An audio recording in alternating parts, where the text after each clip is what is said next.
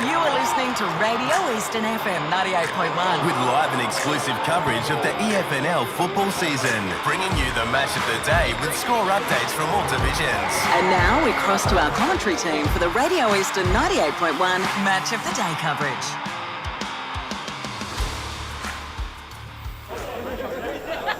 Good afternoon, ladies and gentlemen.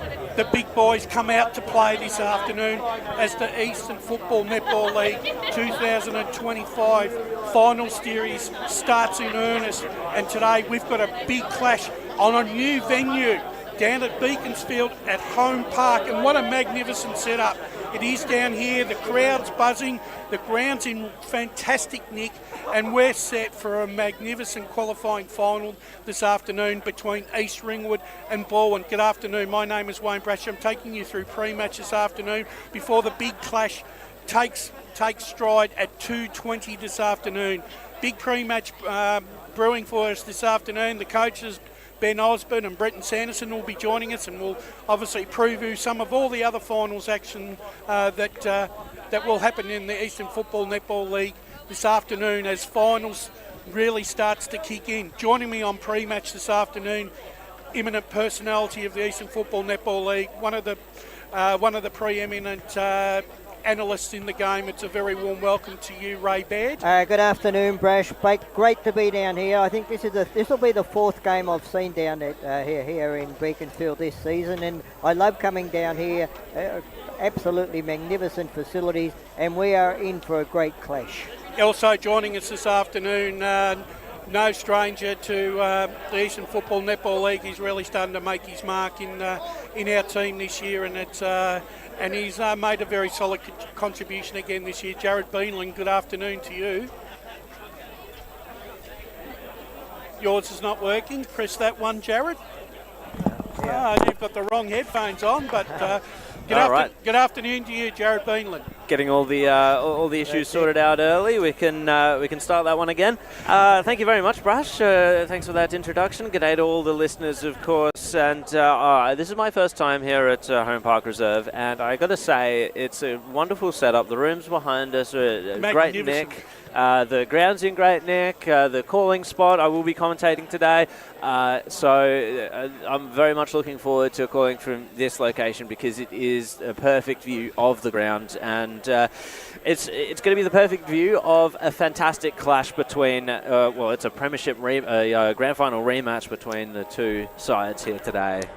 Ray and Jared, I think what this ground also promises for us this afternoon is a very even contest, because these two sides probably wouldn't have played on a ground of this size throughout the EFNL home and away season. No, you're right. You're dead right, Brash. You know, it is a huge ground, but it's a great. I love the shape of it too. Yeah, it is. It is a proper football-shaped ground, and it's a quality venue, as we've said. And look, this game, I think it's going to be absolutely amazing. It's a pity the winds is just a little bit too strong, but it's up to the two teams to adapt, which I'm sure they will. Also, great for the Eastern Football Netball League to bring a game down to Beaconsfield, with both Berwick in Premier Division and Beaconsfield in Division 1 participating in our competition. And this is a really good promotion, not only for Beaconsfield but also the area in general. And I think I can envisage more games being played down here in years to come. Yeah, you're dead right, Brash. You know, look, some people have said, oh, it's a little bit far to go, but you've got to realise people travel. Cars are much better today. You hardly see any old cars on the road. Even young people, they drive their brand new cars. So travelling's not an issue anymore, as far as I'm concerned. And the people of this area, regardless, and I've known this from the past, the people of this area are very, very supportive of local football, and they're very knowledgeable, and they also come down and appreciate watching good teams play football. So I expect a bumper crowd down here, and I think they're going to be really entertained this afternoon. Let's get into the game itself. Hopefully Ben Osborne will be joining us at 1:40, and Brenton Sanderson won't be too far away. What are your observations just off the bat, Ray? Oh, look, I'm picking Balwyn to win. I just think I look at both these lineups here. I know that East Ringwood, they're very disappointed that Balwyn beat them in that grand final last season, and they've got probably a score to settle there with them. But I look over the last month. East Ringwood's form over the last month or so has been a bit topsy-turvy for me. They've won some games and they've lost a couple of others, which was unlike them last season. I think they went into last season's final series in a far better personnel factor than what they are this season. Whereas on the other hand, Balwyn, yeah, they've been starting some of their games off slowly of late, but they've put in some huge last quarters and finishing games off. Jared, with Balwyn, 2 winning streaks of 5 games on the trot set them up basically for their tilt this season. Brenton Sanderson hasn't been afraid to throw around the magnets, and the side that he's put on the park today, I was having a look at this side, and I tell you what, it's nearly as best a side that they've got. It's scary, is it not? We've got a few VFL-listed players on the side today. Lachlan Young, Caden Schreiber, one of my favourite players to watch in the EFNL for sure. And the other one, Sam Durden, of course, is going to be very dangerous wherever he plays on the ground, most likely up forward. And he's going to give them another option amongst your usual suspects in terms of Haley, Oakes, Tillig. They can all get on the scoreboard, and I think my microphone's just shut off again. No, we can hear you. We can hear you. Well, I can't hear myself. Interesting, but I'll keep going. Look, Balwyn, they've got so many options up forward. It's going to be very difficult for East Ringwood's defence to contain them, I reckon. My pick will be Balwyn, but you can't count East Ringwood out. They now have that finals experience from last year. They've run deep last year into the grand final, and I'm sure Ben Osborne's going to have quite a few tricks up his sleeve to take on the what looks like the Rolls Royce of the Premier Division. Ray, East Ringwood set up their meeting in the qualifying final where they won their opening 8 games, but since that loss to Roval in round 9, they've made hard work with it. Where they won 5 out of their last 9, but some of those games weren't convincing. But that being said, both these sides actually probably knew 2 or 3 weeks out, right, that they were going to be playing each other this week. So I think, is it a matter of them just happen to have just gone through the motions? I think so, Brash. Look, Brenton Sanderson, as you alluded to before, he's rested some players. He's a really experienced campaigner at a higher level. So, I don't have any problems what he's doing there. And on the other hand, Ben Osborne, we know that he's finishing up after this final series, and he has been a great attribution to East Ringwood since he's been coaching there. So they've got to find someone of his ilk if they're going to continue on. But it's just their form lately. Look, East Ringwood, they've struggled against certain sides. They've struggled against one of the local sides down here, Berwick, but then so have Roval and some of the other top sides. Well, they actually lost to Berwick, and they lost, and so did Roval lost to Berwick. And they lost to Vermont as well on the way into the final. They did beat Balwyn down at Balwyn by 13 points, but from all reports, from that game is that game could have gone either way.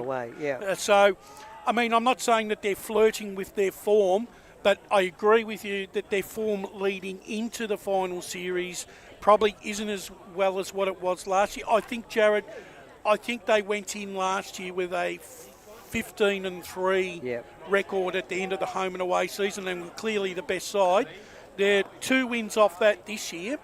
with when you look at East Ringwood, what do you think that they need to do right from the word get-go this afternoon? Yeah, I can hear you. Yeah. I can't hear you, Jared. Yeah. So just keep going. So East Ringwood to stop Wood, I think they need to stop the battle. Give them, Henry has to give them first. It's going to be a fascinating run contest between himself and Eastland, of course. And they need to be able to take Balwyn's interceptors out of the game. It's such a part of Balwyn's game to be able to take those intercept marks, rebound off of the back 50, and turn the game on from there. East Ringwood, we saw them against Holm Park earlier.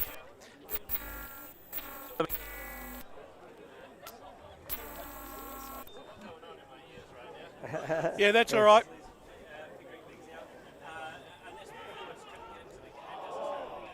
Forward pressure on, and in the at the end of the day, that really hurt them, despite winning that game. Yeah, and look, I think Ray, one of the key reasons I listened to you on the preview yesterday, and one of the key reasons where you thought that that Balwyn may have a little bit of an edge was the fact that you thought that their midfield batted a bit deeper, and you thought that they were carrying a bit more class coming into this contest this afternoon. Yeah, you're dead right, Brash, and that's where I think the game's going to be won, in that midfield battle. But look, and also I think that I look at these two sides, and I think that if the situation comes where one of these sides have to just control the ball, take it away from the opposition, I can see Balwyn doing that for more so than I can see East Ringwood doing that. Ray, you've been down here before.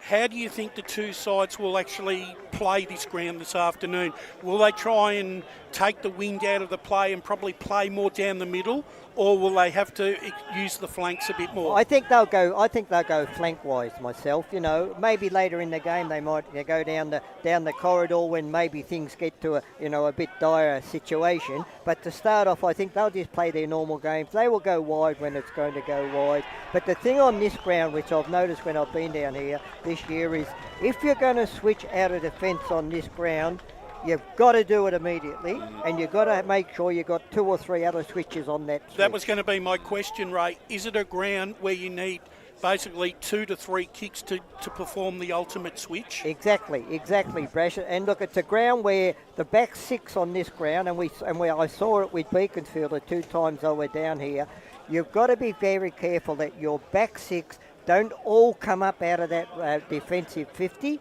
because they will just slingshot over the top and there's wide open spaces, a lot more width and all that than the grounds that these two sides are used to playing on. So basically, it's basically a ground where your forwards can actually get lost and play themselves out of position if they push up too far, Jared. Yeah, and that makes a lot of sense, I think, on a bigger ground like this. And I think that does bode well for a team whose midfielders can put themselves into attack as well, just to shore up the options going up forward, trying to work their way into the space, into the pockets, and I don't want to say cherry pick, but create an options for their own team down there. Brash, there's one player in that East Ringwood side that I think he has got the responsibility of the world on his shoulders today. Is it the captain? And no, that is right. That is Jamie Henry. Yeah. We know he's 7 foot tall, but he's built like a goalpost. And with the rucks, the couple of rucks there for Balwyn, if they can just be body on body early in that game, they're going to wear him down. And I think that if East Ringwood are going to have any accountability in those clearances, he's got to stand up. As I say, he has got a huge responsibility today. Let's talk about some potential matchups. Let's have a look at Sam Durden. Now, Durden, right, has only played 3 or 4 games, but every game he's played for Balwyn, Jared, he's had an impact. you and I were having a little bit of a chat about this on the way down, and we thought that Tristan Tweedy might get first dibs at it. What do you think? Yeah, he's got to be the one for me, and he's going to have to wear Sam Durden really close to get that spoil on. I don't know if East Ringwood do have any of those other options. A guy like Delaney, he's going to want to play off his man. He's going to want to be able to set up attacks, and the player who takes Sam Durden is going to have to be completely accountable. Dylan Bealo is another potential option, but I think he goes to an Oaks or a Tillig. They just so many options down there for Balwyn that have to be covered off. It's going to be fascinating to see how this goes. Ray, do you see any other potential defenders for the Roos going to Durban? No, I think you were dead right. I think he's the first option. After that, well, I suppose you could throw any number, 2 or 3 in there, but he would be the first option, and you just hope that he can get the job done. I think Tweedy, basically what he needs to do to make Durden accountable. He needs to actually run. He needs to run and lead Durden away from the contest, right, and use his skill, right, because he's aerobically very, very good, Tweedy, and he's also very good the way that he disposes the ball. He can hurt Balwyn indirectly because of the fact that he very rarely turns the ball over, and he makes very, very good choices. Brash, we've spoken about the midfield, and we thought the dominance of Balwyn, but we've also got to remember Connor and Josh Waitman. Yeah, they're two players, but if they're not getting the supply from the rucks, you can nullify them. But but they're only little small men compared to the midfielders of Balwyn. Well, I look at it, the way I sort of see the opening. I see Urban, Bowen Smith, Noah Lever, and Cherry Anderson in the midfield for Balwyn starting. Yeah. And for East Ringwood, I see the 2 Waitmans, Henry and James Bealo in the midfield. Yep. So I think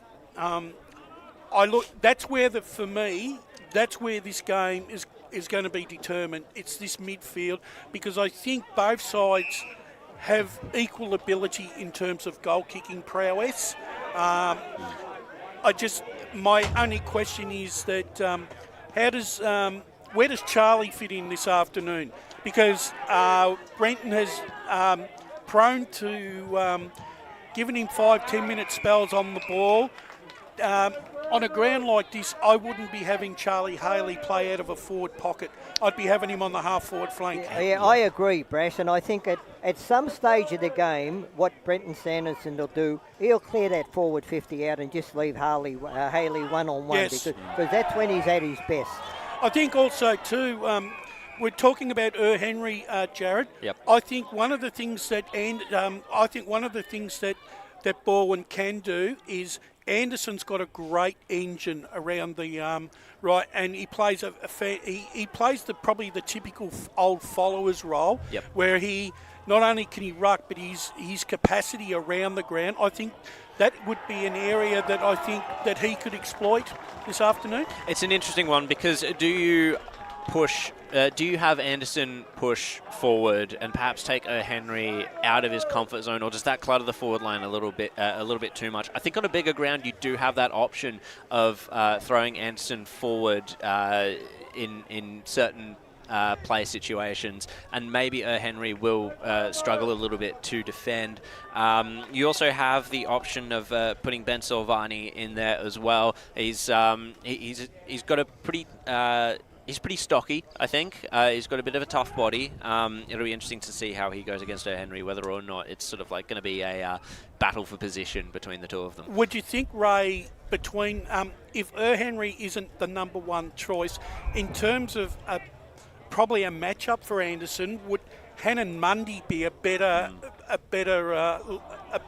matchup, because of he's able to cover the ground as well as Anderson? Could that be a like for like matchup? Yeah, you're dead right, Brash. They've got several options they can use in that situation. But look, there's a player that you haven't mentioned that I haven't really seen a lot of Balwyn towards the end of this season. But early in the season, Josh Wise He set the world on fire in the first 7 rounds or so. Can you tell me, either of you, has he had much of the football lately? I haven't had a chance to go through the Premier Data Stats, Ray, on a individual basis.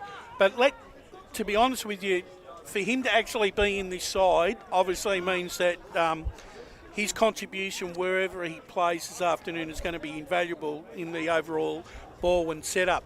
I actually got another potential matchup this afternoon, and I think it's going to be another important one.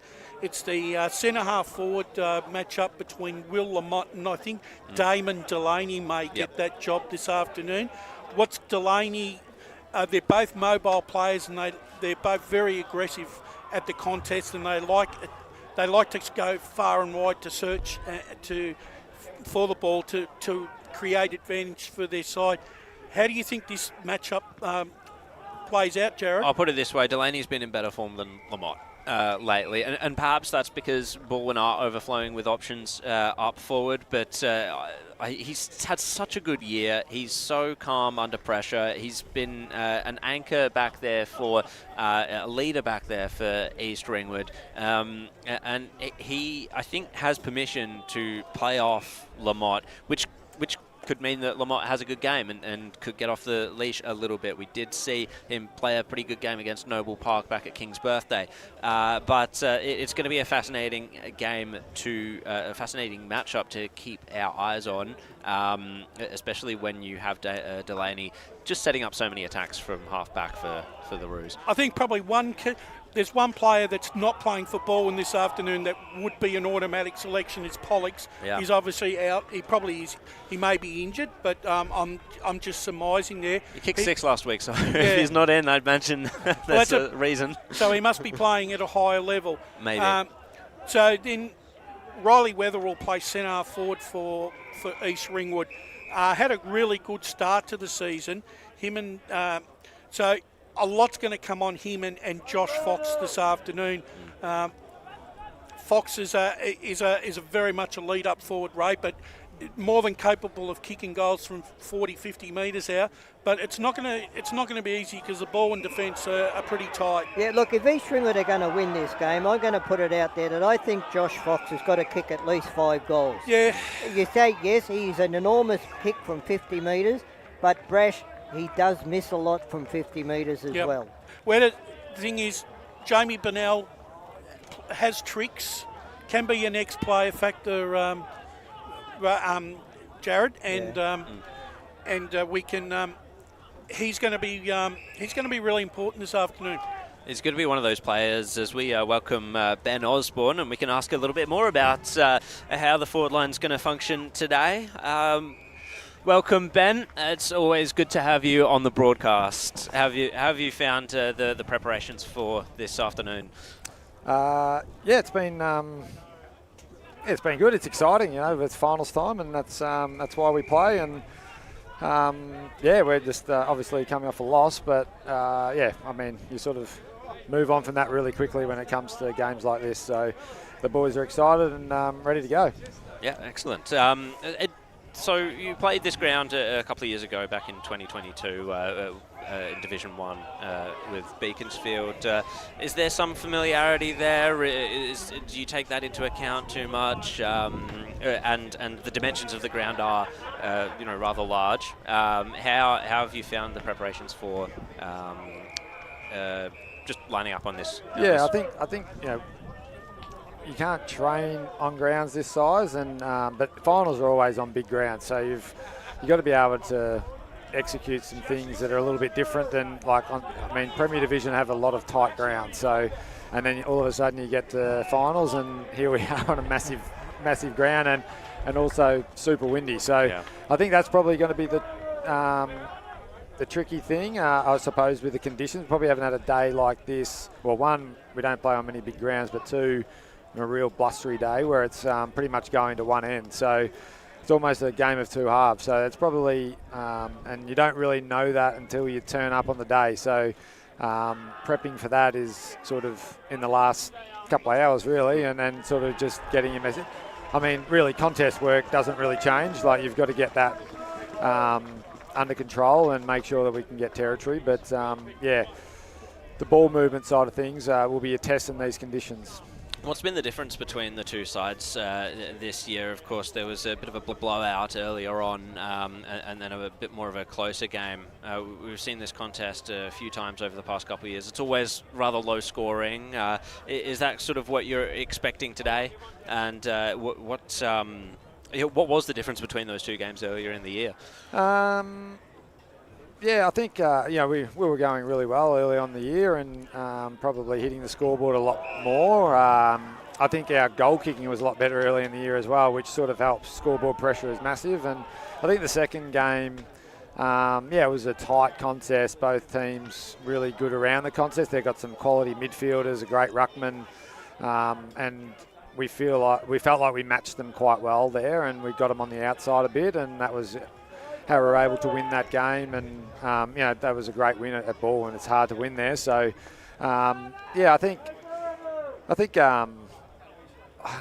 just the battles between us two over the last 12 months have been outstanding. So I mean, obviously that was that blowout early in the year, but I don't know, I see something similar happening today about teams taking their moments. And you look at the last final series, and it was a total of 5 points between two games, and they clearly took their moments, or one moment, more than us. So we just need to execute and learn from every game that we've played. And we've lost a few games in this back sort of four weeks, I suppose, but they've been by 8, 10 and 20 points. So we probably just haven't been taking our moments as much. So that's a critical thing, but that's just the boys out there doing their job.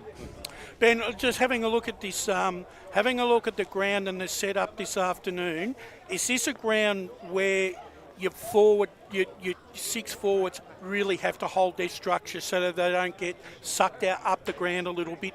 Because this is the sort of ground that can chew your forwards up.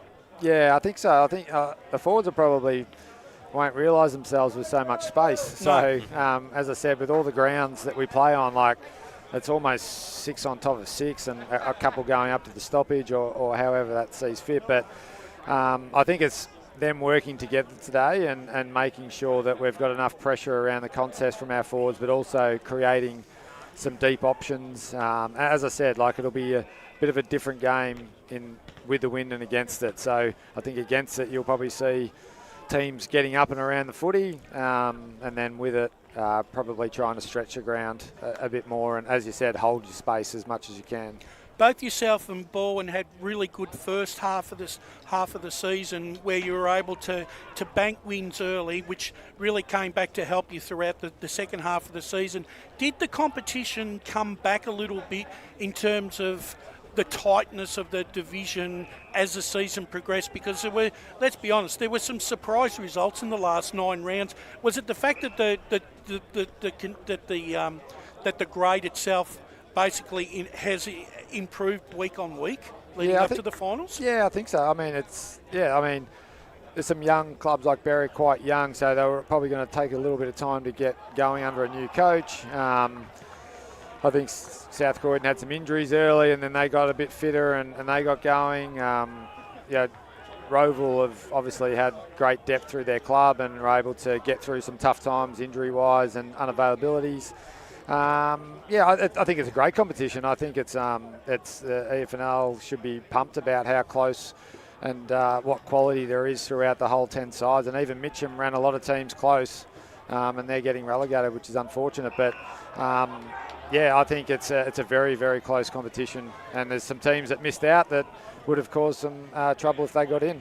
Ben, look, there's been a lot of talk about the ground so far. I'm just going to continue it on slightly more. I've been down here probably 4 times this year and see the way the Beaconsfield play. It's a ground where you have to be very careful at your back 6. Don't come out of that 6. You leave somebody back because the ball will be slingshot over the top. And then going the other way, going forward, it's a ground where I've found most sides, rather than kick to the contest going into a 50-50, put the ball out wide and back your own player running onto it. Yeah, I think so. And that's probably a bit of a message I would think that both sides or anyone that comes and plays here is grass is okay. Kicking to interceptors, and obviously Balwyn is stacked with those guys. So, it's really important that we don't just, kick it to those 50-50s where And sort of, as you said, like it's also just kicking to advantage. If you kick it on someone's head, then quality sides are going to come in and intercept, or at least bring it to ground and bounce out the other way. A couple of matchups would want to touch with you. I think Durden at full forward is going to be a really good, really important matchup for you this afternoon. I'm crystal balling here, but I'm thinking that Tristan Tweedy gets first dibs at it. I think so. Yeah, he's big fella, isn't he, Durds? Yeah. Handy little inclusion late in the year, but that'll be just the natural thing. The Tweeds will go to their best, most dangerous forward at that height, and I haven't seen Tweeds beaten too much, so this will be a great challenge. And also too, the two Waitmans and Henry and James Bearlow will probably spearhead your midfield against Lever, Bowen Smith, Anderson and Urban. So it's going to be a really fascinating dynamics between those 8 players this afternoon on who gets the upper hand. Yeah, absolutely. That's pretty. I mean, when you get the finals, you know you're going to get quality midfields, and they're quite deep, and they probably could run another couple through there if they wanted to. So, I think, obviously what they'll be aware of and what we will be able to try and do is no one really has the stepping and the pace as the Waitmans. No. They can get in and get out like no other in the competition, I think. So, and James is obviously, really important to be the beast in there. And they all will have to have a go, and Marcus Kane will obviously go through there as well and get the job done when he's in there. Well, Ben, congratulations on making the finals in the first place, and that's an achievement in itself. But hopefully by 5 o'clock this afternoon you may walk into a second semi-final against Blackburn. But for today, for the moment, thanks for giving up your time, and good luck to East Ringwood this afternoon. No worries, thanks for having me, guys. Thanks, Ben. Cheers. There you have it, ladies and gentlemen, the coach of East Ringwood, Ben Osborne, joining us this afternoon, and it's going to be a fascinating contest this afternoon. But the coaches keep rolling in, and at the moment, the next man in waiting is not going to keep us waiting long, and he's joining us this afternoon, and it's wonderful to have Brenton Sanderson join us on EFNL Game Day. Brenton, good afternoon to you on what is a game that you've probably been thinking about for the last 3 weeks. Oh, yeah, we have. And it's good to finally be here, isn't it? I mean, I remember talking to you guys at Blackburn round 1, and it was a hot, windy day. I think actually it might have been 30 degrees that day. It was. Yeah. Easter whatever day that was, Easter Saturday or whatever. But, it's good to be here. It's a bit colder today, 11 degrees and windy, but it's great to have finals here finally. And there's some really good sides missed out this year too, right? Like it's been a great season for the league, having so many clubs sort of, vying for that last couple of spots in the top 5. So, nice little recent rivalry with these guys for us. Last year's grand final rematch, and massive game for both of us. So looking forward to the first bounce. Just having a look at the side that you've put on the park this afternoon. It's probably near one of your most strongest sides that you've got there this year, and probably with the exception of Josh Pollock, that's probably near as best good as you can get. Yeah, well, I've got some bad news for you there too. Pollux won't play for the rest of the season. He tore his meniscus at Richmond VFL training on Tuesday night, so unfortunately we won't see him for the rest of the campaign, which is disappointing. He kicked 6 obviously last week. Tried him forward because he's been playing VFL for Richmond as a forward, and disappointing for us. So difficult phone call for him to make, and difficult one for me to receive. But I guess it's offset a little bit by Durden coming into the side today. Box Hill have done us a favour by allowing him to play for us, and hopefully he can be a significant contributor today. I'm going to revisit the old chestnut that we talked about in round 1 about about the centre half forward position. I know you've stuck fat with Will Lamott throughout the season and given his opportunity. How have you seen his progression in the position? And this, to me, this seems like a ground that's tailor-made for him this afternoon. Yeah, you're right. I don't know. I know we played most of our games. Obviously, at home, we've got one of the smallest grounds in the competition, and we sometimes get out to Berwick and we play a bit better. We actually play better on the bigger ground. So I've sort of sold that message to the players that we are better on the bigger grounds. But I don't know that for certain. We've got to make sure we can express ourselves in offense a little bit today and try and get some outside run. These guys beat us a couple of weeks ago, and I thought the way they beat us was with their smalls, their ability to get from contest to contest, and I thought they outworked us a little bit. So I've probably just argued it with myself there, saying we need a bigger ground. But yeah, it'd be a great test for us. We love, Balwyn love playing in finals, and it's finally here and we get the opportunity to sort of see where we're at. Like you said, a good side in, playing against one of the best sides in the last 2 or 3 seasons in the comp. So we're going to have to definitely be at our best today to win. I mentioned to Ben Osmond, and I'm going to ask you the same question. These big grounds, right? This is, I would say that he would have, as he said to his forward 6, you're going to have to hold your structure on a big ground. I don't want you pushing up too far because you'll get caught out. Would that be the same sort of message that you'd be telling your forwards? Yeah, it is. Depends on the wind a little bit too. We were out there at half-time of the reserves game, and it was still quite strong going down the middle of the ground. So depends who's kicking with it and who's kicking against it. You probably get your forwards a little bit higher into the wind and a little bit deeper, with the wind. But yeah, I mean, forward structure. One of the biggest challenges in these big games is is everyone wants to go for the same ball. You completely lose your system. So sometimes big finals, young men, they just can't focus and concentrate how they need to. And so, yeah, it's important today we get our system right. Durden straightens us up, gives us a tall target, but we've got some dangerous smalls, Markovski and Chambers, Toby Lever, Oakes and Haley. We have got some good guys at ground level who can also hit the scoreboard. And Tillig's the other one. He's a bit of a wild card. He's had a really good season, our leading goal kicker. Difficult matchup. He's a good aerial player that's good at ground level too. So yeah, I'm looking forward to seeing how that forward line functions today. Brenton, look, I put this question to the other coach as well, and I just thought that at some stage of the game, if one side's going to just control the football for 10 minutes or so, I just believe that your guys are better at doing that than what East Ringwood would be. Do you agree with that? Yeah, it's a good question. It's sort of hard to know sometimes when to put tempo on the game and when to go a little bit faster and, sort of take the game on. But the game definitely calls sometimes to just play a little bit of kick mark and just take the gas out of the game and get back in shape. So, we've got to make sure we own those moments today. This is a really good side. They got some, I love their captain. Bello's probably the best player in the competition, if not the other midfielder who's out injured at the moment, Tovey. But yeah, this is we have to be at our best today, without question. And there'll be moments, yeah, you're right, when we're going to have to just take the sting out of the game, play a bit of kick mark, get some repeat stoppage. But there'll be different times today when they'll have momentum and we'll have to wrestle it back, and there'll be other moments when momentum is with us and we've got to score. So it should be a ripping game. And we can't talk Balwyn without talking about Charlie Haley. And obviously some stage today you're going to try and get him one-on-one and, for sure. And not kick the ball to the contest, but put it out there in front of him, and you'd back him in every day of the week. No, 100%, and he's such a good leader, such a dangerous player. He probably hasn't had the year this year that he has in previous, but his body takes a battering. He plays on the edge. He plays hurt all the time. He'll fight with the fans. He'll yell over the fence, and he'll yell at you guys up here, and he'll yell at the umpires. So that's why we love him. Yeah, exactly. We welcome it. He brings so much charisma to our game and our league. But yeah, if he has that razor-like focus today and he's in the mood, then look out, because he does love the big stage.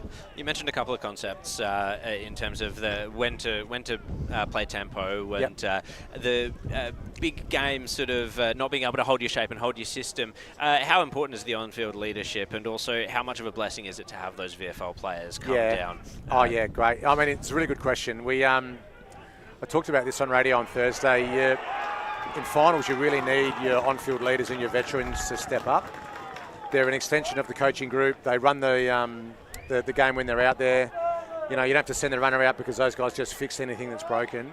So, yeah, guys that have been here before and guys that have played a lot of VFL footy at a higher level, we've got a couple of boys who have played AFL as well. They should be able to control the moments today. Know when to set up behind the ball, know when to go fast, know when to, they might see like a weakness in the opposition and go through that before we get a chance to identified as coaches. So yeah, experience and on-field leadership is imperative this time of year. It might be one of your advantages today that you could probably capitalise on. What's another that you'd be looking forward to take advantage of? We've noticed your interceptors have been fantastic. I know Schreiber's coming back. He's got a lot of arrows in his quiver, so to speak. Intercepting's one of those that I've noticed in the past. Is there anything else that we can see from Balwyn today that you'll be looking out for to capitalise upon? Yeah, it's a good question. Against East Ringwood specifically, I think it's going to be a close game, and it'll just come down to those crucial moments, who can execute under pressure.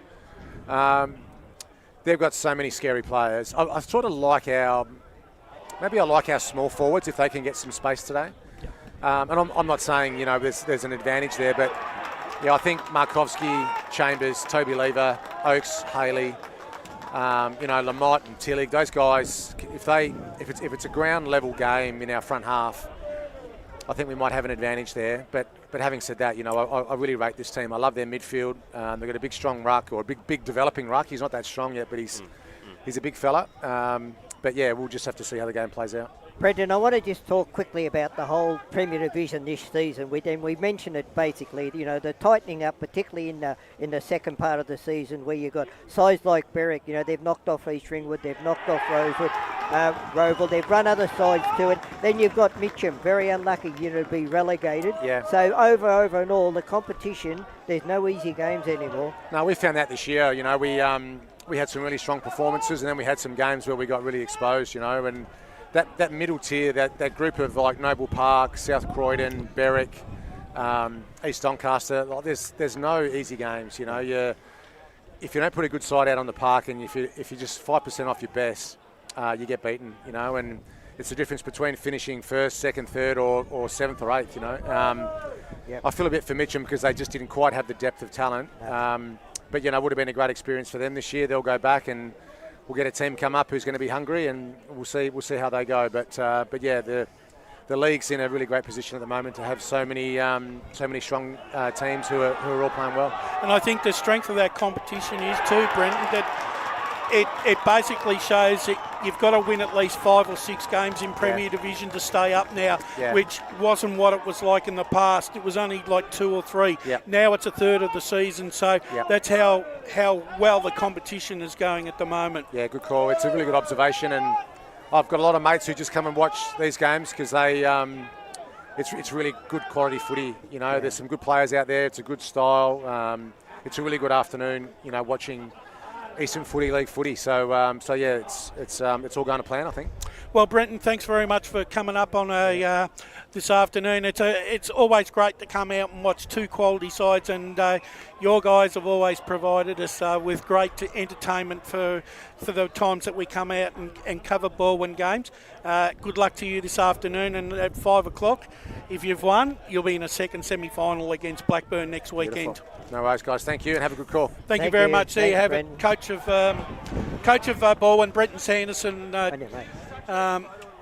joining us here this afternoon. We're going to take our first break, ladies and gentlemen, and then when we'll come back, we'll start going through some of the other games that are set down for decision this afternoon. But you're at Holm Park this afternoon, home of the Eastern Football League Premier Division qualifying final between East Ringwood and Balwyn, coming to you live on Radio Eastern 98.1 and streaming all around the world on Facebook and YouTube. Don't go away. We'll be back real shortly. Today at Eastland, Lucy's trying on jeans for a momentous occasion. Coffee with the ex. She needs jeans she can move in because she's definitely moved on. Jeans that get a second look, but don't give any second chances. Jeans that say, why yes, I have spent the last 8 months in a post-breakup juice cleansing kickboxing personal training frenzy. And it looks as though she's just found the perfect pair. Yeah, that's great. Bravo, Lucy. For all of life's little moments, there's Eastland. Eastland. Live real. Sprained your ankle bursting through the banner? For bumps, breaks or bleeds, be seen sooner, close to home, at Knox Private 24/7 Emergency Department. You'll generally experience shorter wait times. Knox Private 24/7 Emergency, 262 Mountain Highway, Wanturna. Do you feel good about your bank? Because there is a bank you can feel good about. They share their profits to fund big community projects, small community clubs, and vital emergency services. They've given $250 million to help Australian communities thrive. They have all the products and tech you expect from a big bank, with service you don't. It's Bendigo Bank. Feel good about who you bank with. Try Bendigo. Search bendigobank.com.au or search Bendigo Bank near me. Tobin Brothers Funerals wear their heart on their sleeve. Their clear and easy-to-use website and Memory Maker app make it easy for families to make an informed decision. Here's James McLeod, Managing Director of Tobin Brothers Funerals. There's no mystery about our pricing. It is clearly displayed on our website and our app. We have staff standing by 24 hours a day, every day of the year to assist you in your absolute time of need. Visit tobinbrothers.com.au. Tobin Brothers Funerals, celebrating lives. There are only 3 things that should be flushed down your toilet. Pee, poo and paper. Some wet wipes and antibacterial wipes say that you can flush them, but you can't. They clog up the toilet and pipes, causing expensive blockages. Save yourself a truckload of trouble. Put your wet wipes in the bin. To learn more, head to the Yarra Valley Water website, yvw.com.au/wet-wipes.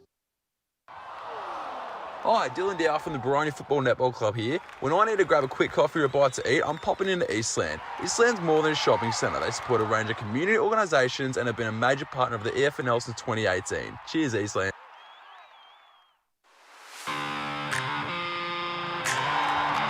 You are listening to Radio Eastern FM 98.1. With live and exclusive coverage of the EFNL football season, bringing you the match of the day with score updates from all divisions. And now we cross to our commentary team for the Radio Eastern 98.1 Match of the Day coverage. Welcome back, ladies and gentlemen. Qualifying final day here, Premier Division style, down here at Holm Park in Beaconsfield, and what a magnificent setup. As I've said before, we are really looking forward to bringing this broadcast to you this afternoon. We've spoken to the coaches and spoken at length with them about how they feel the game will pan out this afternoon, but we're going to just change tack for a little bit, and we'll start going through some of the other finals that will shape more quality games as the weeks roll on to the grand finals in a couple of weeks' time. We're going to move into Division 1, and I think it's the match of the round this afternoon at East Burwood. It's the second semi-final between South Belgrave and Park Orchards. These two sides, gentlemen, they finished 1 and 2. They finished 5 games clear of third spot. They've clearly been the best two sides in this division for the whole season. Park Orchards were really impressive last week, Ray. They won by 64 points over Beaconsfield, and they can carry a lot of confidence into this game against South Belgrave this afternoon. Yeah, no, you're dead right, Brasser. They're obviously been the best two sides in this division. South Belgrave, look, they have been enormous, but look, we've said this the other week on the radio on one of our podcasts, the fact that we don't give Park Orchards enough credit, I don't think, as a media team. You know, they have been, they go about their work just business-like. They win an odd game by a big margin, but all they have to do is keep winning.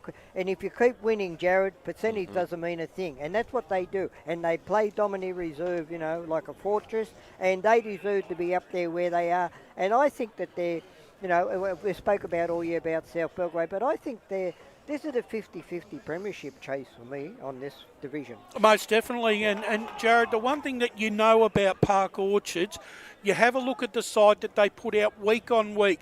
It's a fit side. It's a fit young side. Their injuries, whilst they do get them like other clubs, they look like they're well managed. And the thing is, their lineups don't change all that much, which breeds consistency right amongst the playing group as the season wears on. Well, one of the main hallmarks of Park Orchards is their pressure game. They play that pressure game consistently all throughout the year. They play 4 quarters of it, and when it comes to finals time, that is the sort of game that it's always going to be. You know, there's always so much pressure, so much tackling in a final side. And for a team that's honed that specific aspect of their game throughout the 18 rounds beforehand, they set themselves up really well to take a dig at the premiership this year. And they are very well coached. As we know, Brett, Paris Hardy's been around nearly as long as you and I have.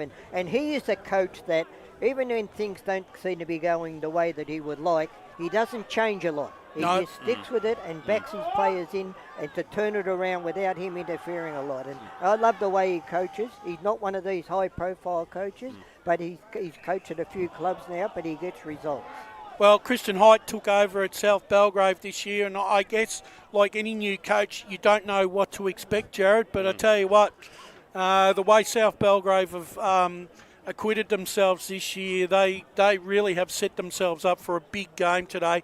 I think the good thing about South Belgrave this year is I think they've been probably man-managed in terms of game output to give others opportunity, and I think it's going to pay dividends for them today. Yeah, season's a marathon, isn't it? Not a sprint, and so I think look. You can say that Christian Haidt has come into South Belgrave and he's got a lot to work with. He's got an excellent list to work with. But the sign of a good coach is that he's made the most of it. And I don't think, a couple of years ago or last year they bowed out in the finals pretty disappointingly against Beaconsfield in that semi-final. And we wondered to ourselves, okay, have they peaked? And for a new coach to come in and do what he's done at South Belgrave, gotten such consistent results, even while rotating players in and out, even not having every star on the park as consistently as he perhaps would have liked, or maybe that was the plan. Well, look, there's a premiership. There's a reason that they're the premiership favourites, I would say. Yeah, look, and I think obviously when you've got an X-factor player like Tim Smith, I think, and the Garners and that, and Dunstan and Simonson, I mean, it's a quality lineup. But then on the other hand, you've got Keppel, Blakey, Livingston, Lewis Downey, and Prozenak for Park Orchards are all quality players. I think it's going to be a fascinating contest this afternoon. I'm tipping South Belgrave, but I tell you what, they'll only win by about 2 goals. Yeah, well, I'm very similar. I'm picking South Belgrave, probably by the same margin. And look, the one thing I like what South Belgrave have done, we've had a bye in this division, and they have managed very well their players that they wanted to rest around that bye. Some the week before, that they've been able to get 2 weeks out of them, as a rest, the ones that needed. And I think they've handled that situation perfectly. Jared, what do you reckon? I'm actually leaning towards Park Orchards for this one. I genuinely think that they can give this one a red-hot crack. I obviously won't be surprised at all if South Belgrave come off, and even, I wouldn't be too surprised if they win by 6-7 goals, the Saints. But the Sharks, I think they've put themselves in a really good spot, and I think South Belgrave might be in for a bit of a shock today. Let's move to Division 2 quickly. Second semi-final day at Walker Park, Mitcham sees Templestowe and taking on once again a side that just still is beyond belief their rise in the Eastern Football Netball League in the last 2 years. They're playing Surrey Park. Surrey Park haven't been able to knock over the Dockers so far this year, and I think quickly for mine, I have a feeling that the bigger bodies of Templestowe might hold sway here this afternoon.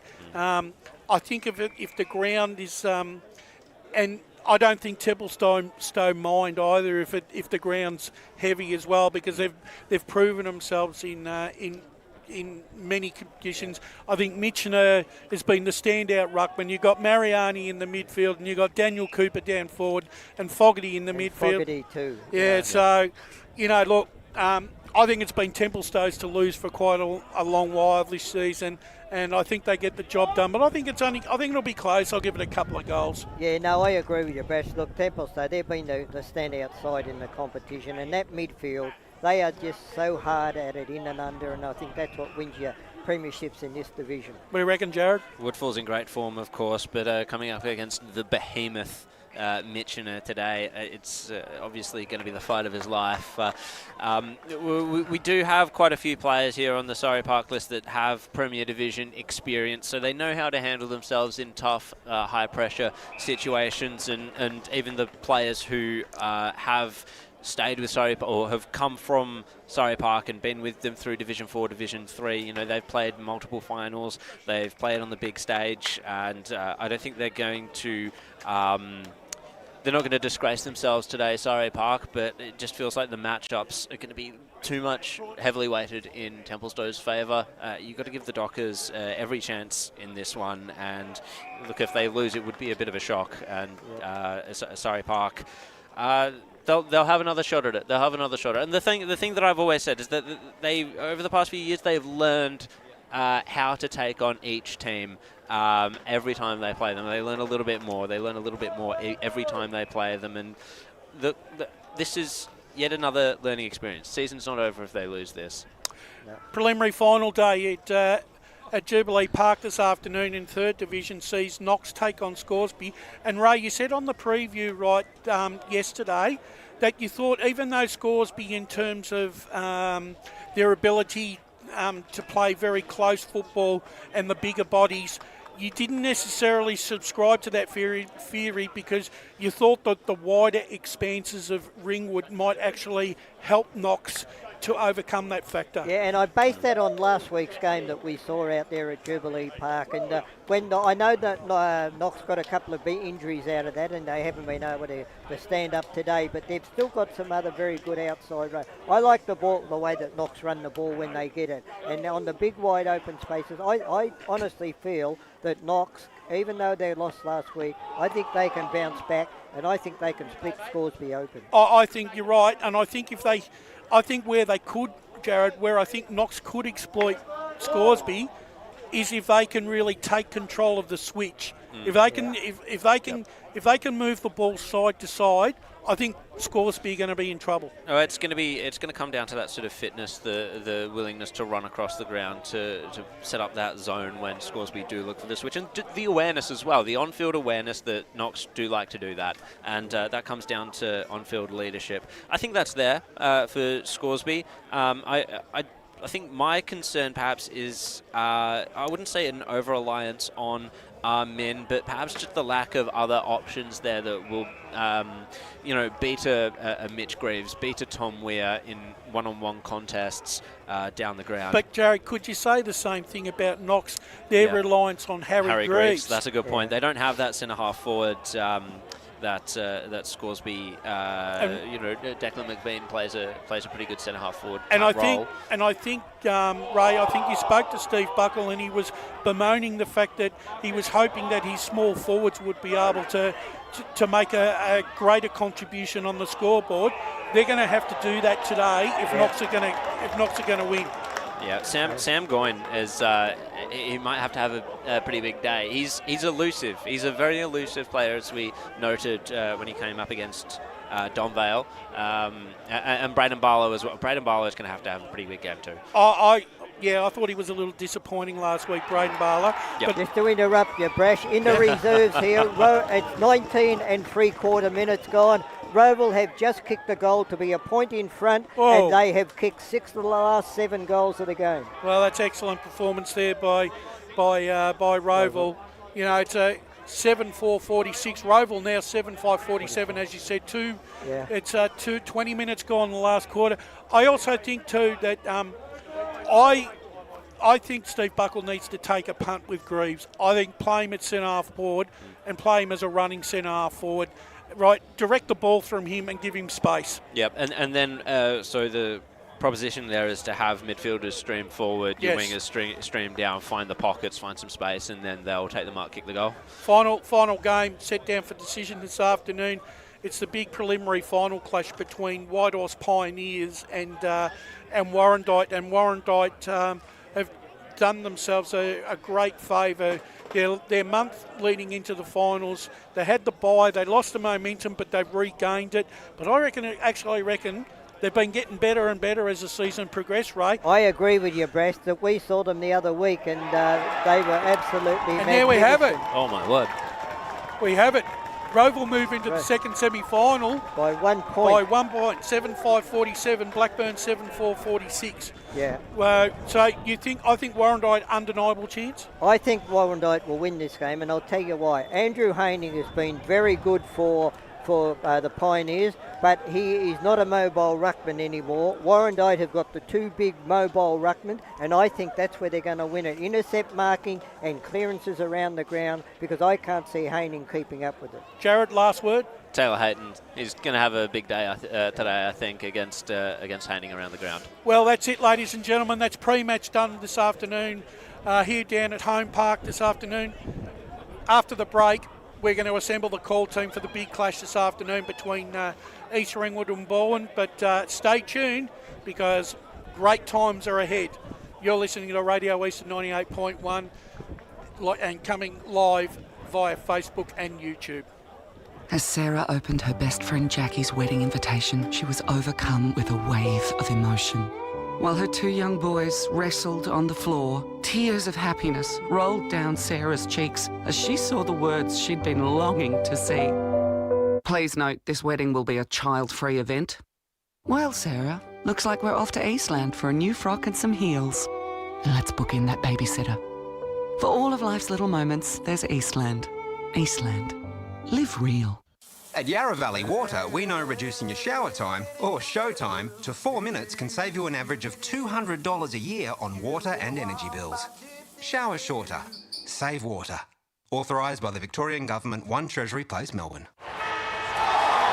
Sprained your ankle, bursting through the banner? Broke a finger, high-fiving the ruckman? Or did you run into the goal post again? For bumps, breaks or bleeds, be seen sooner, close to home at Knox Private 24/7 Emergency Department. The preferred provider of emergency care to the Eastern Football Netball League. You'll generally experience shorter wait times. You don't need private health, but there is an out-of-pocket fee. Be seen sooner, close to home at Knox Private 24/7 Emergency Department, 262 Mountain Highway, Wanturna.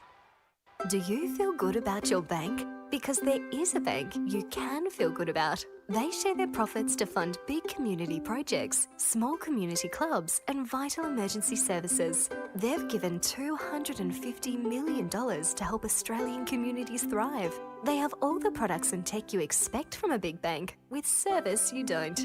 It's Bendigo Bank. Feel good about who you bank with. Try Bendigo. Search bendigobank.com.au or search Bendigo Bank near me. The first time I met the team at Tobin Brothers Funerals, I felt like I'd known them for years. They're so caring, honest and passionate. James McLeod, Managing Director of Tobin Brothers Funerals, sums it up best when he says, Every day our people get out of bed to assist client families in their absolute time of need. Our people love what they do, and you will not find a more highly trained group of people than those at Tobin Brothers. Visit tobinbrothers.com.au. Tobin Brothers Funerals, celebrating lives. Hi, I'm Ben Desson from Montrose Football Netball Club, and when I need a new kit for a night out, I head over to Eastland. But Eastland is more than a shopping centre. They support a range of community organisations and have been major partners of the Eastern Football Netball League since 2018. Thanks, Eastland.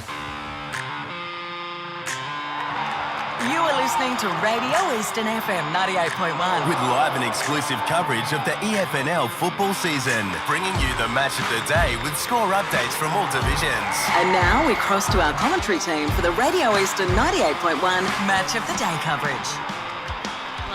Welcome to the Eastland EFNL Match of the Round. You are listening to us on Eastern 98.1 and the Facebook and YouTube streams. Thank you so much for joining us. We are live from Holm Park Reserve. It's Premier Division finals action. It's East Ringwood versus Balwyn. Not only is it an important final this year, it's also a grand final rematch from last year, so it's going to be a fascinating clash. My name is Jared Beanland. Thank you very much to Wayne and Ray for joining me on the pre-game, but now we are assembling the call team. Ryan Long, the media manager of the Eastern Football and Netball League, you'll be calling alongside me. Thank you very much for joining. Yes, thank you, Jared. Fantastic to be out here at Holm Park Reserve. Historic day for the league. First time we've had a senior final out at Beaconsfield. The ground is spectacular, perfect size. I've just had a look and how much that car park is full, has filled up over the last hour and a bit. but the facilities are great. It's fantastic to be up here at Beaconsfield, and looking forward to it. A grand final rematch from last year in Premier Division. Two very, very good sides, so can't wait to get stuck into it. Brush, you were on the pre-game show with me, of course. Good job hosting that. We spoke to the coaches as well. How are you feeling now about this game as it's all settling in and we're about to get ready?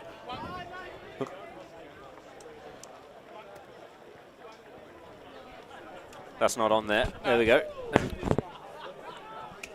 That's all right. We've had a couple of headset issues earlier. If you had joined us before, you would have heard a bit of a kerfuffle. Well, now there's a kerfuffle because Brash has wrapped himself up like he did last week, tripping over cables. You should be on. he's got the wrong headset. You're on, Brash. Am I? You're on. Yeah.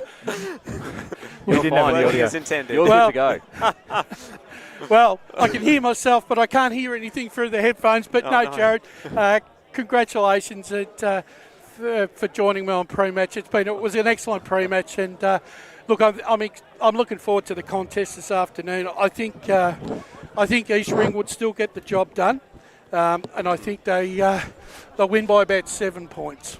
It's interesting, isn't it? We were talking about Balwyn, how they do have perhaps their best team out on the field that they have had all year. I am leaning Balwyn in this one personally. Ryan, how do you feel about this one? East Ringwood, they've had the wood over them a little bit this year, but Balwyn have the history over them. In 2024, they took 3 out of 4 matches. I think this is one of those games where by 5 o'clock today, we're going to have a much better idea on how this Premier Division final series is going to shape out. East Ringwood, as you're right, correct, they've had the better ball during the home and away season, but in the back half of the year, their form has dropped off a little bit. There's a couple of players missing in that side for the Roos, a couple of players that I don't know if they're going to be 100% going into today's clash, where Balwyn, as you said, a pretty strong lineup today, and they have had a strong lineup all year. It's been the valuable, obviously, assets that they've had for it with the VFL players, all this type of stuff. So I think going off what we saw last year in the final series, where Balwyn didn't have the best form leading up to it, but then that first final they were switched on against Roval and they turned it on. I have a feeling they might do something similar. Yeah, absolutely. It's going to be fascinating to see what, because we did see East Ringwood, they faltered against Roval last week. I don't think they do too well against Roval. 2 losses against the Hawks this year. It's I'm on board now, guys. Welcome, Wayne. I can hear myself and I can hear everyone else. I'll just quickly say again, if you didn't hear me, East Ringwood have been really good this year. I think it's a close game, and I'll reiterate my tip. I think East Ringwood will win this game, but it'll be a small margin, 7 points. It's Keystone Cops. I'm up here with me this afternoon. I believe we've got Blake Tennant on the boundary too. If you got us, Blake, welcome. If you're lucky. Have we got me? Yeah, we got you, mate. I'm on. Yeah. Good to be here. Premier Finals footy is always a good one as well. And conditions, a bit windy where I'm at the moment, but all in all, I think it's a good day for footy. If I was playing, I'd love to play as well in these conditions. And just want to mention hot off the press, Josh Tovey.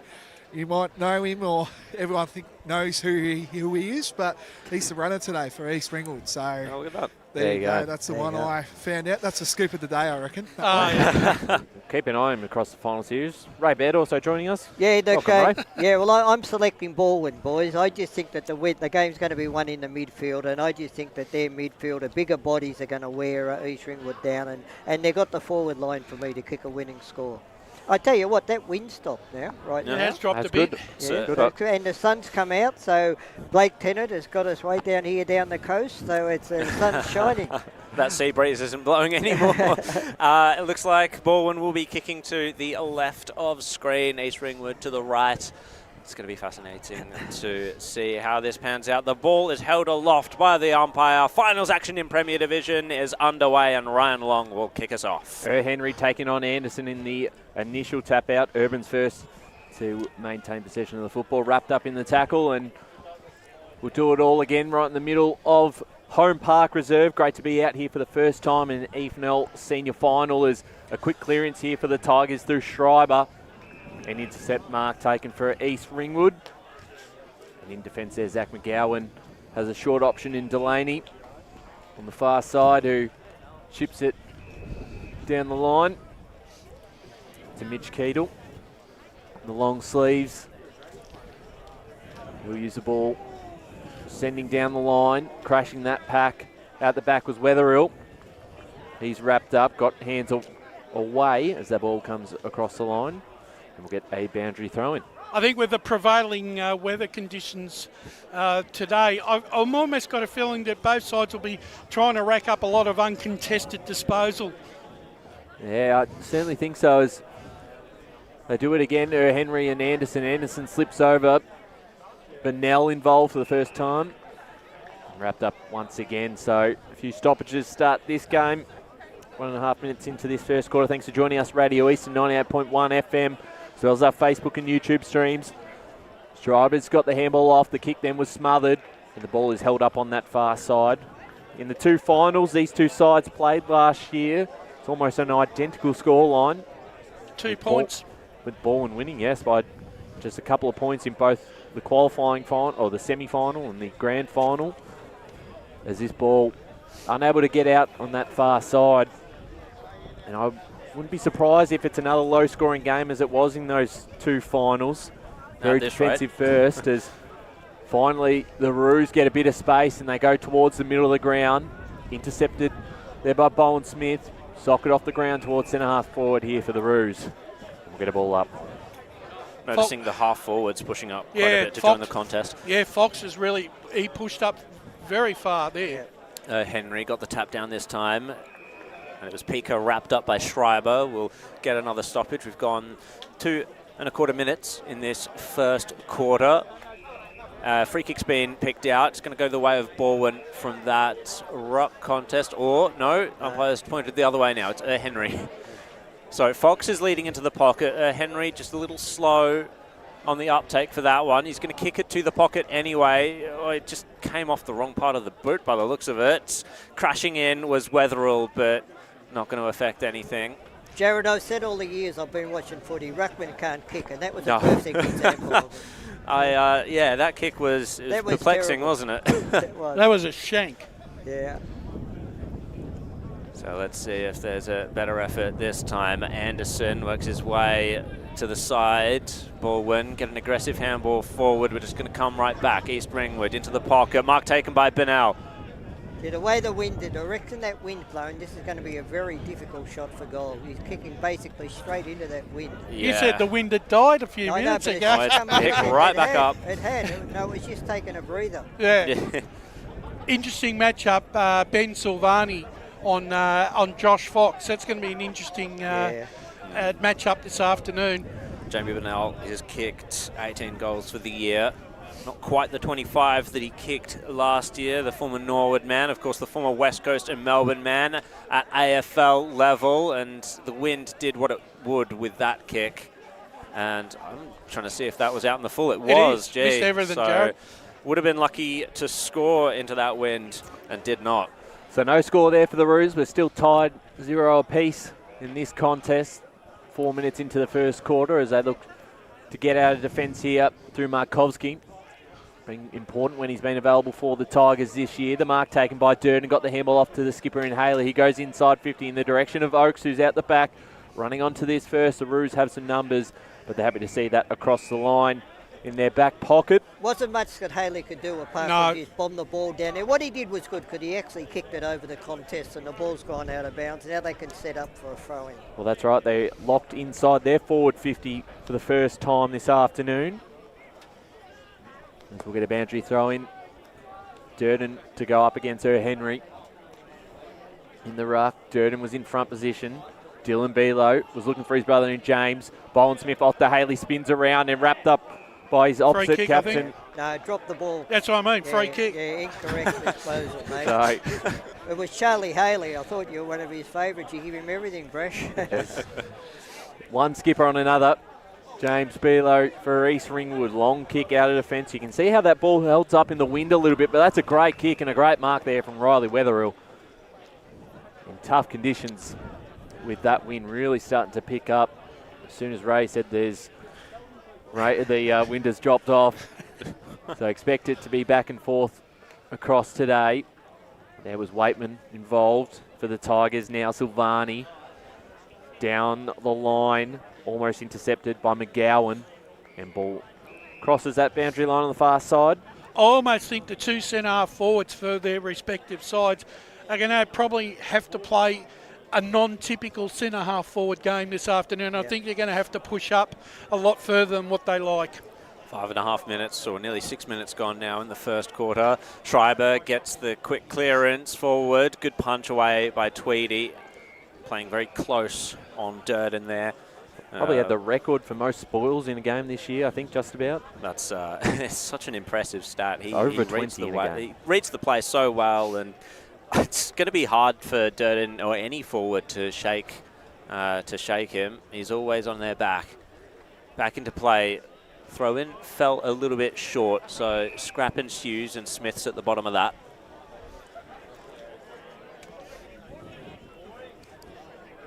Neither ruckman has really taken control of the contest just yet. Smith fighting for it. Anderson at ground level, Henry there too. Not much movement through passages of this first quarter. When you've got 36 players all forward of the centre. Centre line, that's right, Fresh. Makes it difficult, doesn't it? I think it's just going to be the nature of the way this game's going to play out, I feel. Yeah. Anderson had to tackle along with Schreiber. Waitman couldn't go anywhere. It does speak to the value of goals this afternoon. Most definitely. Sides get him. Back into play.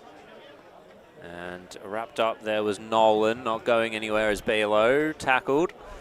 Another ball up. You'd almost think a goal today might be worth 1.5 in terms of the way that the ball is in play.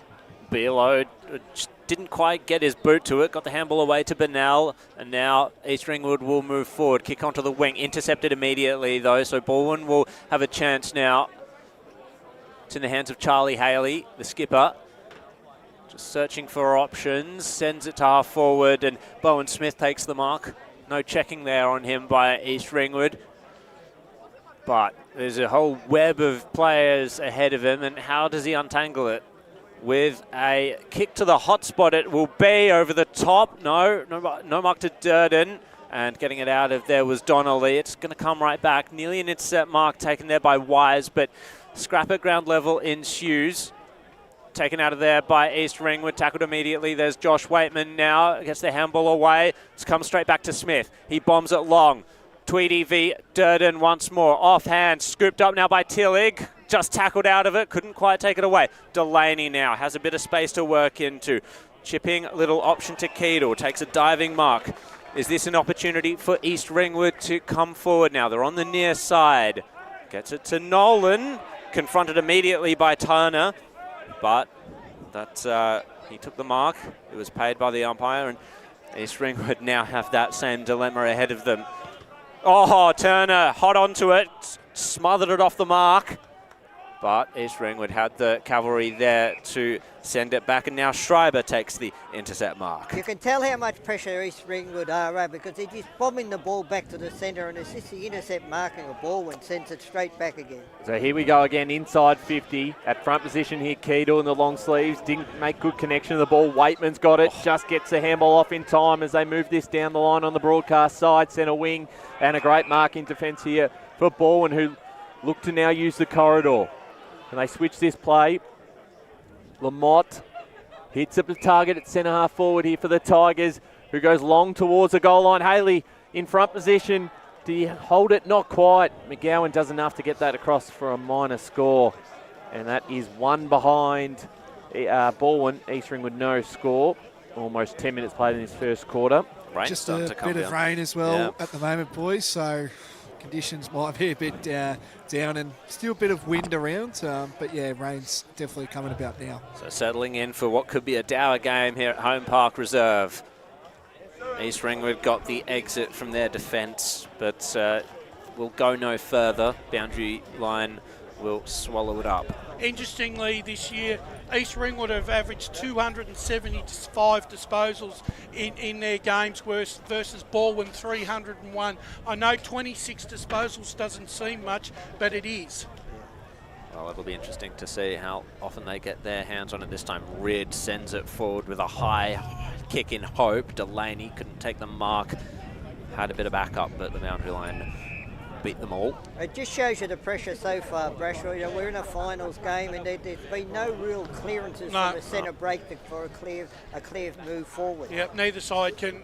I know it's still a feeling out process, Ray, but I think the early signs are that this is going to be a very defensive-minded game. Yep. Back into play once more. Falling to ground was Seymour. Smith now gets the clearance to Turner. Kick into the pocket. Durden was there. Punch once more by Tweedy. Snap.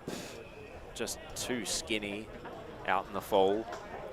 And yeah, I mean, with the clearances just not necessarily being too much of a factor that, or perhaps at a premium, more to the point, Urban and Smith, I mean, they could get to work later on in the game.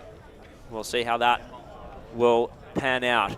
As Schreiber couldn't get boot to ball properly. Boundary line once more, the option of the day. Wouldn't terribly surprise me if they're only 23, 24-minute quarters this afternoon. Yeah. And the greasy conditions as well is just going to make this so much harder. Now it's Mundy versus Anderson in the ruck. Anderson will get the tap down. Bennell streamed through, just couldn't control it. However, tackled out of it was Kane holding the ball. Balwyn to go forward now. 12 minutes gone in this first quarter, just the one behind on the score. Back to the Tigers. Schreiber sends it forward. Durden the obvious target. Another punch by Tweedy. That's what he does so well. And it's come out through. That was Lever, Toby Lever to Haley. Boundary throw in once more. I'd like to see Balwyn, instead of bobbing the ball long like that, look for a short option first. Yeah, I think they've looked more dangerous when they switch the ball up. Yeah. They just kick it in, hope that one of them's going to mark it.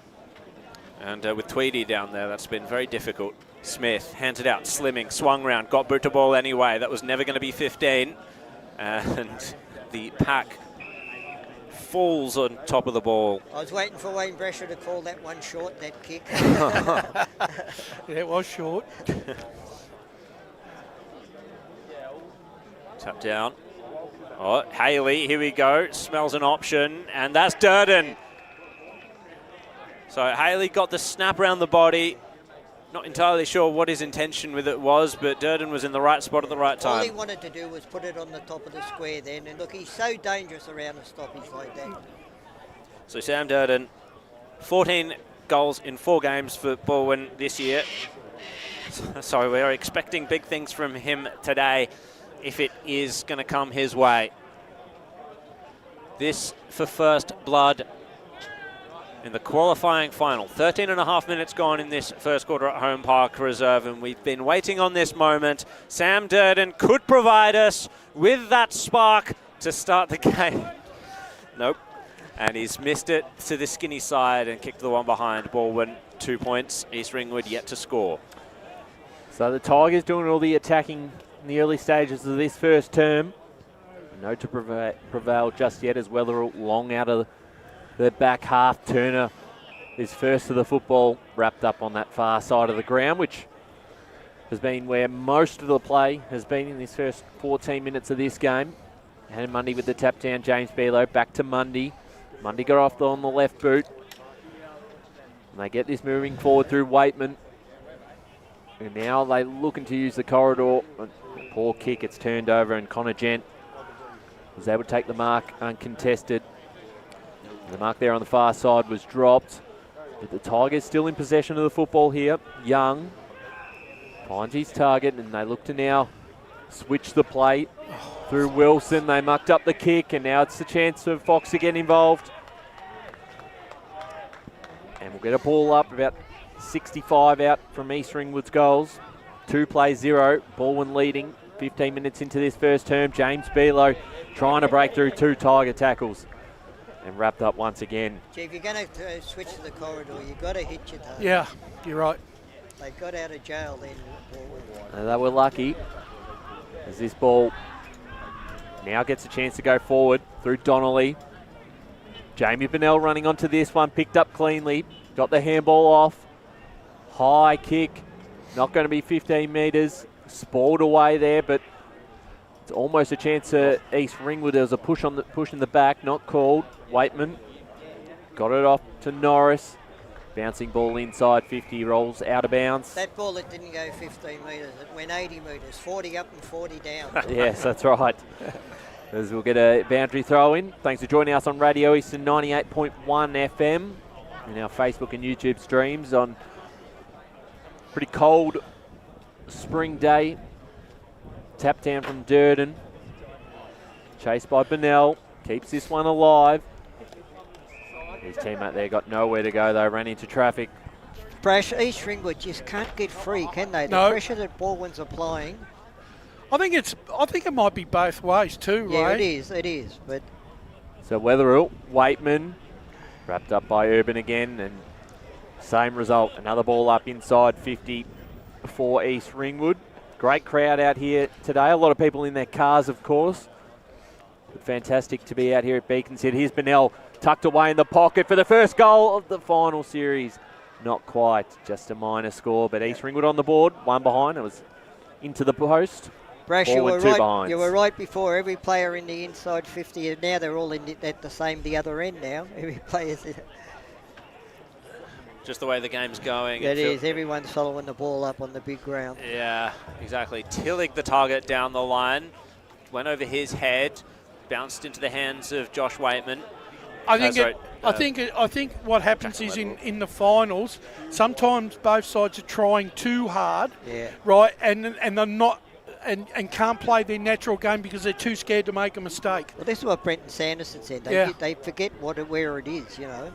So free kick went to Markovsky. Down the line kick, and it will go over the boundary line in that self-same spot. I reckon there's been about 5, maybe even 8 throw-ins from this very spot. Well, I would say that probably 95% of the play has been on the far side of the ground. It has.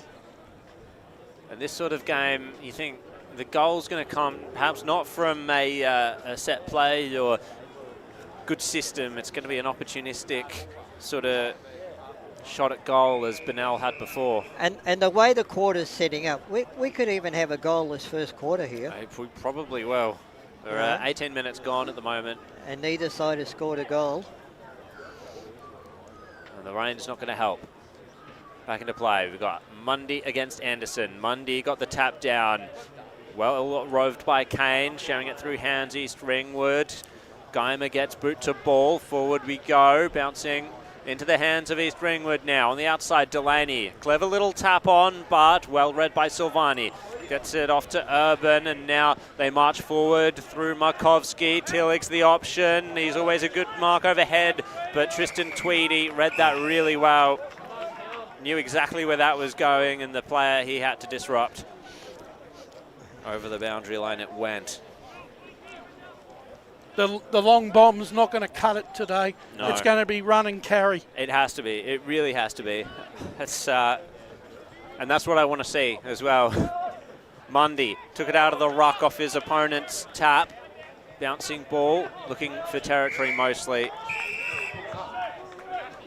Out in the front of the East Ringwood dugout. It's gone over the line. 19 minutes gone. Rain continues to tumble. Lockie Young's got the big job on Riley Wetherill this afternoon at centre half forward. It'll be a fascinating clash, of course. Smith goes to ground in the tackle of Donnelly.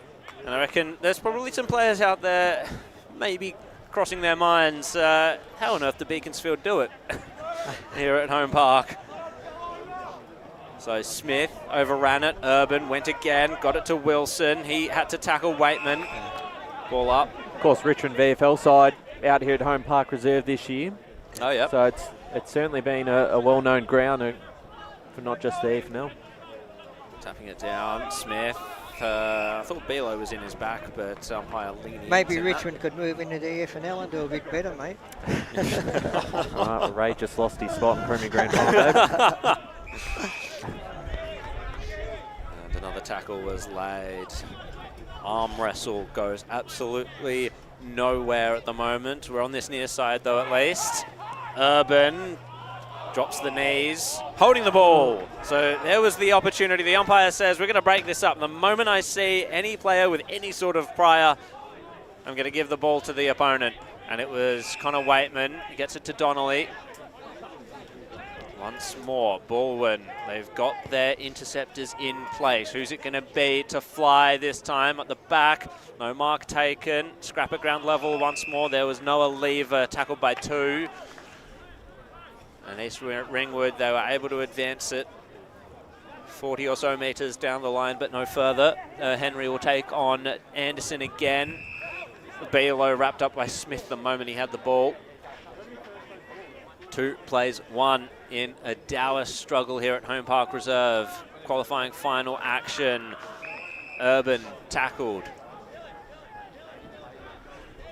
Once more a ball up.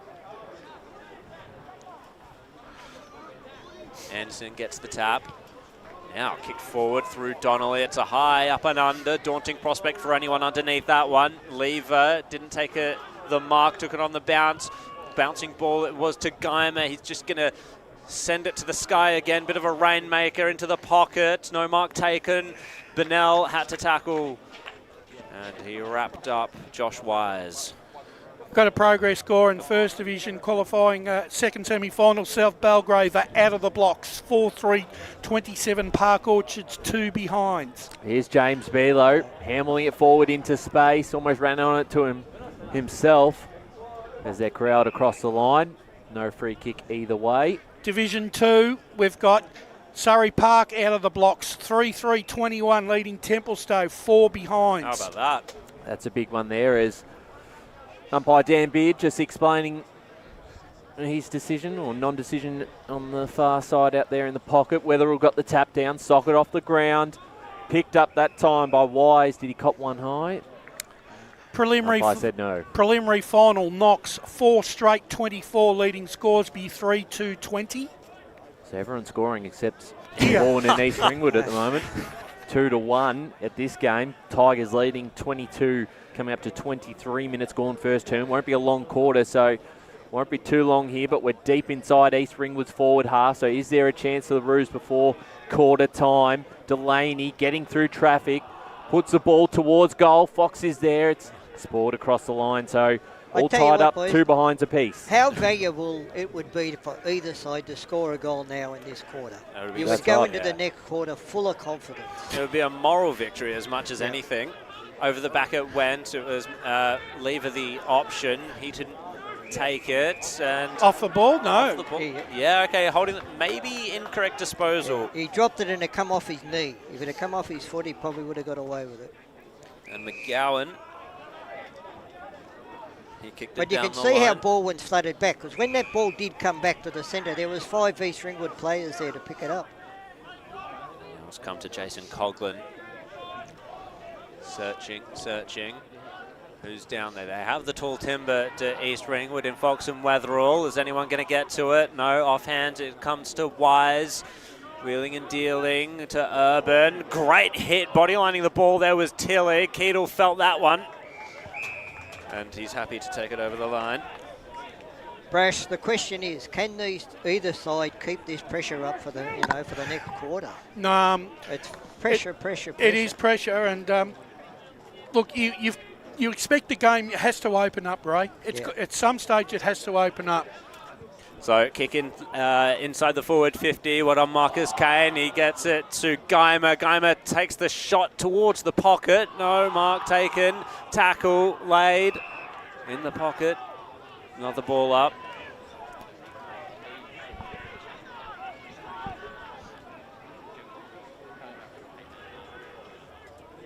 So ball up once more. And Wise tackled. 2-2 at the moment, nearly 25 minutes gone. I imagine the siren will be imminent. It's almost like a soccer game. Balwyn slam it out of defence. Territory taken. Now bounces into the hands, and that was about looked like it was going to be the most active play of the quarter, and the siren went. So here we are at Holm Park Reserve. It's quarter time. East Ringwood 2 behinds, Balwyn 2 behinds. Qualifying final action, and the pressure has been heavy in this arm wrestle. We'll be back after this break with the second quarter. As Sarah opened her best friend Jackie's wedding invitation, she was overcome with a wave of emotion. While her 2 young boys wrestled on the floor, tears of happiness rolled down Sarah's cheeks as she saw the words she'd been longing to see. Please note, this wedding will be a child-free event. Well, Sarah, looks like we're off to Eastland for a new frock and some heels. And let's book in that babysitter. For all of life's little moments, there's Eastland. Eastland. Live real. Sprained your ankle, bursting through the banner, broke a finger high-fiving the ruckman, or did you run into the goal post again? For bumps, breaks or bleeds, be seen sooner close to home at Knox Private 24/7 Emergency Department. The preferred provider of emergency care to the Eastern Football Netball League, you'll generally experience shorter wait times. You don't need private health, but there is an out-of-pocket fee. Be seen sooner close to home at Knox Private 24/7 Emergency Department, 262 Mountain Highway, Wanturna.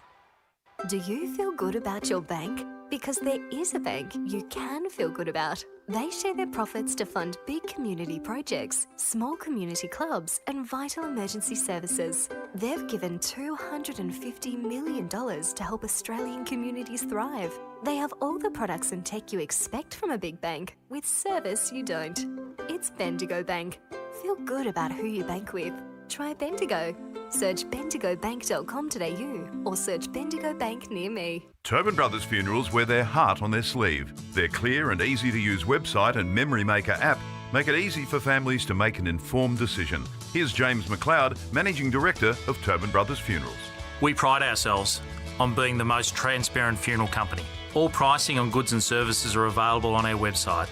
It's all there for you to see and make very informed decisions when planning a loved one's funeral. Visit tobinbrothers.com.au. Tobin Brothers Funerals, celebrating lives. At Yarra Valley Water, we know reducing your shower time, or show time, to 4 minutes can save you an average of $200 a year on water and energy bills. Shower shorter. Save water. Authorised by the Victorian Government, 1 Treasury Place, Melbourne. Sprained your ankle, bursting through the banner? For bumps, breaks or bleeds, be seen sooner close to home at Knox Private 24/7 Emergency Department. You'll generally experience shorter wait times. Knox Private 24/7 Emergency, 262 Mountain Highway, Wanturna. You are listening to Radio Eastern FM 98.1. With live and exclusive coverage of the EFNL football season. Bringing you the match of the day with score updates from all divisions. And now we cross to our commentary team for the Radio Eastern 98.1 Match of the Day coverage. Welcome back to Holm Park Reserve in Beaconsfield. It is finals time in Premier Division, and we have a grand final rematch between East Ringwood and Balwyn. Currently, it is quarter time. 2 points apiece. No goals kicked in that first quarter, and let it be known, it is a titanic struggle out there. A lot of pressure around the stoppages, a lot of tackling, and not much movement, Brash. No, and I mean, this is a typical finals game, and it just looks like the ground has really evened up this contest in terms of the conditions, the prevailing conditions. I think both sides are trying to make hay or trying to cope with the conditions as best they can. I think it's turned into not into a kick and mark game. It's a game where the runners are going to have to come, the runners and the on-ballers are going to have to work overtime this afternoon, right, to create opportunities for their forward 50. I think rotations now are going to be even more important, especially rolling through the midfield. Badgie, Wes. Let's go down to Blakey on the boundary. Yeah, just got Brendan Sanderson. Brendan, a bit of a scrap early days, finals footy, I know, but how have you judged playing on this grounds in the first quarter? Yeah, we played really poorly. We obviously had the wind, or a bit of wind that's out there, and we just played really safe and wide and slow.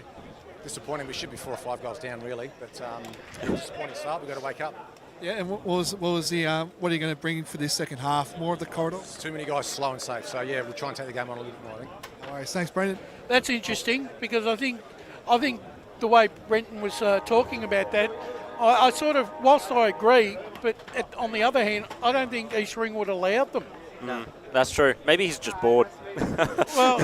Well, it was one. I mean, we're really where we were at the start. We don't know much more than that. If the wind, how significant is it on ground level? Will ask Blake when he's got a chance. Well, there was a couple of footballs there that were kicked very high in the air, and they went back towards it. So the wind is still out there. It would have been real interesting to hear Ben Osborne's take on that first quarter, just to see what the perspective was between the two coaches. Yeah, what the contrast is. Yeah, definitely. Because I spoke to you guys off air, and we'll put it to the listeners now. I thought the winners in that quarter were East Ringwood, mainly because Balwyn had the ball inside their forward 50 for most of that quarter, and they didn't score a goal. And you speak about making hay, Brash, and that's, I mean, Brenton alluded to it. That's not what Balwyn did.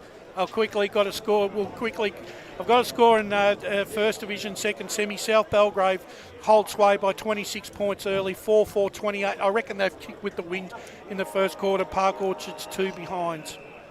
So South Belgrave up there. Fascinating scores around the grounds, of course. But back to Holm Park Reserve, East Ringwood. They'll get the first clearance. No, smothered. He went back and got it. That was Hannah Mundy, I believe, kicking it out to the half-forward line for East Ringwood. It was a free kick, and now Pika has it. He looked for Bennell. No, Henry has worked his way forward, and Anderson couldn't do much in that contest. And it'll be the big ruckman, Jamie Henry, to have the first shot at goal of the second quarter, and maybe first blood of the game goals-wise. That kick was perfect because he put it to the right side of his teammate, and the opposition player just couldn't get over to it. Adam Pika was the player there. Just to repeat that for the listeners, definitely worth... calling out the half-forwards who deliver it inside 50. The ruckman, Henry, just kicked the one goal for the year for East Ringwood. It's just going to hold up, is it? No, he's got it. And he gives it the double cobra because he knows that's a big one for the game. East Ringwood are pumped, and they get the start they wanted for the second quarter. So are you, Jared, because we didn't have too much to get excited about in that first quarter, but great piece of play there from East Ringwood, and first on the board. Score, guys, from the second semi at Walker Park. Surrey Park 3-3-21, leading Templestowe now 1-6-12. 1-6. We'll keep an eye on that one, of course. Spot on the grand final on the line. Got to say, I was about to give it the double cobra. Yeah, that's right. As East Ringwood look to go out through the middle again. Henry, the handball backwards. They go towards half forward, picked up cleanly there by Coughlin. And now they move this forward. Keedle from outside forward 50 sends a long kick towards the goal. How's the bounce? Just to the right, minor score. But East Ringwood have started this second quarter off with a bit of momentum. 1-3-9, leading ball with 2 behinds, coming up to the 2nd minute mark of this second term. So any chance that Balwyn wanted to respond quickly, taken away because the umpire brought it back. Lever, he goes the exact same kick, but Hannah Mundy was wise to it. Red was able to recover it, gets the handball away. Sharing it through hands are Balwyn. It's come to Wilson now. Delays the kick a little bit because he had so many roos down the line. They kind of tumble over each other. East Ringwood falls to ground and nothing doing there. It was Cal Norris. Just dropped that mark at the last instant, but they were onto it. Anderson gets the tap down. Schreiber tries to burst through the pack, tackled immediately. Well done, Bielo, holding the ball. East Ringwood look on point to start the second quarter. Bielo's going to play on, kick it to centre half, or the half forward line really. Bennell set himself, but taking front position was Riley Wetherall. Well, clearly looking quite dangerous in this second quarter, Brash. Yeah, well, what they've done is they've decided enough of this short game. We're going to go long and see if we can stretch the ball and back 50 here, Ray. Yeah, you're dead right, Brash. It's a different East Ringwood so far in the few minutes we've been playing and what they played in the first quarter.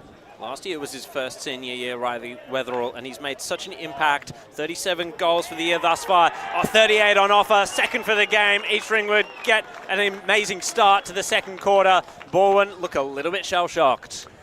Yeah, it's quite a strong start after obviously taking a bit of time to get into this one, but brilliant finish from Riley Weatherall has been so important this year. I believe we've got a Division 3 preliminary final score, Brush. Yeah, 4 minutes into the second quarter. It's a point the difference. Scores be 4-2-26, leading Knox 4-1-25. Brenton Sanderson told Blake Tennant that they want to slow the game down. Well, now is the time they definitely have to do that. They've just got to control the football for the next few minutes. Well, if he wasn't happy at quarter time, I don't think he'd be too happy now because they're going to go forward again.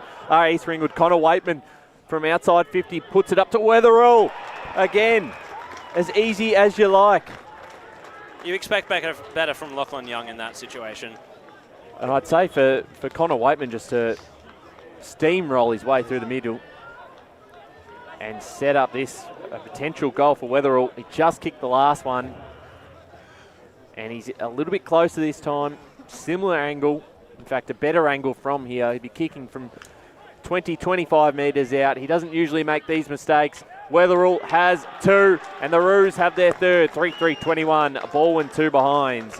We've played 4.5 minutes into this second term. They look a little shell-shocked here, Ray, with the ferocity that East Ringwood have come out in the opening 5 minutes. What I was surprised in was that the openness down the corridor that Waitman had to move. There was no one there whatsoever to impede him.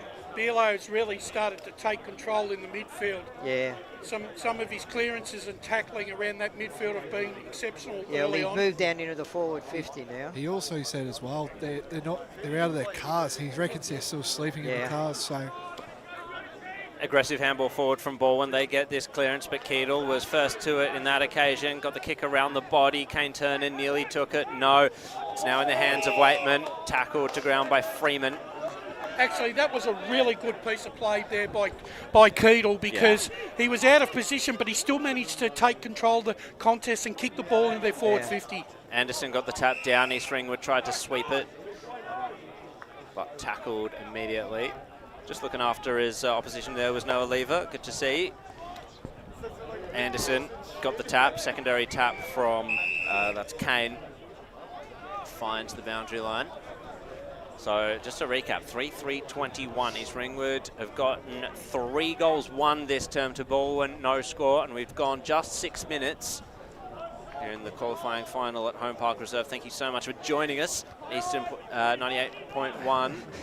And Anderson got the punched back towards the boundary line. We'll have another throw in. They'll need to shake themselves out of their lethargy very quickly here, Balwyn, because the game could get away with them in the next 10 minutes if East Ringwood start to build momentum. The word blitzkrieg comes to mind at the start of this quarter. Shock awe, mate. Anderson got the tap down that time. Urban tried to extract it, held to him. They're just not getting any clean ball, Ray Balwyn. No. Well, East Ringwood happy to put the pressure back on around these stoppages now. Henry, though, got the tap down. Waitman sort of slipped a kick out towards Donnelly. Bouncing ball towards centre half forward. Lumbering out to meet it was Fox. Taken to ground. Silvani tried to crash his way through traffic. The handball was overcooked. Josh Waitman gets it. Run down was the East Ringwood player. Good job by Slimming. Josh Waitman got back up. And now they've given it back over. That's Slimming there, actually. The umpire was going to pay a free kick then, and he let it go. I thought the East Ringwood player was going to get penalised there, and the umpire didn't pull the trigger. That was interesting, wasn't it? Yes, it was. Oakes nearly controlled it, nearly got the run along, but the boundary line made sure he ran out of space. Back into play it will be. Henry and Anderson resume hostilities. Anderson gets the tap down, scooped up by Urban. Gets it to Turner, former North Melbourne man, spiralling ball into the pocket. What options are down there for Balwyn? Haley had to take it at ground level. Tweedy got the tap along. And the boundary line was the safety for East Ringwood. They looked for deliberate there, did Balwyn, but I think from a pressurised contest like that, it was never going to come their way. That was never going to happen, Jared. No. So ball in. Looks like it's Durden this time to take the ruck contest for Balwyn. Tried to burst his way through. Haley, snap around the body from the pocket. This could be the first for Balwyn, but it was out on the full. So there's those opportunities that they're going to need to take if they're to take back the lead. Every single shot that Balwyn have taken has been under pressure. Yeah. Every shot. So out of defence there, Tweedy, a long kick towards the far side. It's intercepted. Urban now sending it back into attack. East Ringwood have plenty of numbers down there, so they were to pick this one off. Jackson Wetherill takes the mark, plays on. The kick was smothered. Comes back out to Oakes. Oakes to the first one for the Tigers. Has missed. So then Balwyn now moved to 3 behinds. East Ringwood 3-3-21. Coming up to 9th minute mark of this second term. In the overall scheme of things, Oakes should have kicked the goal there, Ray. He should have. He had plenty of time. Ray just rushed it a bit fresh.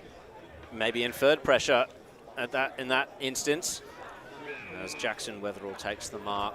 One thing Balwyn have done right now is just stop that flow that East Ringwood started the quarter with. Down the line it goes, onto the wing. Anderson, good presence, takes the safe grab, chiseling ball to centre half forward. Mark taken, and it's Isaiah Markovsky who will line up. And now this is Balwyn's first true shot at goal in earnest. Well, it's a better last few minutes here for the Tigers, but it all means nothing if they can't put anything through the big sticks. And it's going to take a fair kick here. In he comes, deliberate run in from the arc. No, that's not going to get anywhere close. Bounces back in. No. You can certainly see how much that ball held up in the wind there. So this is the conundrum, I suppose, for Balwyn. If they get it too deep, they're under pressure. If they get the shallow, easier entry, the wind will affect it. Lamott was wrapped up. It almost feels like if you're going to attack that end of the ground, you've got to play this side of the grandstand side of the ground. Mundy v Tillig in the ruck this time. East Ringwood attempting to get the clearance. Not kind of work out just yet. Kane spun round, got the kick away. Now back to Schreiber. What options do they have at the top of the goal square? Lamott charges out. Couldn't take the mark. And the free kick has been paid. To East Ringwood will take it away again. So deep in defence here, Jackson Wetherill looks to play on and use a bit of space before he sends a long kick out towards centre wing on that far side and smashed across the line there from Sam Durden. 11 minutes gone, second term. It's East Ringwood 3-3-21 to Balwyn 3 behinds. They've kicked all 3 of their goals in this second term if you've just joined us. So if Durden was at that contest, he's playing a centre-half forward type role, trying to put himself behind the ball a little bit. He's in the ruck here against Mundy. Got the tap down to Urban. Schreiber, who's been lively for the Tigers. They can test here at centre-half forward. Wrapped up in the tackle was Gent. About 55 out from the Tigers' goals. Need one soon, of course, kicking into the win this quarter. Durden and Mundy. Mundy this time wins the tap out. Wetherill. Waitman. Urban wrapped up. We'll do another ball up. I think Ben Osborne would be very happy with the tackling pressure so far of East Ringwood this afternoon. It certainly has lifted in this quarter as well. Going through first was Turner, wrapped up by Touroos. Of course, still goalless here, the Tigers. Mundy fresh-aired it. And it's been held up here for the Roos. So the weather gods are smiling upon us at the moment. Well, we've had a bit of everything today. We've had some rain. There's Waitman here looking to clear this out for the Roos. Bouncing ball, one-on-one, picked up cleanly there by Young. Has a bit of time. Handball off the top, didn't panic. Got it off to Slimming, who sends this towards the half-forward line. That's a great mark. Coming back with the fly of the ball. And the Tigers now through Tillig. Ball kicking towards the pocket. And Haley had to chase down Delaney as that ball crosses the line once again. Can't expect the ball when forward line, those 3 in the full forward position to kick a score when you're getting delivery like that. No, not at all. Tillig in the ruck, maybe to make amends. Good secondary tap now for Balwyn. It's come to Lamott, top of the goal square, bouncing ball right in front of Oakes. Scooped up by Donnelly. Now Tweedy. He's got a bit of pressure here to try and deal with, as Oakes was happy to see it over the line. 3-3-21. You know, if Balwyn could score a goal in this quarter and hold, and then no more scores for the quarter, they're back in the game. They'll only be 2 goals down. Tillich in the ruck again. Hannon Mundy takes front position. Last thing when they want to do is go into half-time without a goal on the board, though. Yeah, and you don't want to see them have that right down there and then come down the other end and Eastland would kick a goal. Yeah. Well, Bearlow seems intent on having exactly that just happen. Pika was the target, outpositioned though by Lever. This is Toby Lever. I think he's got Warwick Kappa shorts on there that tight. Back to the 70s, mate. So up we go into the forward line for Balwyn, but picking that off very easily, the East Ringwood defence. Kicking it to a 3-on-1 situation. Curious decision and no communication there. Lockie Young decides to take it on himself, kept the ball low. What a chiselling kick, and the mark's been taken by Alexander Urban. You called it, Jared, and what a great vision too. Great vision to spot him up there. Score from First Division, second semi-final, South Belgrave, 12 minutes into the second quarter, 5-5-35, leading Park Orchards 4 behind. Well, Urban passed it off. Oh, geez, that would have been... Here we go. That would have been dreadful. Now, East Ringwood take it forward. Toby Lever tries to put himself in the way. Silvani wheeling, dealing through traffic. He did that really well. Got it to... That was Lever as well. Young... Evasive, Urban, sees a man in the pocket, it's Smith, he's going to have to work for it, and he does just that. Yeah, they did that well out of defence. They did it well. They took the opposition on and it came off. Apologies, that is Markovski, not Smith. A few long sleevers out there for Balwyn. I think Pika was a little unlucky. I thought the umpire, he put on a pretty good tackle there. I thought the umpire was going to pay holding the ball, but he obviously thought he got rid of it in time. Had an opportunity earlier. This one a lot easier. Slams it straight through the middle. Finally, ball will get there first on the board. 15 and a half minutes into the second quarter. They move to 139. East Ringwood at 3-3-21. And the play up Balwyn's end bears a little bit of fruit now for Brenton Sanderson and co. Well, they're back in the game now. They're only 2 goals down. Yeah, that's not a huge margin in today's style of football. Not in this type of game, and it particularly the way that East Ringwood started the quarter off. They've done really well to stem the flow and score a goal themselves. Well, they have, because that first 5 to 6 minutes there from East Ringwood in the second term was probably the most a side has really opened this game up in the first half. As they go through again, Balwyn. This time it's through Reid, and a great mark at centre-half forward here for the Tigers. And that man again is that Markovski in the long sleeves, who looks like for a second he's ready to play it on or pass it off. He's not confident about taking the set shot from outside 50. Loads up towards the top of the square. Durden is in position. And we'll get a ball up right in front of the Tiger goals. Just on the stroke of time on in the second division, it's Templestone now hit the front 4-6-30, Surrey Park 4-4-28. James Below got the handball off to Waitman, who looked to try and clear it out. Markovski in the way, and he wraps up Bennell. In fact, that's Keedle. Plenty of players today in the long sleeves on both sides. Very chilly down there at ground level. That ball going nowhere once again. 17 minutes gone in this second term. 3-3-21 East Ringwood, 1-3-9 Balwyn. This qualifying final, the winner to play Blackburn next week.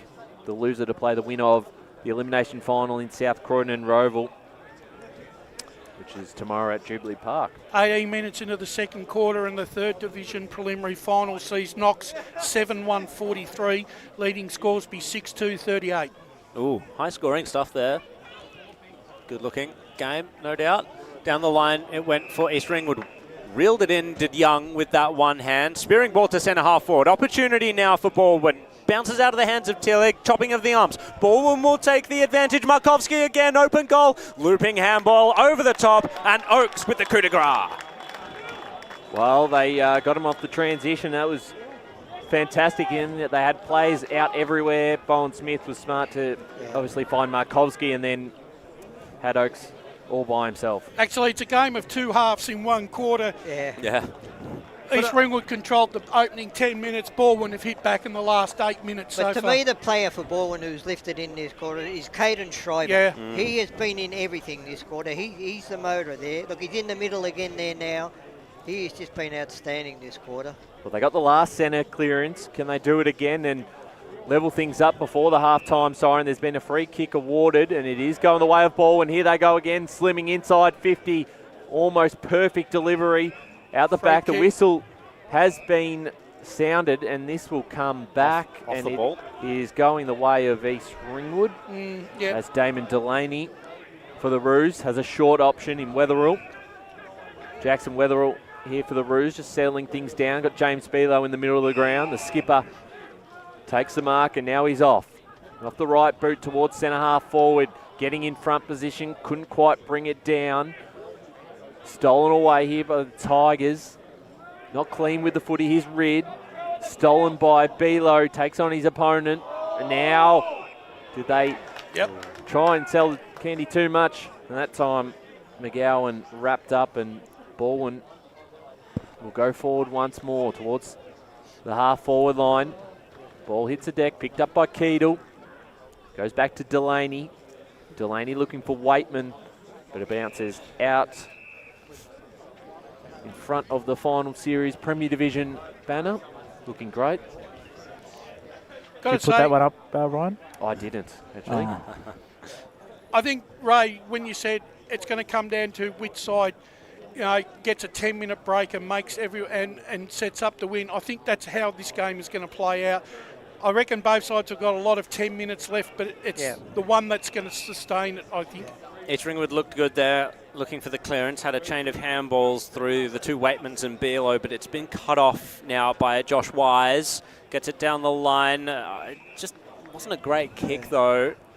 Brash, it's going to be the side that gets better value out of the momentum when they got it. That's I what's going to do it. I almost feel like watching the way the game's panning out is both sides are at times really reluctant to take on the centre corridor. Yeah.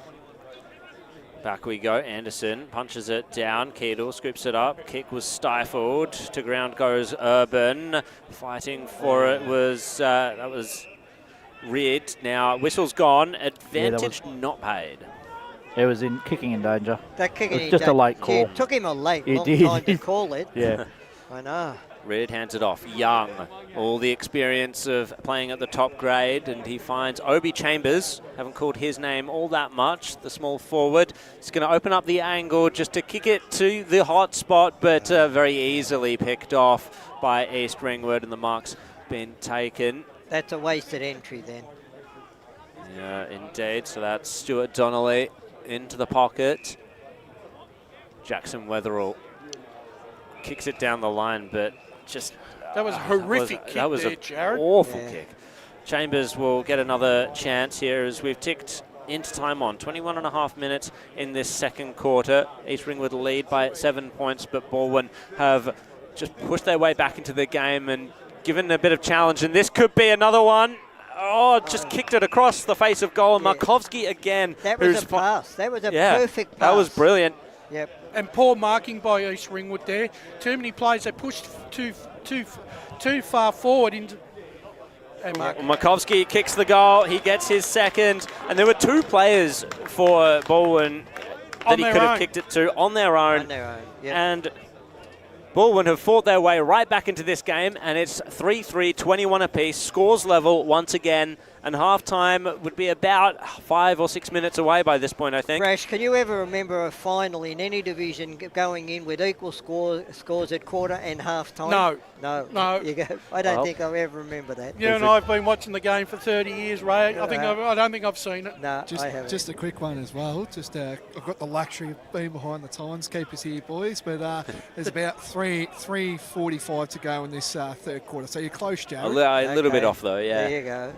Thank you for that, Blake. They might still kick a goal each or a point each. Yeah, good. If they can find the ball. Just waiting for the ball. So 3:45 takes that to about 27. Yeah. 26, 27. 3-3, 21 apiece.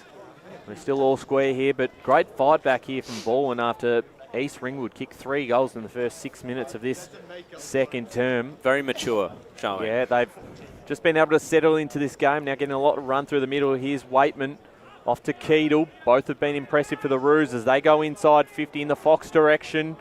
And it bounces across the line, so we'll get a boundary throw in front of the playground down here at Holm Park Reserve.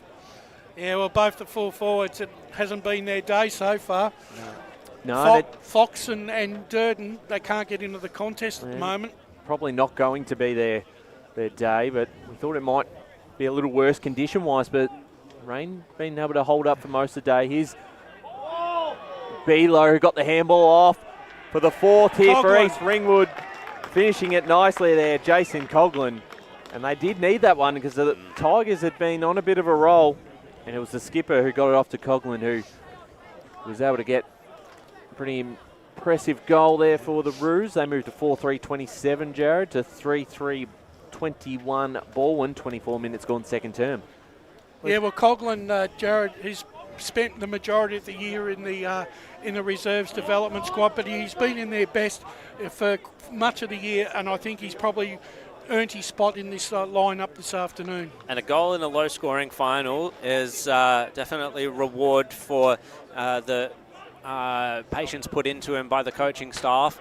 Waitman got the kick clearance now to Connor Waitman, but he was tackled. Rid now breaks the lines, takes a bounce. Ambitious stuff here by Balwyn. In the late stages of the second quarter, Markovski had to wait for it, sold the candy, top of the goal square, has an option. Oh, brilliant stuff coming across. That was Nolan. Tweedy has to control it or just rush it through. Oh, was that off the ground? Tillig, are you kidding me? Yes. Bit of brilliance by Jack Tillig, and he gets Balwyn's fourth on the board. Tweedy doesn't know what hit him. Oh, well, just didn't control the footy there under a lot of pressure in the goal square. That's a big mistake. And guess what? We're even again, lads. That's right. Gee, how quick did that ball move from the half-back line right up to the other end there? Markovski's causing a few issues for East Ringwood on that half-forward line. And Jamie Rid off the half-back line. Yeah, both have been super impressive in this quarter. We're all square again, 4-3-27. 25 and a half minutes gone in this second term. We're approaching the half-time siren. We're back in the middle again. Henry won the tap out, Rid at half-back. Socket off the ground. The Tigers pick it up through Anderson. Under a bit of pressure here. Wrapped up on the half-forward line, Keedle. And the umpire says, give it to me, and Dan Beard will ball it up on the 50-metre line. Bowen Smith. Clearance forward to the Tigers. Big ball to be won here over the top. Markovski's by himself. Goes the one-on-one here. Markovski's the runner. Tap forward. Just couldn't quite control it. Doing well, there was Nolan under a lot of pressure here for the Roos. They're trying to clear this one out. Picker gets some space. And juggling mark, centre wing, broadcast side for the Roos. Just happy to slow things down a little bit before going forward. Wetherall in amongst this one. Sport from behind. Schreiber ends up with a footy as he's wrapped up. So we played 26 and a half minutes gone. 8 goals in this quarter after a goalless first term, so things have certainly come to life. There's Waitman, gets away, bouncing kick, worked out okay because Mundy was able to pick it up, and bouncing ball towards Wetherall.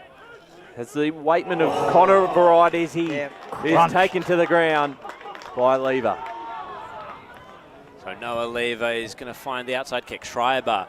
Oh, no, it was Lever, but he didn't take the mark. It was Nolan over the top. Now Keedle goes forward for East Ringwood. Bennell marks it in the pocket. Well, costly turnover. Yeah. That was brutal. And East Ringwood, brilliant reaction to that as well. They've got to be commended for the fact that they were sort of ready for that. But this is not going to be an easy shot either. No. But I think Bennell, I think he might go with a left footer here. But if ever you wanted anyone to be kicking it, it's yeah, well, Bennell. he has this freakish ability. He's got to be aware that the siren could go, so he probably shouldn't step. I don't know. It's dangerous for him to step off his line. Maybe it's worth it to take the risk to ensure the goal. He's going to go the right boot, check side. Yep. Kicked it across the face of goal, and East Ringwood claw that 1 point margin in the shadows of half-time, 4-4-28 to 4-3-27. 28 minutes gone now in the second quarter of the qualifying final in Premier Division. So we'll see if there's any late last score as Balwyn escape. Oh, big mark almost. Keedle flew for that one. Tigers at ground level. But it's all held up here. So 28 and a half minutes gone, just about in this second term. East Ringwood 4-4, 28 to 4-3, 27. Qualifying final, Holm Park Reserve. Anderson's kick was smothered, and there is your siren. And after a very, very slow first quarter where neither side was able to hit the scoreboard, a much more entertaining second term, saw 8 goals kicked, and the Roos will take a 1-point lead into half-time. So we don't know too much more than what we did at the start of this game. The goal kickers so far for East Ringwood, Riley Wetherill has 2, Jamie Henry has 1, Jason Coughlin 1, and for Balwyn, Markowski has 2 of there for Oakes and Tillich also with a goal each. We're going to take a quick break here and then bring in the half-time crew in this qualifying final. East Ringwood taking on Balwyn. As Sarah opened her best friend Jackie's wedding invitation, she was overcome with a wave of emotion. While her 2 young boys wrestled on the floor, tears of happiness rolled down Sarah's cheeks as she saw the words she'd been longing to see. Please note, this wedding will be a child-free event. Well, Sarah, looks like we're off to Eastland for a new frock and some heels. And let's book in that babysitter. For all of life's little moments, there's Eastland. Eastland. Live real. Sprained your ankle, bursting through the banner, broke a finger, high-fiving the ruckman, or did you run into the goal post again? For bumps, breaks or bleeds, be seen sooner, close to home at Knox Private 24/7 Emergency Department. The preferred provider of emergency care to the Eastern Football Netball League, you'll generally experience shorter wait times. You don't need private health, but there is an out-of-pocket fee. Be seen sooner, close to home at Knox Private 24/7 Emergency Department, 262 Mountain Highway, Wanturna. Do you feel good about your bank? Because there is a bank you can feel good about. They share their profits to fund big community projects, small community clubs, and vital emergency services. They've given $250 million to help Australian communities thrive. They have all the products and tech you expect from a big bank, with service you don't. It's Bendigo Bank. Feel good about who you bank with. Try Bendigo. Search bendigobank.com.au or search Bendigo Bank near me. Tobin Brothers Funerals wear their heart on their sleeve. Their clear and easy-to-use website and Memory Maker app make it easy for families to make an informed decision. Here's James McLeod, Managing Director of Tobin Brothers Funerals. We pride ourselves on being the most transparent funeral company. All pricing on goods and services are available on our website. It's all there for you to see and make very informed decisions when planning a loved one's funeral. Visit tobinbrothers.com.au. Tobin Brothers Funerals, celebrating lives. At Yarra Valley Water, we know reducing your shower time, or show time, to 4 minutes can save you an average of $200 a year on water and energy bills. Shower shorter. Save water. Authorised by the Victorian Government, 1 Treasury Place, Melbourne. Sprained your ankle, bursting through the banner? For bumps, breaks or bleeds, be seen sooner, close to home at Knox Private 24/7 Emergency Department. You'll generally experience shorter wait times. Knox Private 24/7 Emergency, 262 Mountain Highway, Wanturna. You are listening to Radio Eastern FM 98.1. With live and exclusive coverage of the EFNL football season. Bringing you the match of the day with score updates from all divisions. And now we cross to our commentary team for the Radio Eastern 98.1 Match of the Day coverage. Welcome back, ladies and gentlemen. Half-time here at Holm Park in the big division, in the big Premier Division. Qualifying final clash sees East Ringwood with the slenderest of margins in front, 4-4-28, leading Balwyn 4-3-27. Goal kickers for East Ringwood, 2 to Wetherill, 1 to Jamie Henry, and 1 to Coughlin, whilst for Balwyn, 2 to Markowski, 1 to Oakes, and 1 to Tillich. Joining me on half-time, Blake Tennant and Ryan Long. Gentlemen, what are your thoughts on the first half? Blake, I'll start with you. Yeah, well, first half, as you said, Brush, it was a bit of a soccer game, I thought. Good find there. But the second quarter, the game really opened up. You know, we saw East Ringwood, they kicked the first, I believe the first 2 goals of that quarter, and then we just saw what we've known from Balwyn. The Balwyn of old really came out to play, just using the corridor really well. And the player that, you know, I think has been really lively was Isaiah Markowski. Yep. He was really solid in that second quarter, kicking that 2 goals as well. But as you guys have been saying, I think another player as well is Caden Schreiber. He's having a really good performance for the Tigers, in and under in the midfield, and really getting it done for the other midfielders as well. Ryan, we're none the wiser at half time here about who's going to win this contest this afternoon.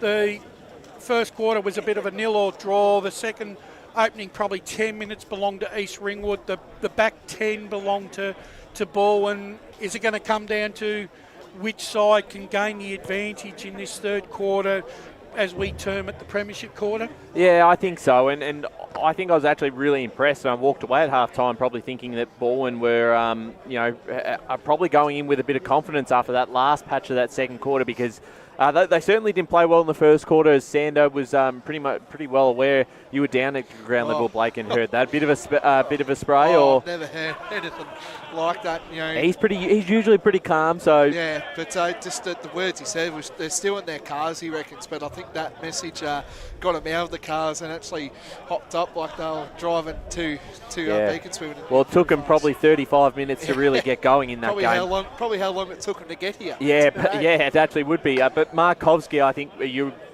well said. I think he really started to get him going.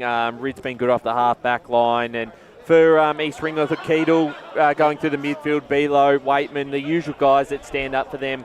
A lot of goals are coming from those centre clearances, so they're going to be key in the second half. That obviously dominated by East Ringwood in the first 5 to 6 minutes, and then Balwyn were able to even that up and start scoring from those centre clearances as well. So fascinating watch, but I think that's what you want, Brash. You want to be sitting here at half-time going, this can still go either way. I'll just get a question.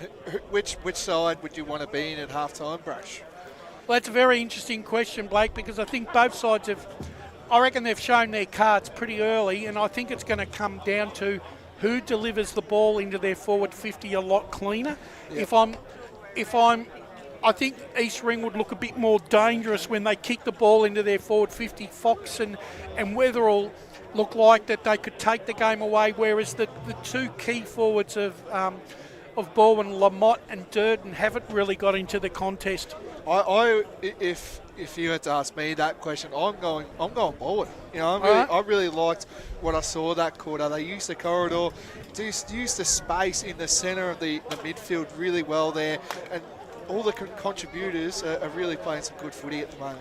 Well, I've got some half-time scores here from other games this afternoon, and in Division 3, preliminary final at Jubilee Park this afternoon, Scoresby have opened up a 15-point lead at half-time. They are 9-4-58, leading Knox 7-1-43. So a big quarter there by Scoresby. Yeah. And we go back to that, obviously, the qualifying final. It was a big second half performance that Knox opened up that game. So it'll be fascinating to see. They've got some injuries, so let's see if they can stick with them. None closer than what we've got in the Division 2 second semi-final, because it's all square at half-time between Templestowe and Surrey Park. It's 5 goals, 6 apiece. So this would be this one could be a real titanic struggle now. It could be the survival of the fittest, Blake. Yeah, I reckon. And how good would this story be if Surrey Park had progressed through to a third straight grand final? It's just unheard of with what we've known from Surrey Park. Obviously, they've won back-to-back, so... Yeah. I think the interesting thing is, Ryan, that I think when you said on the preview yesterday, there is no such roughie, but what could be the talking point out of all that? I think... I actually think Surrey Park could be the... if they win today, that's the biggest story of the weekend. And let's go to Division 1. South Belgrave holds sway at half-time. Park Orchards got back into the contest, but South Belgrave 5-6-36 leading Park Orchards 3-5-23. Do you reckon there's a bit of a win down there at Eastfield? Yeah, I think it's favouring the bottom end of the ground, so it always... The right end of Eastfield or the left? The right, if you're where we usually are positioned there. Very hard to kick goals when the wind's blowing downwind at Eastfield.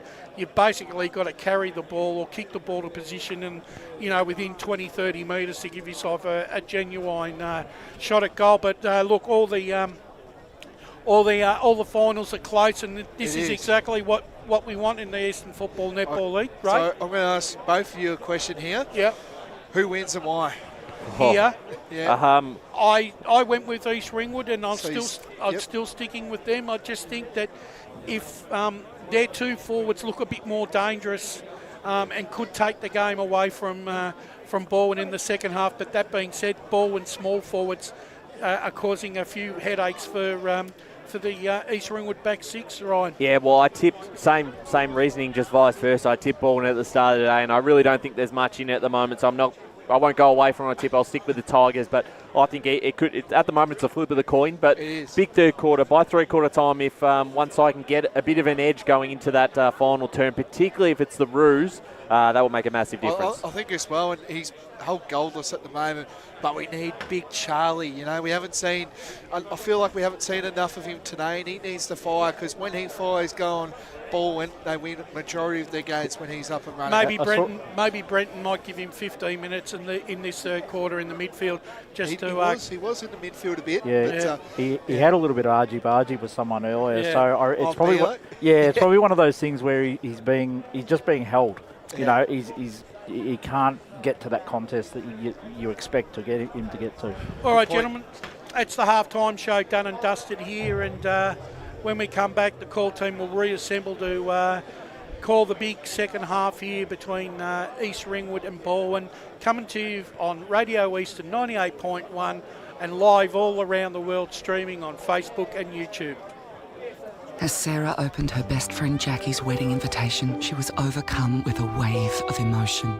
While her two young boys wrestled on the floor, tears of happiness rolled down Sarah's cheeks as she saw the words she'd been longing to see. Please note, this wedding will be a child-free event.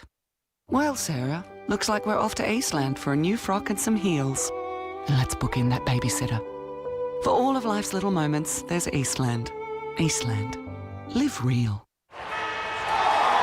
Sprained your ankle, bursting through the banner, broke a finger, high-fiving the ruckman, or did you run into the goal post again? For bumps, breaks or bleeds, be seen sooner, close to home at Knox Private 24/7 Emergency Department. The preferred provider of emergency care to the Eastern Football Netball League, you'll generally experience shorter wait times. You don't need private health, but there is an out-of-pocket fee. Be seen sooner, close to home at Knox Private 24/7 Emergency Department, 262 Mountain Highway, Wanturna. Do you feel good about your bank? Because there is a bank you can feel good about. They share their profits to fund big community projects, small community clubs, and vital emergency services. They've given $250 million to help Australian communities thrive. They have all the products and tech you expect from a big bank, with service you don't. It's Bendigo Bank. Feel good about who you bank with. Try Bendigo. Search bendigobank.com.au or search Bendigo Bank near me. Tobin Brothers Funerals wear their heart on their sleeve. Their clear and easy-to-use website and Memory Maker app make it easy for families to make an informed decision. Here's James McLeod, Managing Director of Tobin Brothers Funerals. We pride ourselves on being the most transparent funeral company. All pricing on goods and services are available on our website. It's all there for you to see and make very informed decisions when planning a loved one's funeral. Visit tobinbrothers.com.au. Tobin Brothers Funerals, celebrating lives. Do you want to study at the #1 sports science school worldwide?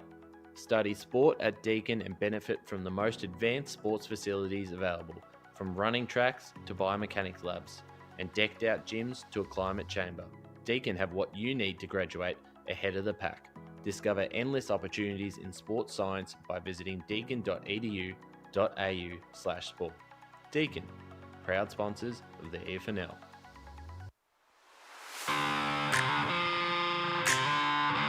You are listening to Radio Eastern FM 98.1. With live and exclusive coverage of the EFNL football season, bringing you the match of the day with score updates from all divisions. And now we cross to our commentary team for the Radio Eastern 98.1 Match of the Day coverage.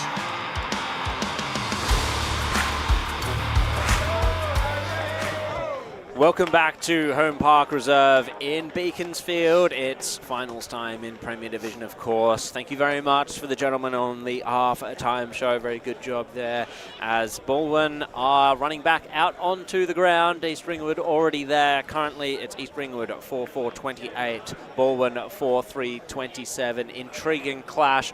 Basically, all the scores kicked in that second quarter, of course. And, well, we've got such an interesting second quarter ahead of us. This, of course, to book their place into the semi-final or the preliminary final to take on Blackburn. And the loser will take on the winner of the South Croydon and Rowville game. Gentlemen, welcome back. And Thank you, Jared. yeah, we'll see how this one pans out. Yeah, fascinating. I like that we pretty much have no idea who's going to win this game. Yeah. With the way that first half went, both sides, when they got going, looked good. And that last 10 minutes there for Balwyn actually really impressed me, because I was getting a little bit worried that East Ringwood were walking it out of the centre a couple of times through the guys likes of Waitman and Keedle, and they really matched up in that area, Ray, and got some centre clearance dominance in the later half of that quarter. But if you analyse that second quarter, to me, whoever got the centre clearance with the knockout usually got the goal or got it down into their forward 50 quicker. So as I said before the start of the game, Wayne Brash, I just thought that the centre stoppages are very important, and as you said, we still don't know which way it's going to go. And I guess if you're looking for a side that for a little bit more upsize, I actually think Balwyn, there's still a bit more upsize in them. I don't think they've utilised their forward 50 setup as well as probably what East Ringwood has. I mean, Durden and Lamotte haven't got into the contest yet. They could still have an influence, but it's just going to be the way that the midfield of Balwyn, can they direct the ball to them in positions where they can hit the scoreboard. Yeah. So players resume their positions. The ball just about to be held aloft by the umpire, and we will be underway in this third quarter. It's Henry and Anderson to resume hostilities. Anderson gets the first tap down, diving onto it, East Ringwood, but it's going to be Balwyn to take it forward. Well read by McGowan to take the intercept mark.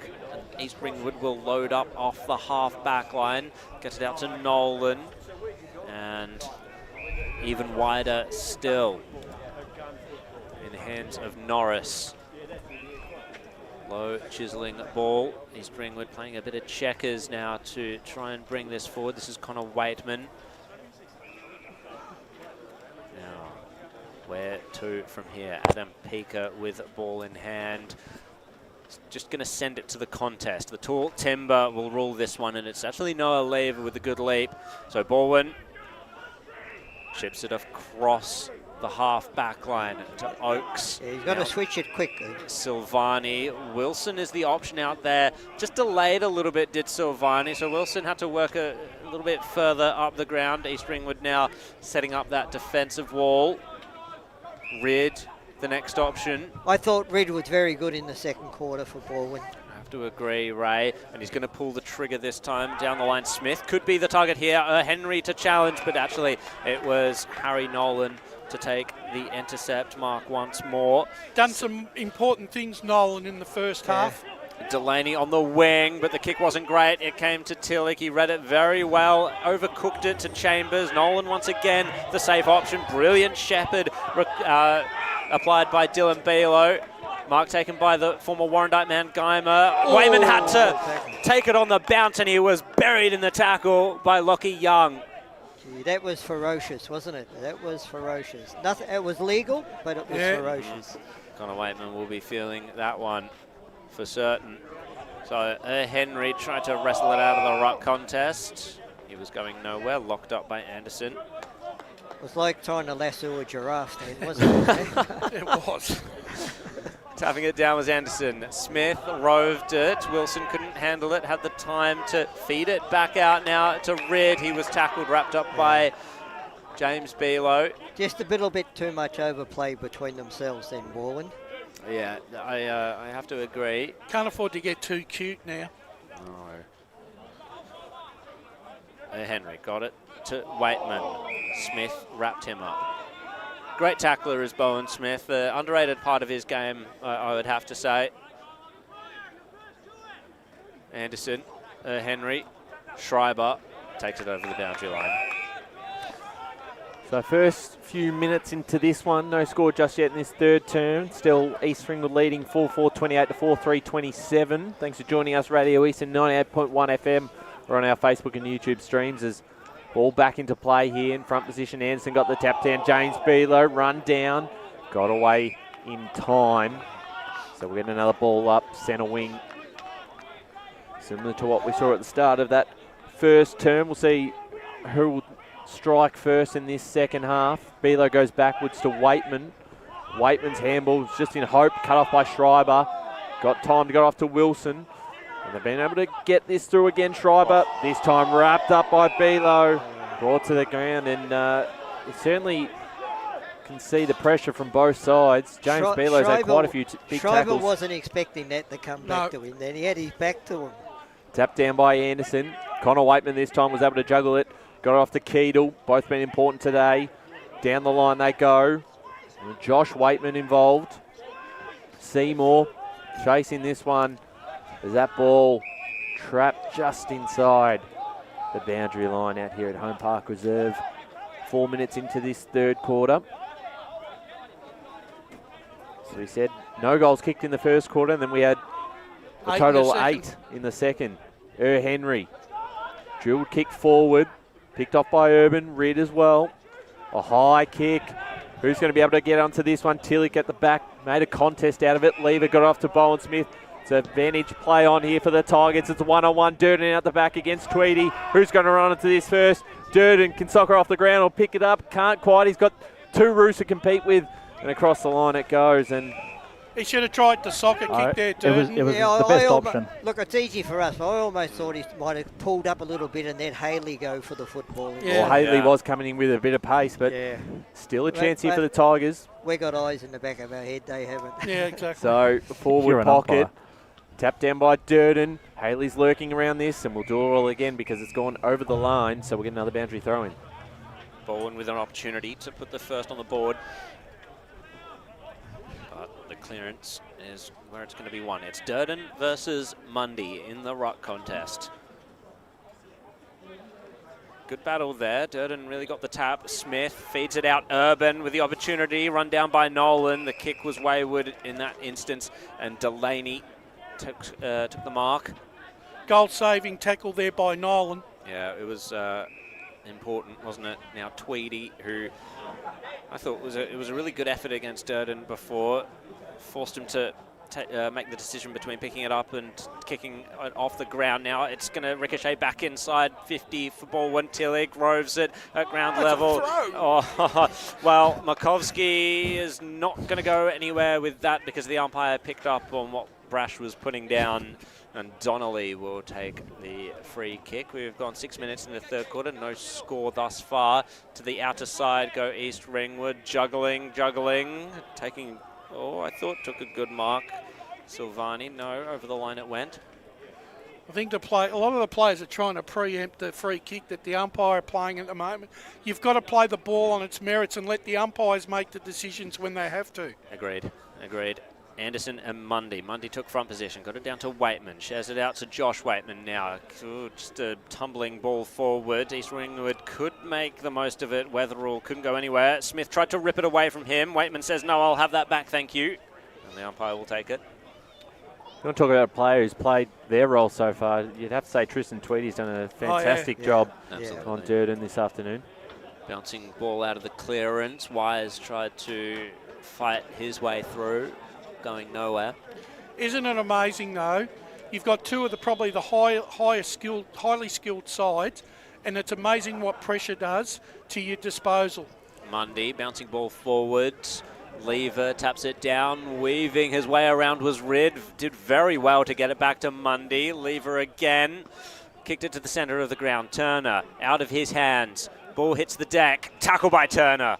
Ferocious stuff there, and it's that pressure that I suppose both teams are wary of the skill of the other team, and try and put as much pressure on it as possible. Urban to the outer side, Schreiber gets it to Smith, and now kicking it forward. No, just trying to force the territory there with Balwyn, but East Ringwood put themselves in the way, disrupted all of that. Josh Waitman steps around his man on the mark, takes a bounce, kicks it to Fox. He was outplayed completely by Silvani. Lever hands it back into the pocket. Still pressure on this one for Young. Henry couldn't get to him. Kick down the line. It might come right back. Oh, over the top. No mark taken by Balwyn. Now, McGowan out to Delaney. Chiseling ball along the boundary line. And to settle this one down, East Ringwood, he's taken the mark. I believe this might be Coughlin. Chipping option. East Ringwood again to try and enter their forward 50. Oh, smothered by the man on the mark. Balwyn, Chambers. Handball, tackle affected. Haley was there. Chambers again. Absolute scrap. Now kick out of the scrimmage. Came from East Ringwood into the pocket. Bouncing ball idly over into the car park. So now back inside. Forward 50 here for the Roos. No score in this first 9 minutes of this third term. It's a bit like the first one, but with a bit more free-flowing. Correct, it has been action. a little bit more, but certainly a bit of deja vu as the ball brought back into play. Anderson versus Mundy.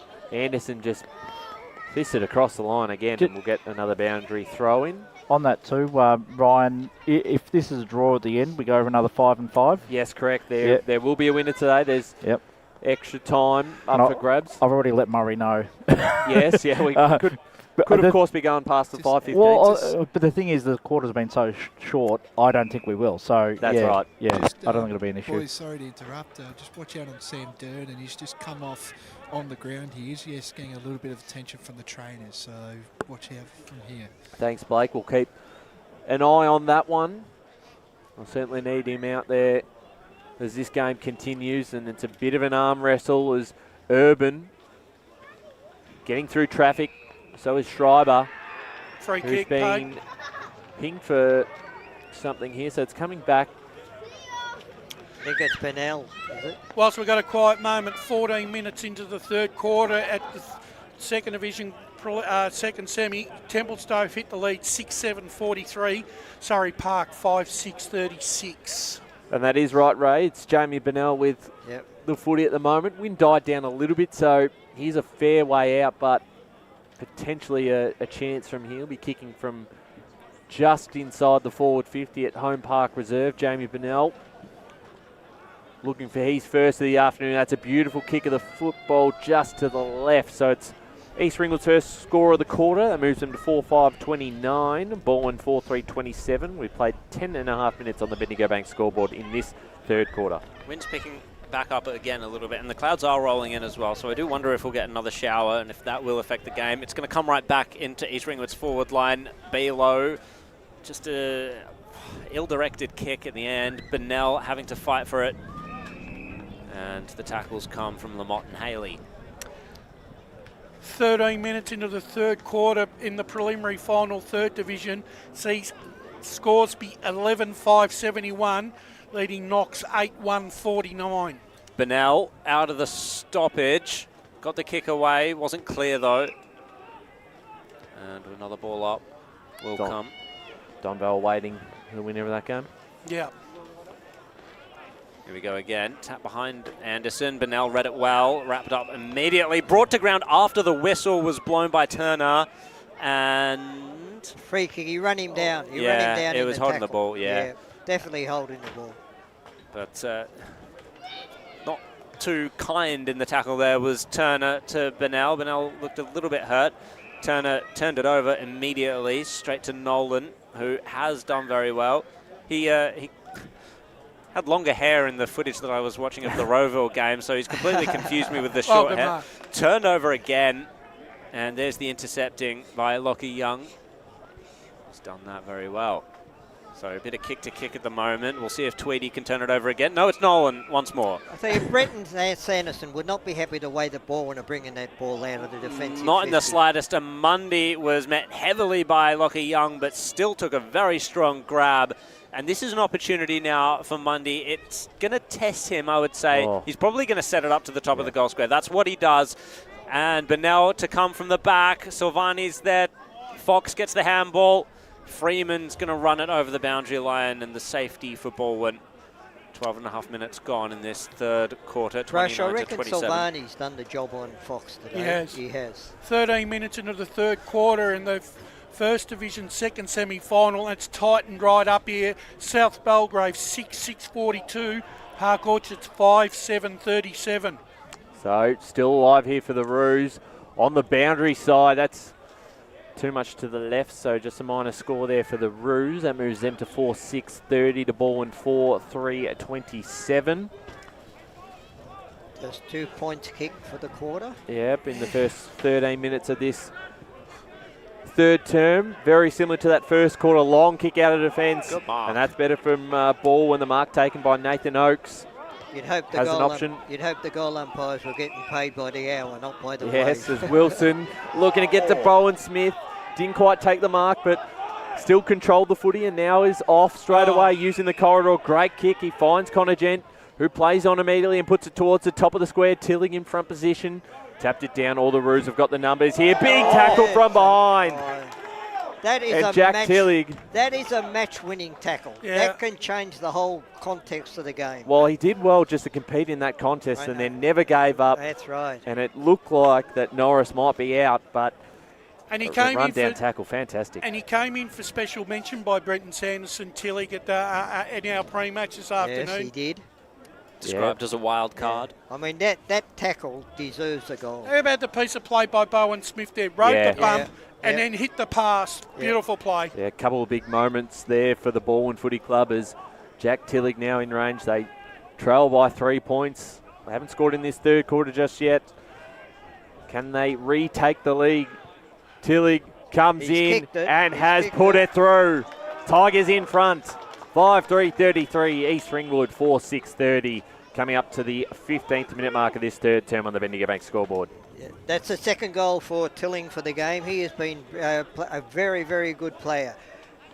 Brash, do you just think, I still favour Balwyn in this game because East Ringwood had it down in their forward fair for 11 or 12 minutes and then Balwyn just get the ball up and kick a goal. And let's face it, when it was down in Balwyn's defensive, it was the way they were bringing it out. They changed that and now they got the result. It still may come down to what you said in pre-match, 10 minutes of football. Yeah. Bit of class shining through now for the Tigers. What can East Ringwood do to respond? It won't be from that clearance. And the funny thing is, though, Ray, if it goes like this till three-quarter time, that 10 minutes in the last quarter for either side will be the difference between winning and losing. You're dead right. Bealo hammers it out. Coughlin couldn't take the mark. Turner works back to grab it there. Keedle, very good disruption by him. Was able to control it after that as well, but the kick was tackle affected and went Got to say long that way out. The disposal for both sides has been pretty... Well, because of the pressure, it hasn't been good. That's right. Well, you talked about the pressure, didn't you, Brash, coming into this game? So, Still don't know what's up with Durden. He's just running up and down on the wing at the moment. Looks like a hamstring problem. So, yeah, he's just running at the moment. So, trying to find answers, I guess. That was a high free kick against... That was Dylan Bealo out there. Boxville have probably rung Sando and said, don't put him back on if he's got a hamstring problem. Stephen Slimming will take the free kick. Probably one of the better disposers of the ball for Balwyn, but Nolan had everything covered for East Ringwood, and the boundary line will win out. Well, bit of a lull in the game. Yes. Yeah, absolutely. And it's Tillig in the ruck now, so he's doing everything by the looks of it. Gets the tap down, but read well by East Ringwood. Keedle now with the kick. One-on-one situation. Freeman was beaten, completely outpointed by Wetherill. Had to tread a bit of water there. Got it back. Yeah, to Bealo. That was overuse. That was overuse. That was a nothing piece of play. No, really, Absolutely nothing. They just had nothing ahead. Yeah, and I think that's they just didn't run. They just didn't run forward to provide an option there. Wetherill did as well as he could. Hannah Mundy just bumps Tillig out of the way and kicks it out of the ruck contest. Benell couldn't take the mark. It's now running down the line. This is Connor Waitman. Tried to burn off an opponent. He's not letting go his Turner. Still got the handball away. Did Waitman. Wetherill out to... That's Marcus Kane. Tackled by two. Urban and Turner. Brash, look, you got to East Ringwood are trying to break the game open, but Balwyn just won't let them. The pressure just won't allow it. I think they're positioning themselves really well down the line as well. East Ringwood are loath to kick it to their interceptors. Below out of the contest. Jackson Wetherill this time. And this is a dangerous kick because Lockie Young's there. Yeah. He was well set up to spoil it over. That's exactly what he did. As we tick in to the 19th minute, 18 minutes gone in this third quarter at Holm Park Reserve. Balwyn with a 3-point lead, but it just feels like a little bit more than that, doesn't it, Ryan? Just with the inability for East Ringwood to get a clear shot at goal. Well, they're currently sitting on their forward 50 arc at the moment, so they've had plenty of the play this quarter. Yeah. But as you said, they've failed to capitalise on their chances. It's Anderson and Mundy in the ruck again. James Beeler has been massive. Looked to get the hands off and said, took it on himself, goes towards the top of the square. Fox. Yep, this will be his first chance at putting through a goal this afternoon. Oh. Yeah, and whilst what do I know?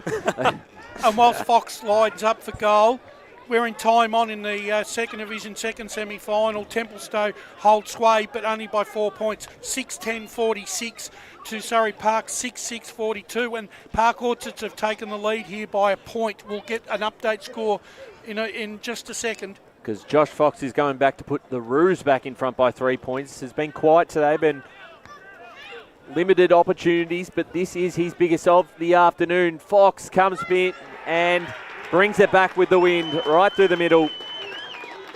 Started off right, judged it well with the wind, and that puts East Ringwood back in front. 5-6-36 to Balwyn, 5-3-33. 19 and a half minutes gone in the third term.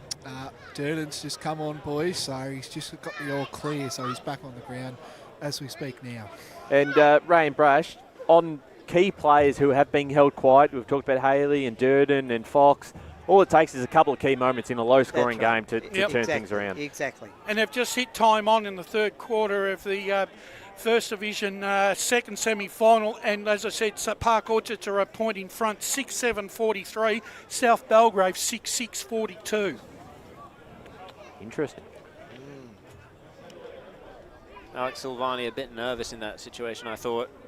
Someone's run off with the football. Oh, no.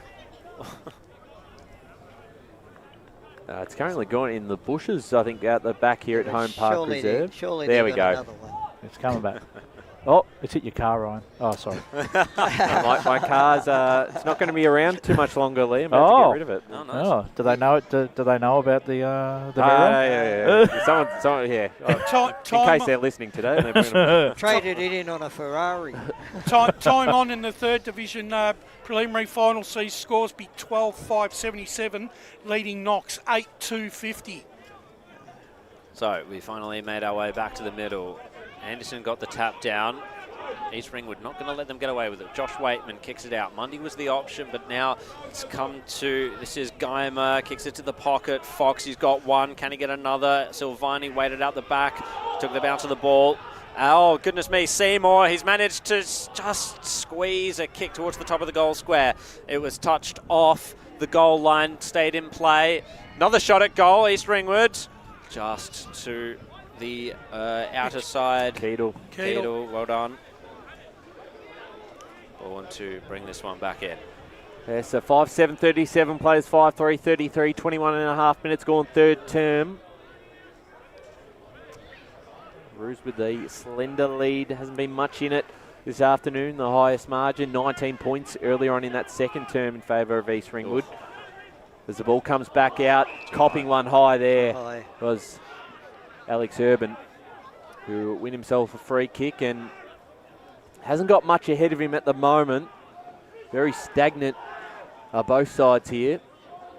So he puts it up. East Ringwood should be able to chop this one up through Henry. Nolan out the back, got off to Below. Dylan Below, whose kick off the side of the boot and out of bounds on the full. So it's on the other oval. The Tigers will set up again, and I think they'll be Urban who will take the kick in.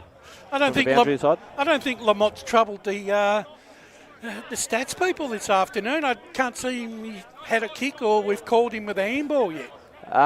He has. He's been quite. He had one this quarter. One? Yeah. Okay. I'll stand corrected. So Urban Not much to write home about, though. Oh, Tillich flew for that one out the back. Anderson tried to sock it off the ground. Henry picked it up. The big fella just sends it along down the line. Bounced off the forehead of Young. Urban. Back to Lever. Lever, great kick in the corridor. The mark was dropped by Markovski. Still end up with it. Bowen Smith. Couple of hard pieces of play there. Keedle inside 50 for the Roos. Big ball to be won there. Fox is about. So is Bennell. Was he held? He was. And Jamie Bennell will have a set shot on goal here for the Roos. He let the umpire know about it too, with their arms up in the air. I know, it was there. Yeah, it was there, absolutely. And Keedle's had a really good game. He's had a very good third quarter. Oh, he's been good today. He has. As, Jamie Bennell has had a couple of shots on goal. They've been difficult shots. This is probably his best chance for a major Well, he's so kicked far. 3 behinds today, Jamie Bennell. Needs to hit the scoreboard now. The wind has picked up, though. He needs to account for that. It'll be right post. He'll be kicking into it down this end of the ground at Holm Park Reserve. Jamie Bennell to extend the lead out to 10 points. It's to the left, so just a minor score for East Ringwood. 5-8-38 to Balwyn 5-3-33. Played almost 24 minutes in this third term, and once again, a close final between these two sides. Yeah, that was a let-off, I reckon. He should have kicked it, yeah. Oh, no, what was that? He missed the boot with it, maybe.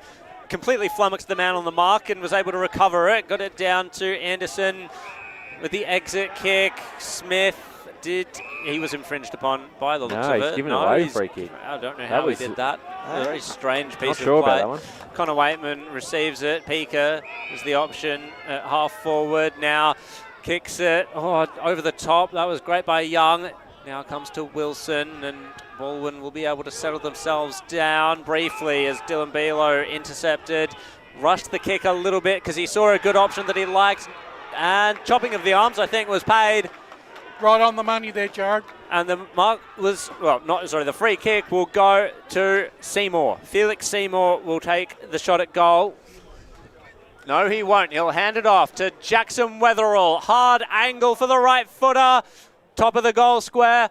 No mark taken. Over the line it goes. 1 point now added to the score of East Ringwood. They move to 5-9-39. Balwyn 5-3-33. 25 minutes gone in this third quarter.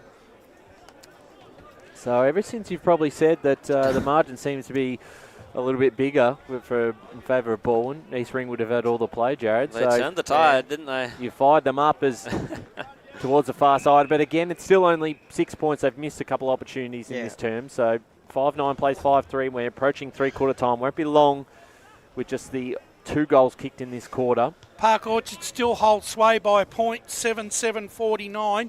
South Belgrave 7-6-48, deep into the third quarter. Ball back into play. Henry taps it in front of himself. Picked up here by Charlie Haley. Went the don't argue. Handball over the top. Markovski now got Gent in the corridor that he was looking for, but it was cut off by Damon Delaney, who will kick it back to that far side of the ground at Holm Park Reserve. And they'll chip this forward to East Ringwood. Probably content going in to three-quarter time with a 6-point lead, but they would love an extra goal. A bit of a dangerous one there. Was able to get away in time, got away from the tackle, and intercepted here by Lockie Young, who's been good. Yeah. It has Stephen Slimming in the middle. They play this on. Lever. Handballs it forward. Tapped away there from Turner. Free kick here going the way of the Tigers. It'll be Kane Turner. They got lucky there, Balwyn. Well, Turner wants to move this on to Rid. Has Wilson all by himself on the wing if he wanted him. Goes back to Turner. Turner off the right boot towards the Durden direction. Made a contest out of it. Markovski's there. He's dangerous. At ground level, Bowen Smith. Handball away. Wetherall trying to escape the back half are the Roos. And they managed to do so as the siren sounds. And at three-quarter time, they lead just by 6 points. 5-9-39 to Balwyn 5-3-33.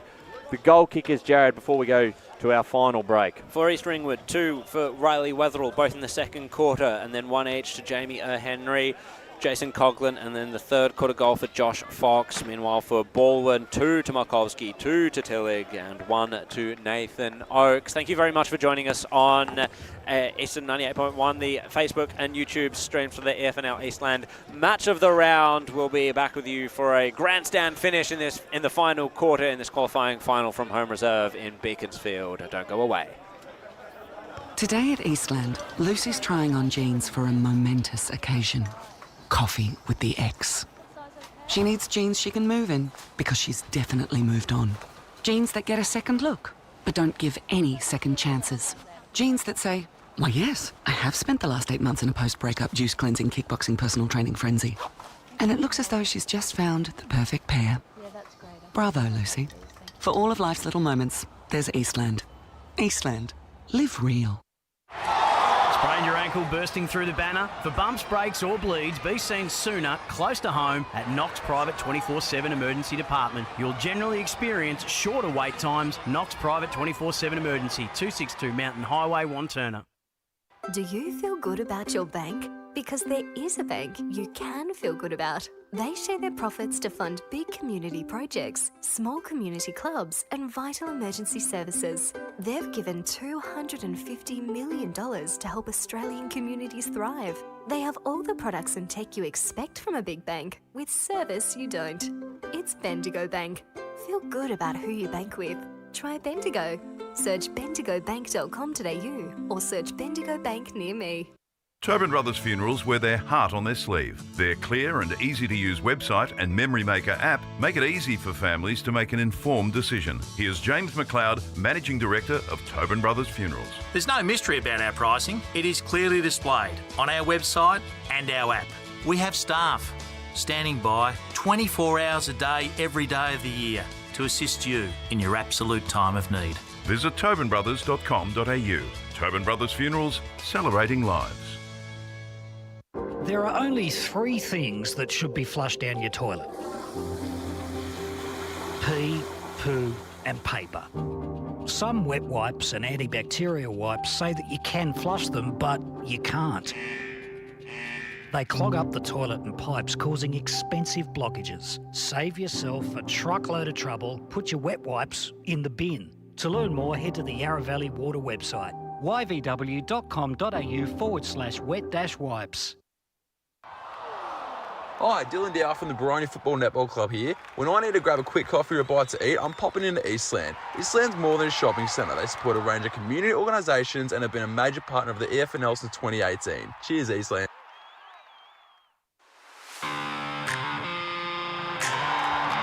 You are listening to Radio Eastern FM 98.1. With live and exclusive coverage of the EFNL football season. Bringing you the match of the day with score updates from all divisions. And now we cross to our commentary team for the Radio Eastern 98.1 Match of the Day coverage. Welcome back to the Premier Division qualifying final between East Ringwood and Balwyn. It is East Ringwood 5-9-39, Balwyn 5-3-33. It is 3-quarter time currently, and still, just as it was at quarter time and at half time, we really are none the wiser as to who is going to win this game, gentlemen. Yeah, I tell you what though, boys, if East Ringwood lose this game, that third quarter cost them because they kick 1 goal 5. That's true. They had their chances probably to put themselves a little bit further in front at 3-quarter time. Who impressed you more? I felt like in that third term we saw probably East Ringwood have more of the play. You just never know if they've just done themselves in by leaving some scores on the board. I picked Balwyn and I'm still confident, even though East Ringwood had a lot of play. As I said, they were harassed and they kicked 1 goal 5. So, Balwyn had the ability to at least keep them to just 1 goal, and that was a mark there to Fox, who has done nothing today. I thought Silvani has been brilliant on him, but, as took you his said, moment. Good players just stand up in a low-scoring game and kick a goal, then they've done their job. But, no, I still think that Balwyn have got enough in their tank to win. I thought Lockie Young was very important that third quarter as well. Kept intercepting and was good at ground level as well. It's going to be interesting. Just a couple of moments for Balwyn. Class shone through, I feel like, and East Ringwood just didn't have that I don't know, cleanliness of disposal when they had things on their terms. Well, when Balwyn did go into Boundary their win, 50, ready? it was only their last kick that cost them. Let's go down the boundary, Blake Tennant. Yeah, just down here with Ben Osborne. Ben, what's your thoughts on that third quarter? They came back, but you clawed back as well. What was your key message for that quarter? Yeah, I thought we were outstanding around the footy, and we sort of kept it simple like we did in the first. We probably played a bit too open in that second quarter where there was 8 goals scored. So, we just need to keep it pretty simple and, as I said, own the contest and get some forward territory, forward stoppages and set the ground up. No worries. Enjoy that. Enjoy the last quarter.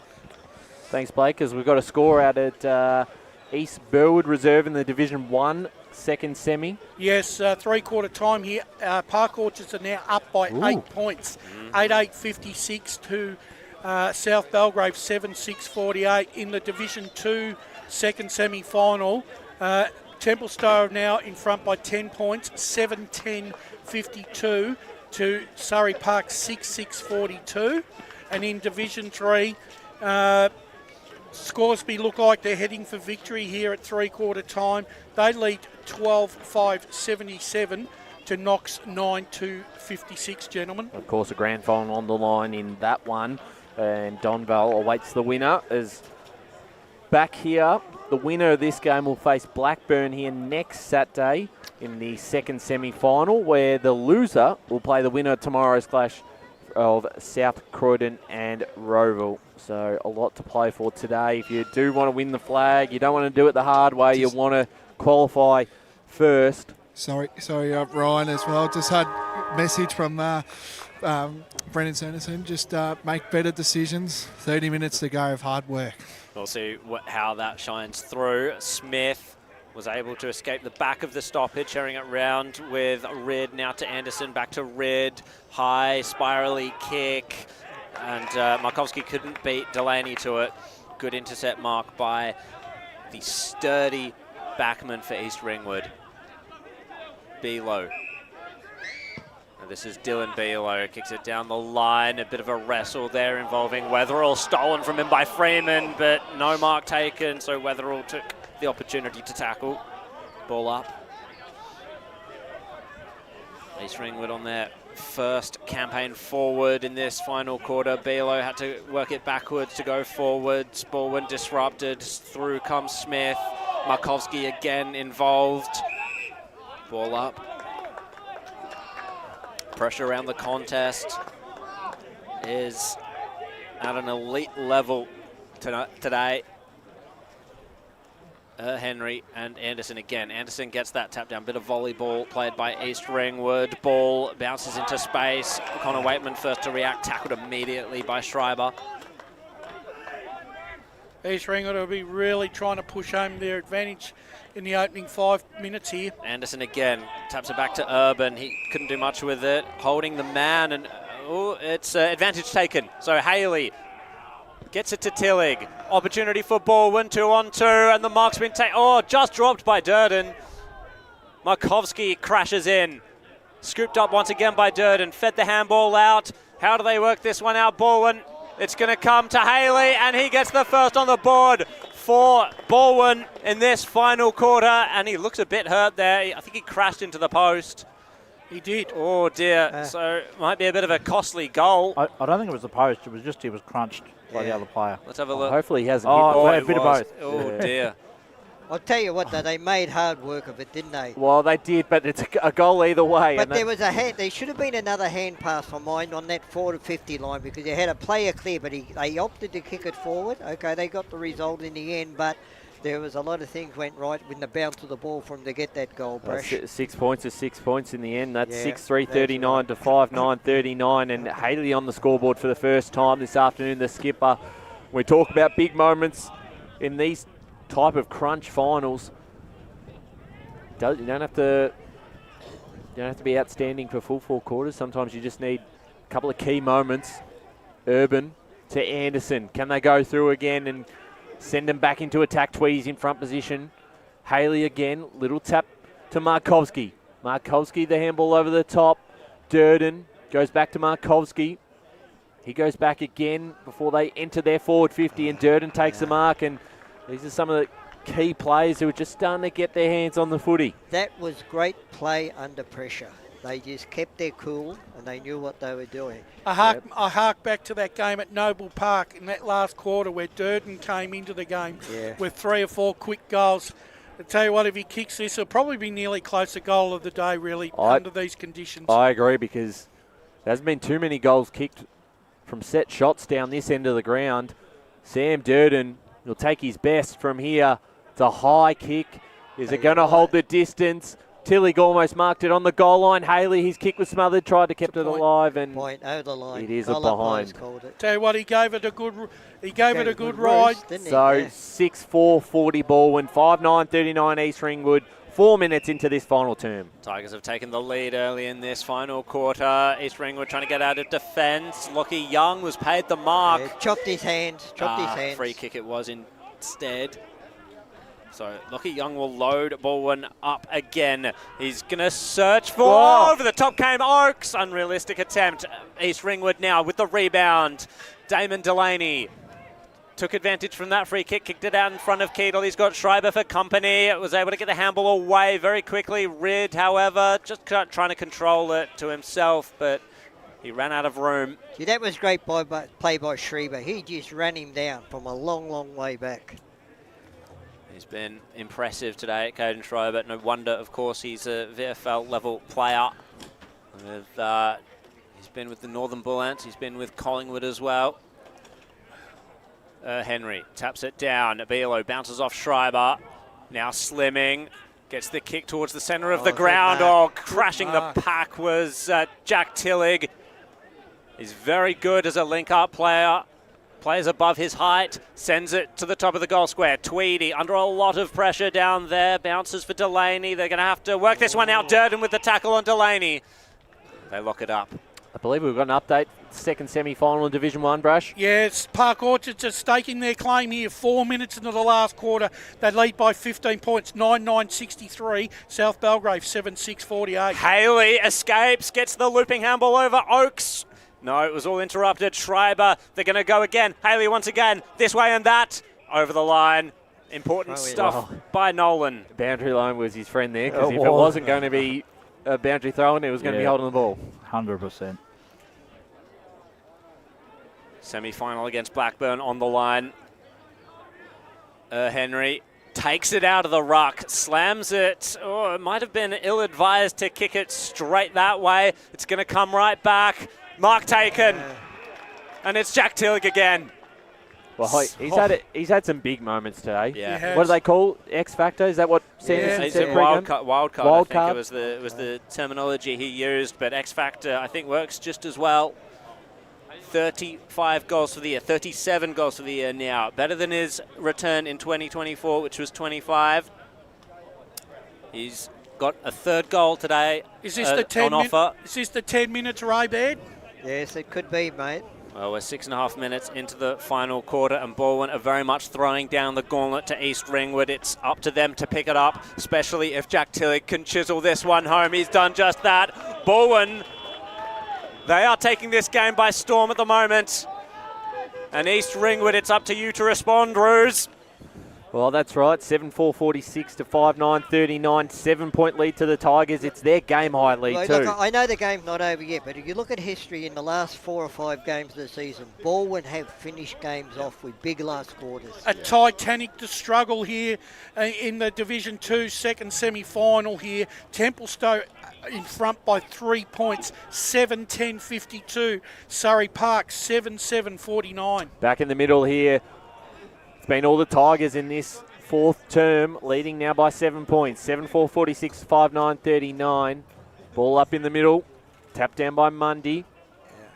They need a quick response to East Ringwood in a low-scoring game. Wouldn't want to give away too many more goals. Here's Bowen Smith. And their key players, Brash, have lifted, certainly in this. Certainly have. 10 minutes. And 10 minutes into the last quarter in the Division 3 preliminary final. The Scoresby are heading for victory here. 14-5-89, Knox 9-2-56. So we'll get a ball up just outside the forward 50 here for the Tigers. Tap down. The kick was smothered there by Anderson. Ball comes back out. And it's a turnover. Markovski inside 50. Great delivery. And it's that man again, Jack Tillig. What a kick. Leading in front. And two players who have been key. Markovski's had plenty of the football today and has given him a bit of a spark. And Jack Tillig is now lining up for goal number 4 in a low-scoring game. Yeah. And I reckon what the key difference has been in this last quarter is the tackling pressure of the Balwyn forward six. Yep. They've kept the ball in their half of the ground. It's taking a long time to tie that shoe. Oh, it's Well, off. it's I off. thought it was on his foot. And Whilst we've got a he's only got quiet 30 moment, seconds, hasn't he? 8 minutes into the last quarter, and Park Orchards have put a bit of a space on. He's just thrown away the shoe as Tilly. Park Orchards. I hope he's a left footer. Park Orchards are up by 21 points, 10-9-69. South Belgrave 77-6-48. So Park Orchards are asking all the questions of South Belgrave here. It just proves that, finals are won in September no matter what you do during the year. The skipper's had to help him out with his boots, so I don't know what's happened there, but Charlie Haley Lacey. He is a right footer, I'm pretty sure, so he does need that boot back on. How nervous would you be if this happens? He's got all eyes on him. I don't think can't he's untie his shoelace. I don't think he's the kind of guy to get nervous. I suppose not. The thing is, this is interesting. Like, they've only got 30 seconds for a goal, correct? I think the umpire blew time off. I heard the whistle at least. I just noticed we've got an umpire standing next to us here in Dean O'Neill. Maybe we could ask him. Oh, hello. So we're back on here. Jack Tillig, who now has 2 boots on, is lining up for goal number 4. Looks very cool, calm and collected as he approaches the man on the mark. Tillig for goal number 4 has missed to the left. So after all that, just a minor score. 7-5-47 to 5-9-39. The Tigers leading 10 minutes into this last quarter. East Ringwood now looking to bring this back in. Takes a bit of space, he does. And Nolan couldn't get to it. Comes straight to Wilson. And the mark inside 50 has been taken by Oakes. And it's the perfect angle for a left footer here. Nath, go on, Brash. And I'm not going with my saying. So Nathan Oakes, he's kicked the 1 goal today already. So many dangerous forwards there for Balwyn. Tell you what, if he kicks this, it's going to be hard for East Ringwood because East Ringwood then are going to have to take a punt. They're going to have to go down the middle of the ground. Absolutely. So Balwyn, they have steadied into this final quarter perfectly. It's going to be wind affected straight through the middle. Beautiful by Nathan Oakes. That's his second of the afternoon. And Balwyn, they look very, very dangerous. East Ringwood, are they out of legs? Are they out of ideas? Are they out of the game? Brash, I just think we've had that 10 minutes that I talked about pre-game. Yep. 10 minutes in a game where one of the sides is just going to take hold and strangle the other. 8-5-53 plays 5-9-39. Game high, 14 points for Balwyn. 11.5 minutes gone in this final term on the Bendigo Bank scoreboard. We're back in the middle again. Can East Ringwood respond? It's the Tigers who might get the clearance again through the middle towards centre half forward. Bouncing footy in front. Norris is there for the Roos. Picked up by the Tigers. Handball over the top. Just into a bit of space here. Chasing this first. Wrapped up was Nolan. Got rid of it in time as the Roos through Seymour was pushed. And the ball will come back. So centre wing here against Charlie. Why wouldn't you bring it back, Wetherell? It's your ball. Don't leave it there. 16 minutes into the last quarter and Surrey Park have hit the front. 8-7-55. Templestowe 7-10-52. Wow. That might be one of the stories of the weekend if that happens as the ball goes down line. Big mark by Riley Wetherell. A timely one here for the Roos. Goes towards the top of the square. The skipper's there out the back. Tigers defending with their life at the moment. James Belo's pushed all the way forward. Gee, they were lucky to get out of that ball because the 2 Balwyn guys flew for the ball. The East Ringwood guys stayed on the ground. It was just unfortunate it didn't come out to him. Just need the next one anyway they can get it. There's been a free kick awarded and it is going the way of East Ringwood. It was for holding. I don't think it was in the ruck contest. It's Waitman's free kick. The non-officiating umpire paid it, and I don't like that. Okay, there's 14-point lead to the Tigers. This is a must-kick goal for Connor Waitman, just to bring the margin back to 8 points. 13 minutes into this final term. Connor Waitman has been good this afternoon to put through. He's first. A timely one for the Roos. Waitman has missed. 5-10-40 East Ringwood, 8-5-53 Balwyn, a 13-point lead. Still plenty of time on the clock. We're 13 and a half minutes into this last quarter. Well, there's 15 minutes left, I reckon, in the third division preliminary final, and Scoresby will be going into the grand final against Doncaster because they lead 16-5, 101 to Knox, 10 goals to 62. You mean Don Vale, not Is Doncaster back this year? Yeah, that'll work. Miracle Close game. enough. Miracle at Jubilee Park. Yeah. So Lockie Young, who had launched it out of defence for Balwyn, it ended up in a stoppage. East Ringwood will get this clearance. It's come to Geimer, bounced off the head of Lockie Young. Chaos ball now at the half-forward line for East Ringwood. It's going to end up wrapped up. Oh, I think. No.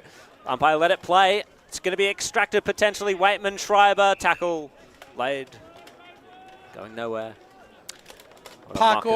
Park Orchards have got 1 foot in the grand final here at the moment. Wow. They lead 11-10-76 to South Belgrave, 7-7-49. Mundy tried to do it himself from the stoppage. Urban said no, not this time. Haley kicks it down the line. Still a contest. However, Markovski wrapped up. Another ball up.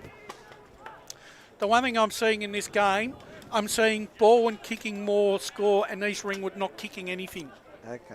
I just can't see where East Ringwood are going to kick their scores. Here we go again. Haley brought down in the Mundy tackle. Yeah, you're right, Brash. It's hard to see too much freedom or space in that East Ringwood forward line. It's going to have to be an opportunistic goal with the way things have gone thus far in this quarter. Haley escapes the back of the stoppage, kicks around the corner. Geimer did really well. Courageous stuff, put himself in the way. And Slimming body checked him. But Lockie Geimer, the former Warrandyte man, didn't mind. Sends it to centre half forward. Who's setting themselves? It was all Balwyn to fly, but came off hands. East Ringwood now at the deck. Jumping on top of it was... That's Freeman. East Ringwood will take the stoppage in their forward line. 15 and a half minutes gone. Everything to do for the Roos now. Durden tried to feed it out. Bouncing ball. Still going nowhere. Another tackle laid.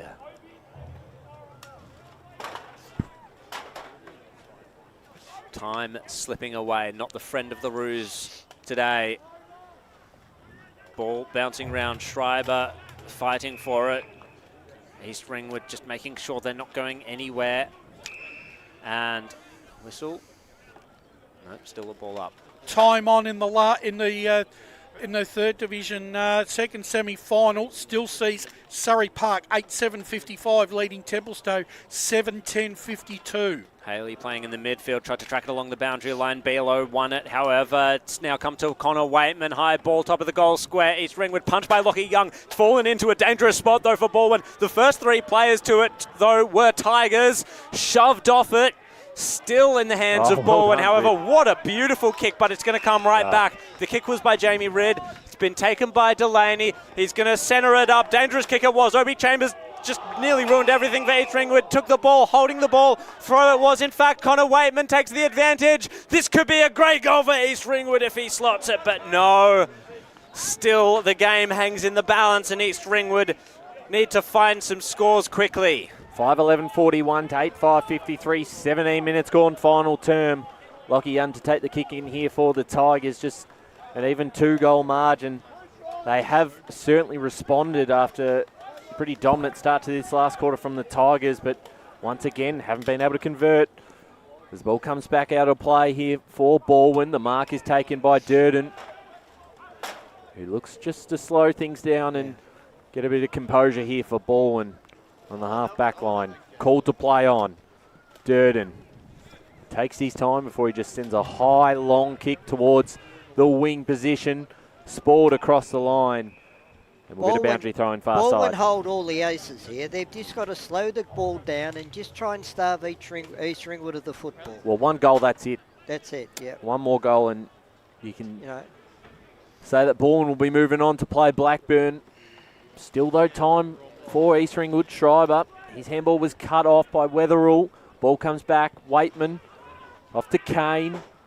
Bouncing ball towards the half-forward line. Rid chasing this one. Met by Connor Waitman, who I think has been pretty impressive, despite missing the last couple of shots. That was Jamie Rid. He's been Balwyn's best player. Yeah, I reckon he has. He's had a great game, Rid.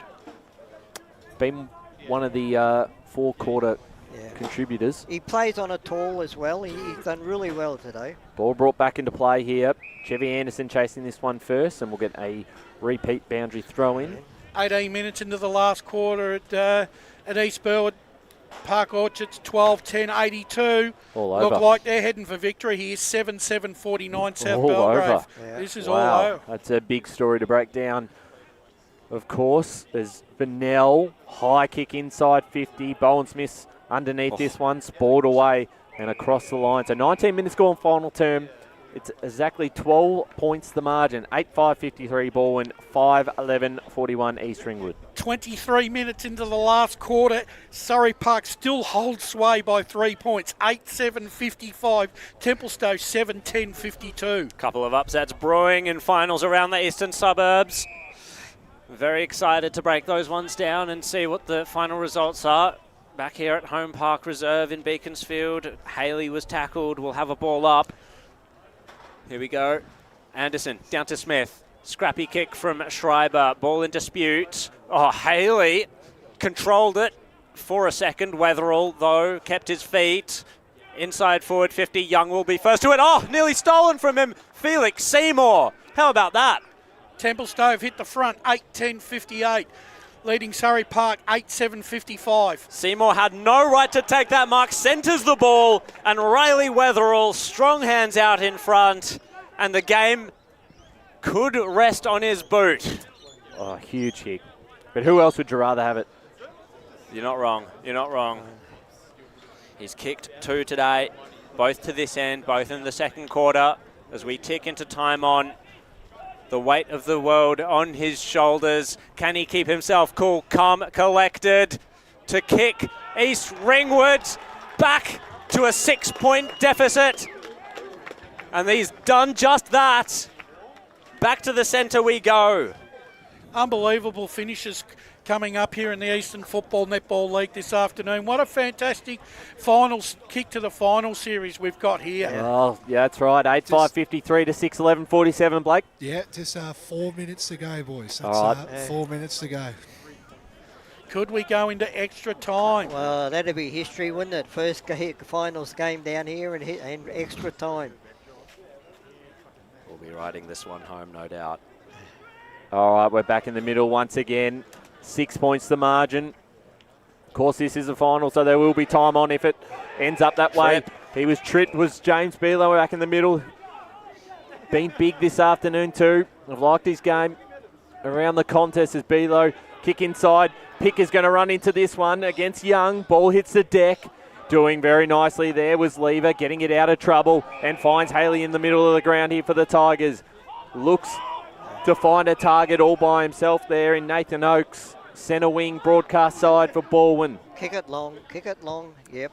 They lead by 6 points towards the half-forward line. Coming in from the side there was Tillig. Donnelly wrapped up in the tackle. We'll get a ball up. Park Orchards will move into the grand final. They lead by 45 points. 14-10-94. South Belgrave 7-7-49. So a long kick, high kick here for East Ringwood. Weatherall bounced off his chest. Wilson wrapped up, and we'll get another ball up on this side, broadcast side. 6 points the margin. Tigers leading the spot in the second semi-final against Blackburn up for grabs. Once again, ball controlled by the Tigers. Turner towards the half-forward line. Delaney wrapped up in the tackle. We'll get a ball up. 26 minutes of the last quarter. Templestowe still holds sway. 8-11-59. Surrey Park 8-8-56. Bowen Smith running onto this one. And it's come off the side of the boot and out of bounds on the full. So East Ringwood can set up here off the back pocket. It's the Roos time to bounce now. That was Nolan. Gets it to Jackson Wetherall. Corridor kick. It's mostly Balwyn. Slipped through the hands of Tillich. That was uncharacteristic. Slamming it forward. Wetherall to Fox. Open goal square on offer for Hannon Mundy. He's going to get run down. No, gets boot to ball. Oh, he's missed it. 5-point game.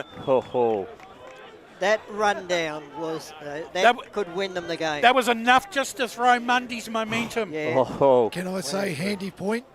Maybe 6-12. Next score wins either way. 6-12, 48 to 8-5, 53. Gee, that was amazing by Young to run him down there. 23 and a half minutes gone in this final term. So out of defence here is Rid. They looked almost home, the Tigers, but East Ringwood have come home strong. Rid down the middle of the ground. There's a push in the back going the way of Charlie Haley. He'll hold it up. He'll hold it up. Well, you know, he's He'll hold it very up. He'll hold it up. smart There footballer. it is. Look at it. Just gets the signal going for the boys, knowing there's not long left. And Come on, call it, play on, ump. That was the game. well, there you go. He's called to play on. Here's centre wing. The mark is taken. Take your It time. was a high free kick either way. Go back. So instead of... It's Schreiber. Will be called to play on here. Schreiber towards the half-forward line underneath this one. Below chasing this first. Markovsky involved. There's Waitman. Waitman's handle off to Below. Below through the corridor of the ground. They've got to take some risks. Wetherall's there. So is Tillich. At centre half back. He's played on. That's play on. He's gone to play. Oh, and He's moved this on. Young. Under pressure. Got to kick away in time. And they get out of trouble there to the Tigers. Rush of blood by Jack Tillich. Wetherall was unaware that the umpire called play on then and didn't lay the tackle. That was just a little bit of unawareness from the young man in Wetherall. I think that was their opportunity, East Ringwood. It was. It was. That was it.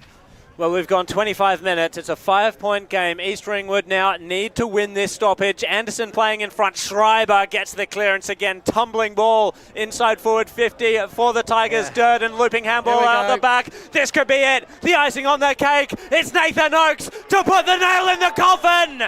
And Balwyn moved to a semi-final against Blackburn. Well called, Jared. Oh, fantastic response to the Tigers, who were under an immense amount of pressure. And just go back, I know he played on and almost ran into trouble there, but Tillich to be able to get back and take that mark in defence. I've got a final score out at Walker Park, Brash. Final score. Templestowe are into the grand final. They've held on to beat Surrey Park 8-11-59, Surrey Park 8-8-56. The scoreboard's given that goal to East Ringwood. Well, I've got to fix that one up as East Ringwood are now 13 They points give up another on the goal scoreboard. to East Ringwood. In fact, the scoreline 9-5-59 Balwyn at 6-12-48 East Ringwood. We're back in the middle of the ground. Yeah, mine's right. So yes, we are correct. Here is a free kick going the way of Henry. I tried to get off the belay, but they turned it over. And at defence there. Oh, he didn't know it was touched. Oh, they're called to play on. He and should the have umpire. known. He should have known because the umpire was right in front of him, screaming in his hands. And there's your siren. Balwyn advanced through to the second semi-final. And Silvani says goodbye to the East Ringwood faithful behind the goals. Oh, he's got the odd choke. The choke symbol. There's Balwyn 9-5-59 defeat East Ringwood 6-12-48. And what a great game. And again, it's the same result. It's a tight one between these two sides, and Balwyn just get across the line. A low-scoring arm wrestle. It's a signature of this rivalry. East Ringwood now, look, you don't want to criticise them, but 6-12, if they'd have kicked accurate, they would have been right in this game. But that, you know... Well, it was a game they could have won, wasn't it? They could have won. You know, good kicking is good football, and they obviously weren't on target today. So they've made a rod for their own back here, East Ringwood. Now they're going to have to do it the hard way to even make it back to the grand final through the first semi-final. Well, next week's going to be tough, whether it's South Croydon or Roval. They've struggled against Roval this year, and Roval's South Croydon beaten them twice. Yep. And South Croydon have been playing quite well in the back half of the season. So whoever they match up against, that'll be an interesting one. I say Roval beaten them twice, but you remember back that Roval beat Noble Park twice and got rolled in the grand final. So it's never, finals are never. That's true. As we've seen today, because East Ringwood defeated Balwyn twice during the home and away. I think today the winners were the Eastern Football League. A great game of football, great facilities down here. And well run by the Beaconsfield people too. Tell you what, Park Orchards came from 24 points down early in the second quarter. They're going to win by 50 points here. 15-11, 101 to 7-8, 50. South Belgrave have just stopped here. You know, to get beaten by that margin, even if they get back to a grand final, it's still going to be that. Let's go down the boundary because I believe Blake Tennant might have an interview. Yeah, got two of the stars here, two of the match winners for the Tigers. I've got Jack Tillich, incredible game today, and of course, Jack Tillich's on your left. Sorry, I forgot about that. And just different hair. And Caden Shriver as well. We'll start off with you, Caden. Terrific game. What does this mean for this footy club? You definitely love a close game between East Ringwood. Obviously, we have a pretty big rivalry with East Ringwood. They're very young, very talented side. And obviously, after last year, it's always a little bit personal. But today was physical. And a big credit to our boys for having a hard day and seeing it through. I was just saying as well, it would have been a trek coming down from Balwyn, of course. But what did you take away from this ground, Beaconsfield? Obviously, use a lot to your strengths as well, especially in that second quarter when you got the ball on your turns a little bit. Yeah, obviously, big ground. I think the wind sort of made it hard to use the width and find short marks. But I've heard Bayswater's a bit cut up, so it was good to play on a deck that's a bit firmer underfoot, so it's good. How long did it take? 45 minutes down the line, actually. And I'll start off with you, Jack. I've got that one right. 3 goals. Pretty much the match performance, I would say, by you. You really put the Tigers into a shot against Blackburn next week. Yeah, it was a good game. So we've got some good forwards down there. So it always helps. I get probably the 4th or 5th best defender. So usually, if I can go to work on him, it usually helps in us winning the game. So yeah, it's good. And how did you use, a few set shots, a few run-ons? How did you use the ground to your advantage to kick your 3? It definitely helps a bit. It's a bit bigger ground than Balwyn, so there's a lot of space for one-on-ones, and all us down forward pride ourselves in winning on our one-on-ones. So that's how we use it to our advantage. Got the team to beat next week at Beaconsfield, Blackburn. What are you going to take coming into a red-hot team that's waiting to play you guys next week? I would take the knowledge of the ground advantage into the game. So we've already played here. I actually prefer this run in with the game before. So this is how we did it last year, and I reckon this is how we do it again. No worries. Enjoy next week. Thanks there, down at ground level, Caden Schreiber and Jack Tillich, and he's got a bit of a rush here to get back to the rooms in time to sing the song, thanks to Tobin Brothers Funerals celebrating lives. I thought that was a very good and interesting question that Blake asked them.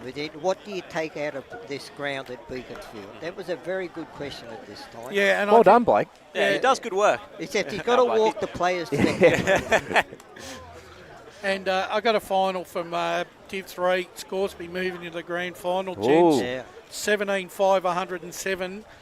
Disappointing end for the season. Knox 11-2, 68. Well, that's 2 I've got wrong. I don't think I've got a winner today, Ray. Cross the boys.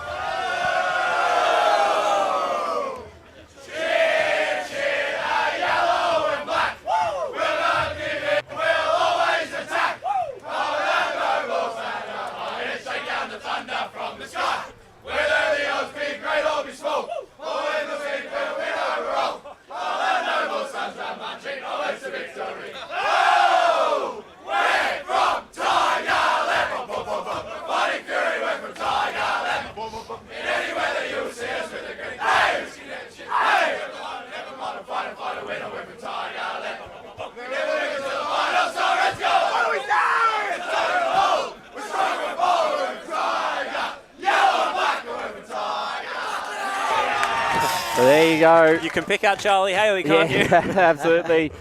We might take a break here before we wrap things up from Holm Park Reserve, as well as give our votes, talk about all the games and what the context of these results mean. But here out at Holm Park Reserve, it is Balwyn in the qualifying final, 9-5-59, defeating East Ringwood 6-12-48. As Sarah opened her best friend Jackie's wedding invitation, she was overcome with a wave of emotion. while her two young boys wrestled on the floor. Tears of happiness rolled down Sarah's cheeks as she saw the words she'd been longing to see. Please note, this wedding will be a child-free event. Well, Sarah, looks like we're off to Eastland for a new frock and some heels. Let's book in that babysitter. For all of life's little moments, there's Eastland. Eastland. Live real. Sprained your ankle, bursting through the banner, broke a finger, high-fiving the ruckman, or did you run into the goal post again? For bumps, breaks or bleeds, be seen sooner, close to home at Knox Private 24/7 Emergency Department. The preferred provider of emergency care to the Eastern Football Netball League, you'll generally experience shorter wait times. You don't need private health, but there is an out-of-pocket fee. Be seen sooner, close to home at Knox Private 24/7 Emergency Department, 262 Mountain Highway, Wantirna. Do you feel good about your bank? Because there is a bank you can feel good about. They share their profits to fund big community projects, small community clubs and vital emergency services. They've given $250 million to help Australian communities thrive. They have all the products and tech you expect from a big bank, with service you don't. It's Bendigo Bank. Feel good about who you bank with. Try Bendigo. Search bendigobank.com.au or search Bendigo Bank near me. Tobin Brothers Funerals wear their heart on their sleeve. Their clear and easy to use website and Memory Maker app make it easy for families to make an informed decision. Here's James McLeod, Managing Director of Tobin Brothers Funerals. We pride ourselves on being the most transparent funeral company. All pricing on goods and services are available on our website. It's all there for you to see and make very informed decisions when planning a loved one's funeral. Visit tobinbrothers.com.au. Tobin Brothers Funerals, celebrating lives. At Yarra Valley Water, we know reducing your shower time, or show time, to 4 minutes can save you an average of $200 a year on water and energy bills. Shower shorter. Save water. Authorised by the Victorian Government, 1 Treasury Place, Melbourne. Sprained your ankle, bursting through the banner? For bumps, breaks or bleeds, be seen sooner, close to home at Knox Private 24/7 Emergency Department. You'll generally experience shorter wait times. Knox Private 24/7 Emergency, 262 Mountain Highway, Wantirna.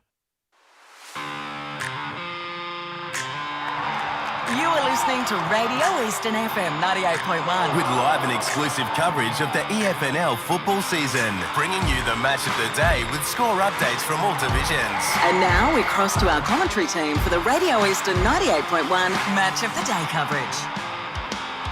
Welcome back to Holm Park Reserve, the qualifying final in Premier Division, and it is the Tigers moving through to the second semi-final, 9-5-59, defeating East Ringwood 6-12-48, which means Balwyn will play Blackburn back here next Saturday. East Ringwood, their season's not done, that's why you get the double chance, and they will play the winner of tomorrow's elimination final between Roval and South Croydon. Ryan Long joined by Wayne Brasher, Ray Baird. We'll have Jared Beanland joining us in a second, as well as Blake Tennant, who's doing God's work down there, getting the goalpost padding covers for me, which is great and saves me a trip down to ground level as Jared rejoins us back here. Hello. And we will get to the votes, but we might wait till Blake comes back up before we do our votes. Let's. We've got plenty of time. We've got 25 minutes, Brash. So let's start with this game. Let's talk about this for a bit before we go to read through some of those other scores. But the context of the game, it was real neck and neck. It was an arm wrestle on both sides at different stages. Looked like they had momentum. Ray, did the right side win? I think it did, but I did. But before we do it, I think we need to analyse this quarter by quarter. Because that first quarter, 2 points each. Now, you've never seen a final like that before, Brash, have we? No, we haven't. It was just it was a matter of both sides throwing everything at the football and no one being able to get a scoring chance. And that was a great development of football, what finals football's all about. It was almost like a game of chess, wasn't it? It was like rugby league at one stage, you know. Yeah, that's right. And they obviously, the game opened up in that second term. Interesting, we heard from Ben Osborne at three-quarter time, and that's not what he wanted.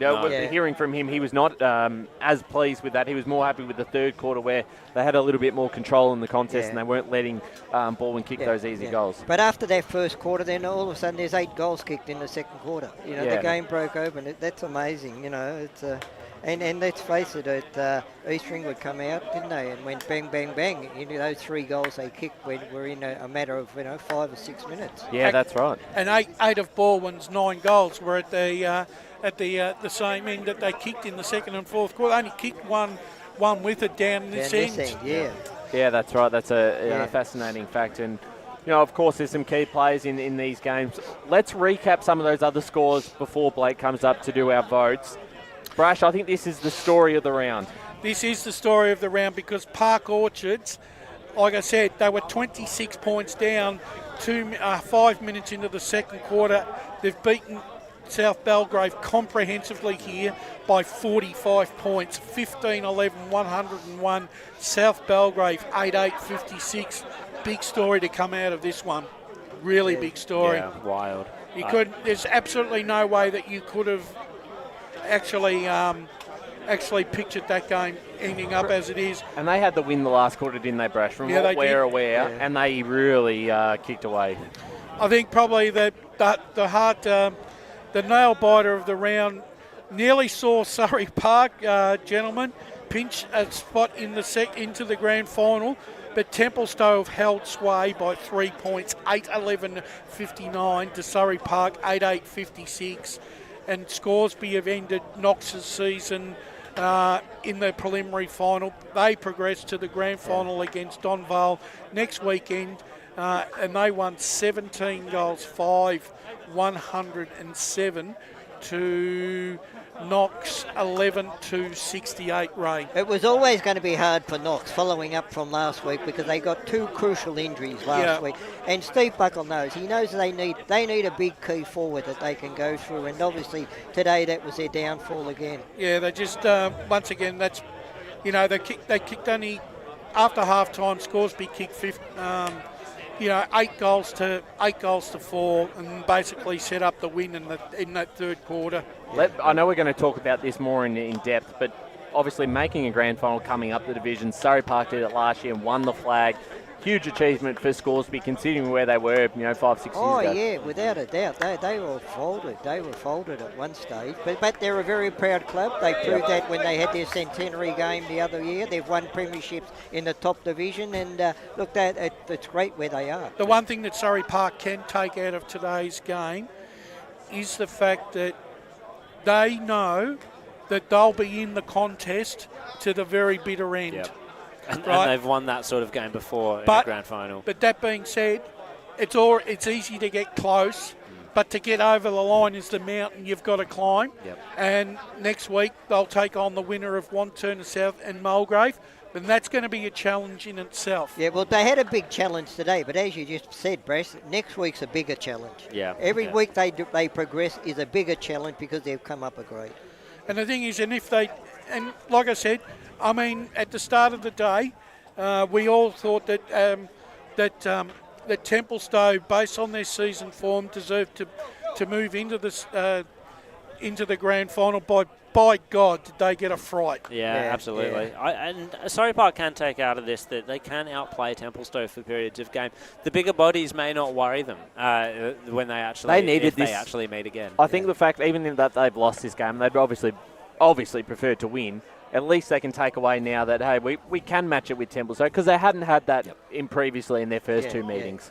Yeah. Look, I know, and from what they've done this year after being promoted up, they don't really have to go and recruit a lot of people either because they know that they've got it. Coming up a grade like that because they've got a very good list. Their list manager has done marvellous down there, whoever they are. Since they've come up from 4th division. It's been better and better each year, and they've been able to pick up some key players. Brash, we've got something else as well. Yeah, I'm just having a look at the quarter by quarter scores, and like I said, at quarter time, South Belgrave were 4 goals, 4-28 to Park Orchards 2 behinds. So since quarter time, Park Orchards have kicked 15 goals, 9 to South Belgrave's 4 goals, 4. Do you guys think that South Belgrave can recover from this? Yeah, I think so. Yeah, surely. Next week will be interesting, depending if they play Beaconsfield or North Ringwood. And look, the pressure is now on them, big time, because this looked like their flag to lose. and Park Orchards hadn't really got close to them in their first 2 times they've matched up.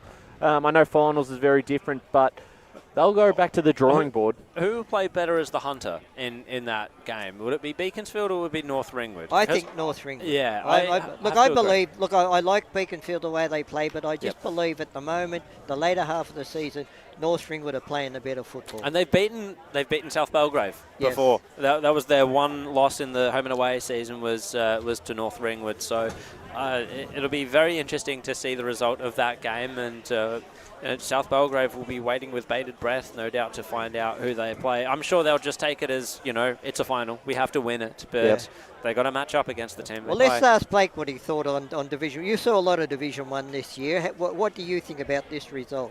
I'm not surprised. I think Park Orchards have definitely been, the side, that's definitely, they made the grand final last year. That's the thing we've got to remember as well. So they're a good enough side as well. It's just South Belgrave have just been the benchmark team, as we all know. But I wouldn't be, like I said, if I did the preview yesterday, I wouldn't be surprised if they won. They're a good team, made the grand final. They've only lost, I think, 5 games since they've come down at this division. So that's a big win for Park Orchards. I'm more shocked about the result. That's the margin. Yeah. Well, it's interesting, isn't it? Wow, gods and saints bleed that's alike. A big one. I've just seen the score. That's incredible. Another key result that came out of Caulfield in race 9. Treasure of the moment, Blakey has got her across the line. Your tip today, yes, it was my hot tip. Yep. has given me a bit of money. I was a bit nervous taking your advice, but it's paid up well. My mate, you pay $1.50 and $1.04. No, it was $6. Gamble responsibly. Gamble responsibly, of course. But my mate who was at the races today, he told me get on Treasure of the moment. So I took his advice. So he's actually from my mates, not from me. So there you go. I would have felt a little bit more confident knowing that, but that's good. That helps me out, and I'm happy to drive you home after that. I've already got Ray Baird. You've got Ray Baird already driving you, but his car's very luxurious, I have to say. It's certainly a little bit more comfortable than my Toyota Corolla coming back to Evenell House. But let's go through our votes on this one before we break down everything else.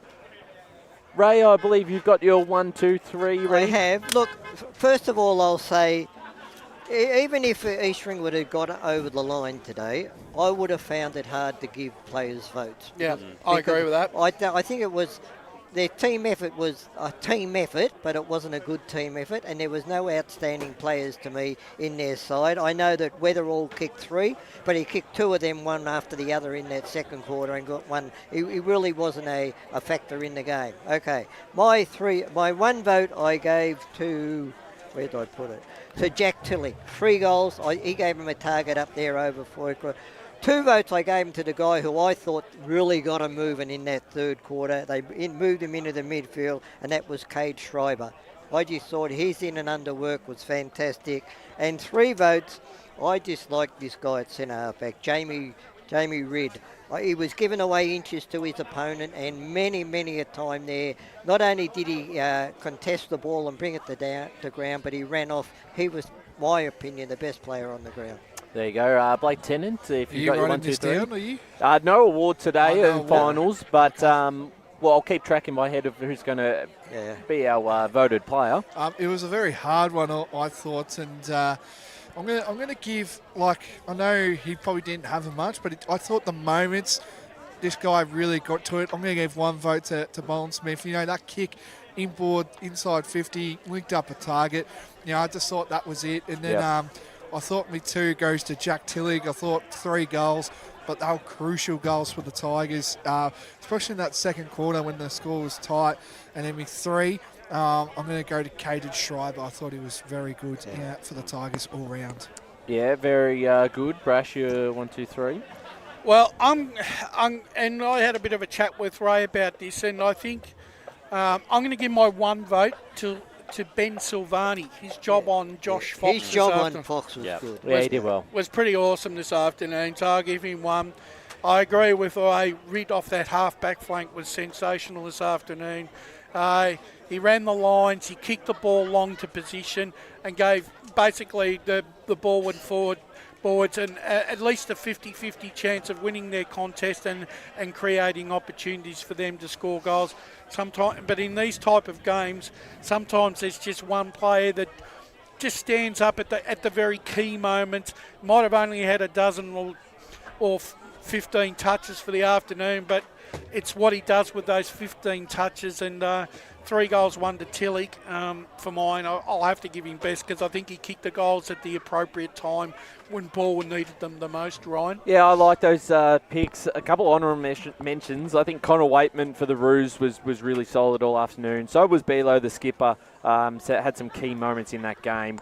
For Balwyn, I've gone the 3 votes all in favour of the Tigers. I'll give 1 to Bowen Smith, and I just think again and again and again he proves himself on the big stage and has so good. Well, obviously with a game that there were a lot of turnovers in, I think Bowen Smith was quite good and effective with the football. I'll go 2 votes to Caden Schreiber. I think for the reasons that have already been mentioned already today. I think through the middle, I think gave him a bit of a spark and was really solid. And I'll go 3 to Jack Tillich as well as you, Brash, just because sometimes when it's a low-scoring game like this and when you kick 3 to 4 goals and you present yourself as a big target up forward, you do change the game a little bit. And certainly I think was a real big factor in the reason that Balwyn did win that game, and just some key moments. Jared, you're 1, 2, 3 as well? Well, I've got a slew of honourable mentions. First of all, the East Ringwood players that really impressed me. Tristan Tweedy, it has to be said, he kept Sam Durden to no goals, and I think he's always sturdy down back. Along with him as well, Harry Nolan. I feel like he also deserves a mention. I thought he was very good. On the Balwyn side of things, honourable mentions. Lachlan Young, he was fantastic at times, and of course Makovsky was superb at the end. That was Absolutely, and Isaiah Markovsky as well, very good during that second quarter. But votes themselves, Caden Schreiber, I've given 1 to very dynamic in that midfield, good disposal, and I just thought was the better player for Balwyn in that midfield section. Jack Tillich, for all the reasons mentioned, I've given the 2 votes, and I agree with you, Ray. Jamie Red, I think he was definitely the fire starter off the half-back line. He also had defensive value as well, and just a steadying hand and a steadying influence along with his Ryan, while you're adding them up, I think there's another one we should mention. Chevy Anderson, battling against bigger, stronger opponents in the ruck. He did not give up all day. Yeah, I agree. I think that was pretty good, but I believe that makes Schreiber our winner, if I've done the math correctly. That's okay if we haven't, because there is no official award out of today's game. Oh, so you always give me some lip when I stuff up. So. Sorry, I was just checking my winnings on Sportsbet from your tip. No, I think the votes went the way we all expected. You reckon? I think so. I think. Look, I don't think there was one clear standout, as we sort of mentioned. We were never, on the one page on that. There was probably quite a few key contributors on both sides. There would have been a few East Ringwood players I would have probably put in the votes if they had won that game. Had their chances, 6-12-48 to 9-5-59. So Balwyn, again, it could be similar to what they said last year with Jack Tillich on the boundary with you, Blake, that they timed their run to perfection, hit finals, hit some form, and that they might be able to do it again this year. But I just worry, though. I don't know if Sam Durden obviously had a calf. I don't know if it was a hamstring. Could have been. I don't know. But he looked a bit sore and a bit banged up. So I don't know if he'll play next week. Obviously, VFL for Box Hill. Are they in the finals, Blake? Yeah, they're in the finals. Yep. So. And that's why I'm wondering whether they might not. Put it this way, whether they didn't want to take any chances with him. I did say during the broadcast, Box Hill probably rung up and said, "Don't put him back on." But he didn't. He just wasn't the Sam Durden we all know today, unfortunately. But, but that's probably. I mean, look, I've given Silvani one vote for his job on Fox. Yeah. You could equally turn around and say you could give 1 vote to him as well for his Tweedy's job on Sam Durden, because he didn't kick a goal either. So, I mean, it just shows you, though, doesn't it? In the case of both of those players, it wasn't their sort of day either. It wasn't the day of the forwards. The disposal was inside 50 was always under pressure. I don't want to take anything away from players like Tweedy or Silvani, but it was made a little bit easier for them by the pressure upstream. Yeah, that's true. Before we have a look at Sunday's games, Brash, which I might get you set up and have a look at what's happening tomorrow. Yep. Of course, we're always global, and got my parents actually watching from Croatia on a bus trip to Hungary. 9:02 a.m. Over there. So hello to Mum and Dad travelling around Europe. I had a mate listening from Perth as well today. It's from Perth. Yes. There you go. Not Who's as far as that? Croatia. One of your mates from Scotland? No, one of the cricket mates, yeah. Had some good viewers on today. Adrian Brown, wait a while. Just shows you the EFNL spreads its wings far and wide. I still remember that. And of course, BWS would have been listening. Of course it would have. Yeah. What about the time where East Ringwood and Noble Park and the whole East Ringwood Footy Club were watching on Bali and Thailand and Mexico, everywhere. All right, gents, let's start off. Let's crystal ball. Tomorrow. We've got 10 minutes. Let's crystal ball tomorrow.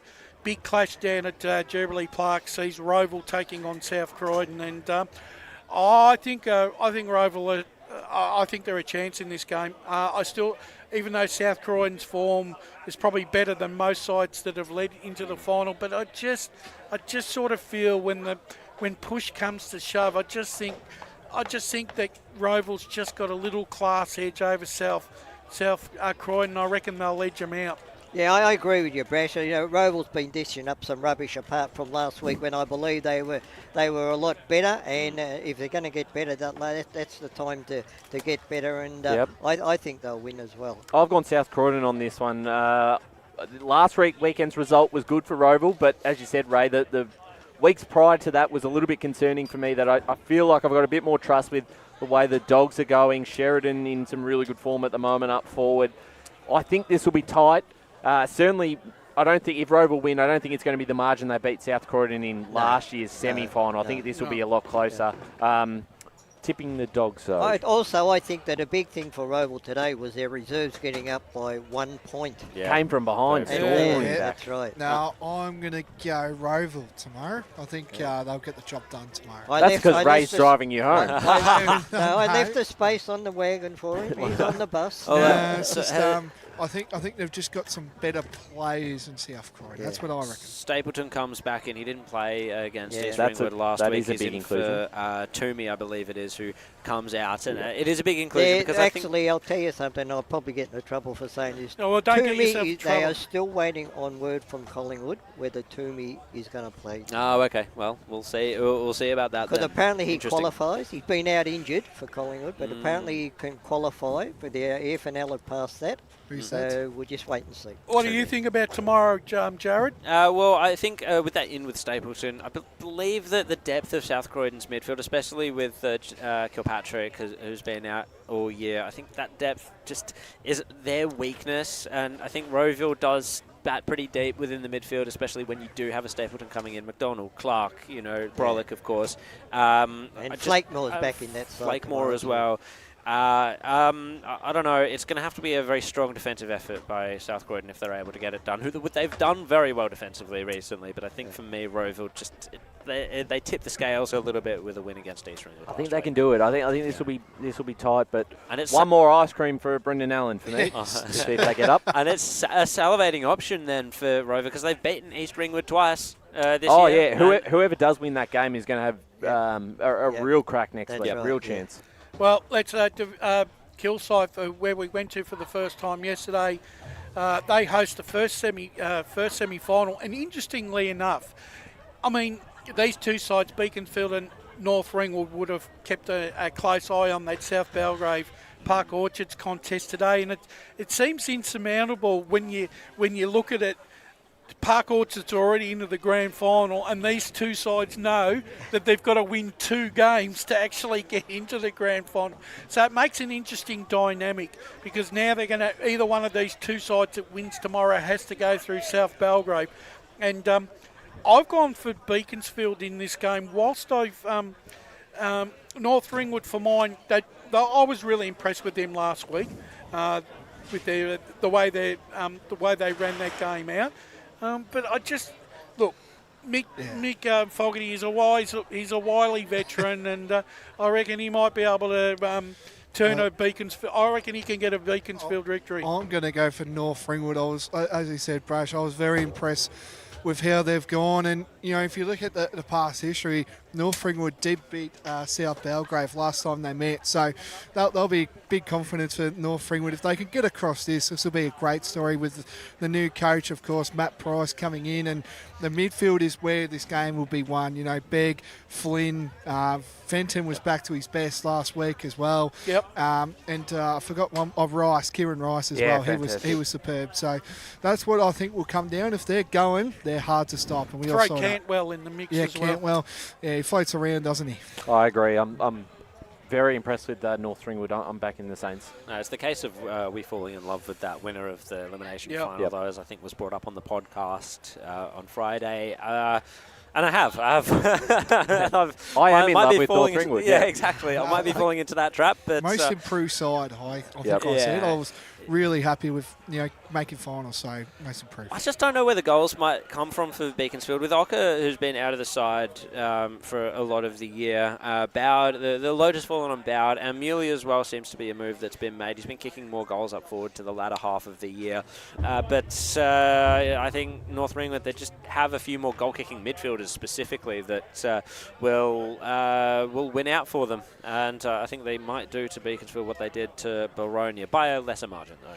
Walker Park hosts the first semi-final of Division 2 tomorrow between Wanturna South and Mulgrave.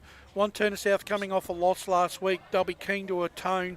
Mulgrave did what they had to do against East Heathmont. On the balance of the season, I think Wanturna South deserve to move forward tomorrow. I'm tipping the Devils. Yeah, I'm going with the Devils too. Yeah. Division, we've already gone through Division 3. There is no game because Domvale and Scoresby will play off in the grand final, but we've still got a Division 4 preliminary final set down for decision tomorrow, and that's between Whitehorse Pioneers and Warrandyte. I said at my start of the season, I thought actually these two sides might play off in the grand final, or one of them will, and I've been impressed with Warrandyte, the way they. I've got not a nasty suspicion, but I just got a feeling that I reckon it's their turn. Yeah, I agree. Look, they had a very slow start to the season after being relegated down, but they've done nothing wrong in the last 8 weeks or so. And I actually think, Blakey, that I think they've got a better lineup on paper to take on Churnside Park than what I feel Whitehorse Pioneers. They look a bit slow and cumbersome for me, Pioneers. Well, I said when I was John with Ray today, I said Warrandyte's got a more harder coaching job than I think with Whitehorse. They're pretty easy to coach, obviously, with Horvath and Young. That's who they use pretty much. But with Warrandyte, they've got a lot more plays that you've got to look out for, and I think Warrandyte get the job done. I think the ruckman. I think the game could be won in the ruck because I think the two Warrandyte ruckmen can run Haining around and negate his influence. Yeah, Haining probably needs a big performance. So Warrandyte for everyone, or can we make a case for Whitehorse? So. I definitely make a case for him. But for me, I'm tipping Warrandyte, and they've matched up well against Whitehorse. Yeah, Warrandyte for me. I think Whitehorse have a couple of match winners that maybe Warrandyte lack, but I think that overall across the ground team performance tips the scales for the Bloods for me. Yeah. Lee, I think we've got a tip from you. Is that? Oh no! I was just saying 1 minute to go. Oh, 1 minute to go. Who is your tip, Whitehorse or Warrandyte? Warrandyte. And there you go. I'm going to throw it back to you, Ryan, to close it all out, my friend. Yes, we'll start with, actually, I might throw it to you, Lee, to thank your camera operators here by name. So we've got Justin James Lincoln on camera. Yes. John switching in the van, and Megan was apprenticing for me up here. So, just our dry run for next week, starting the grand finals. Yes. Of course, it all starts to really ramp up in that front. Come grand final time, we've got 2 of them next week that will live stream, but we are still alive tomorrow with a big semi-final out at Walker Park between Wanturna South and Mulgrave, so make sure to catch that out.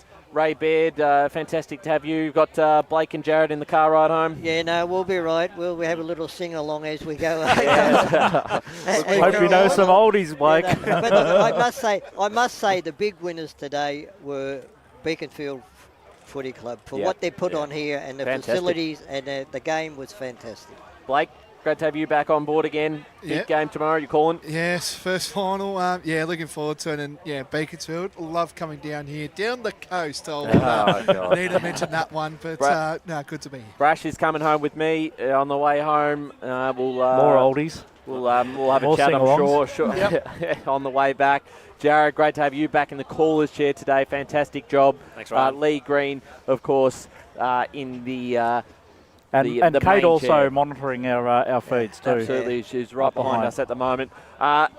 That's it for us here. We're running over time. Balwyn winners in the qualifying final, 9-5-59 to East Ringwood, 6-12-48. You are listening to Radio Eastern FM 98.1. With live and exclusive coverage of the EFNL football season, bringing you the match of the day with score updates from all divisions. And now we cross to our commentary team for the Radio Eastern 98.1 Match of the Day coverage.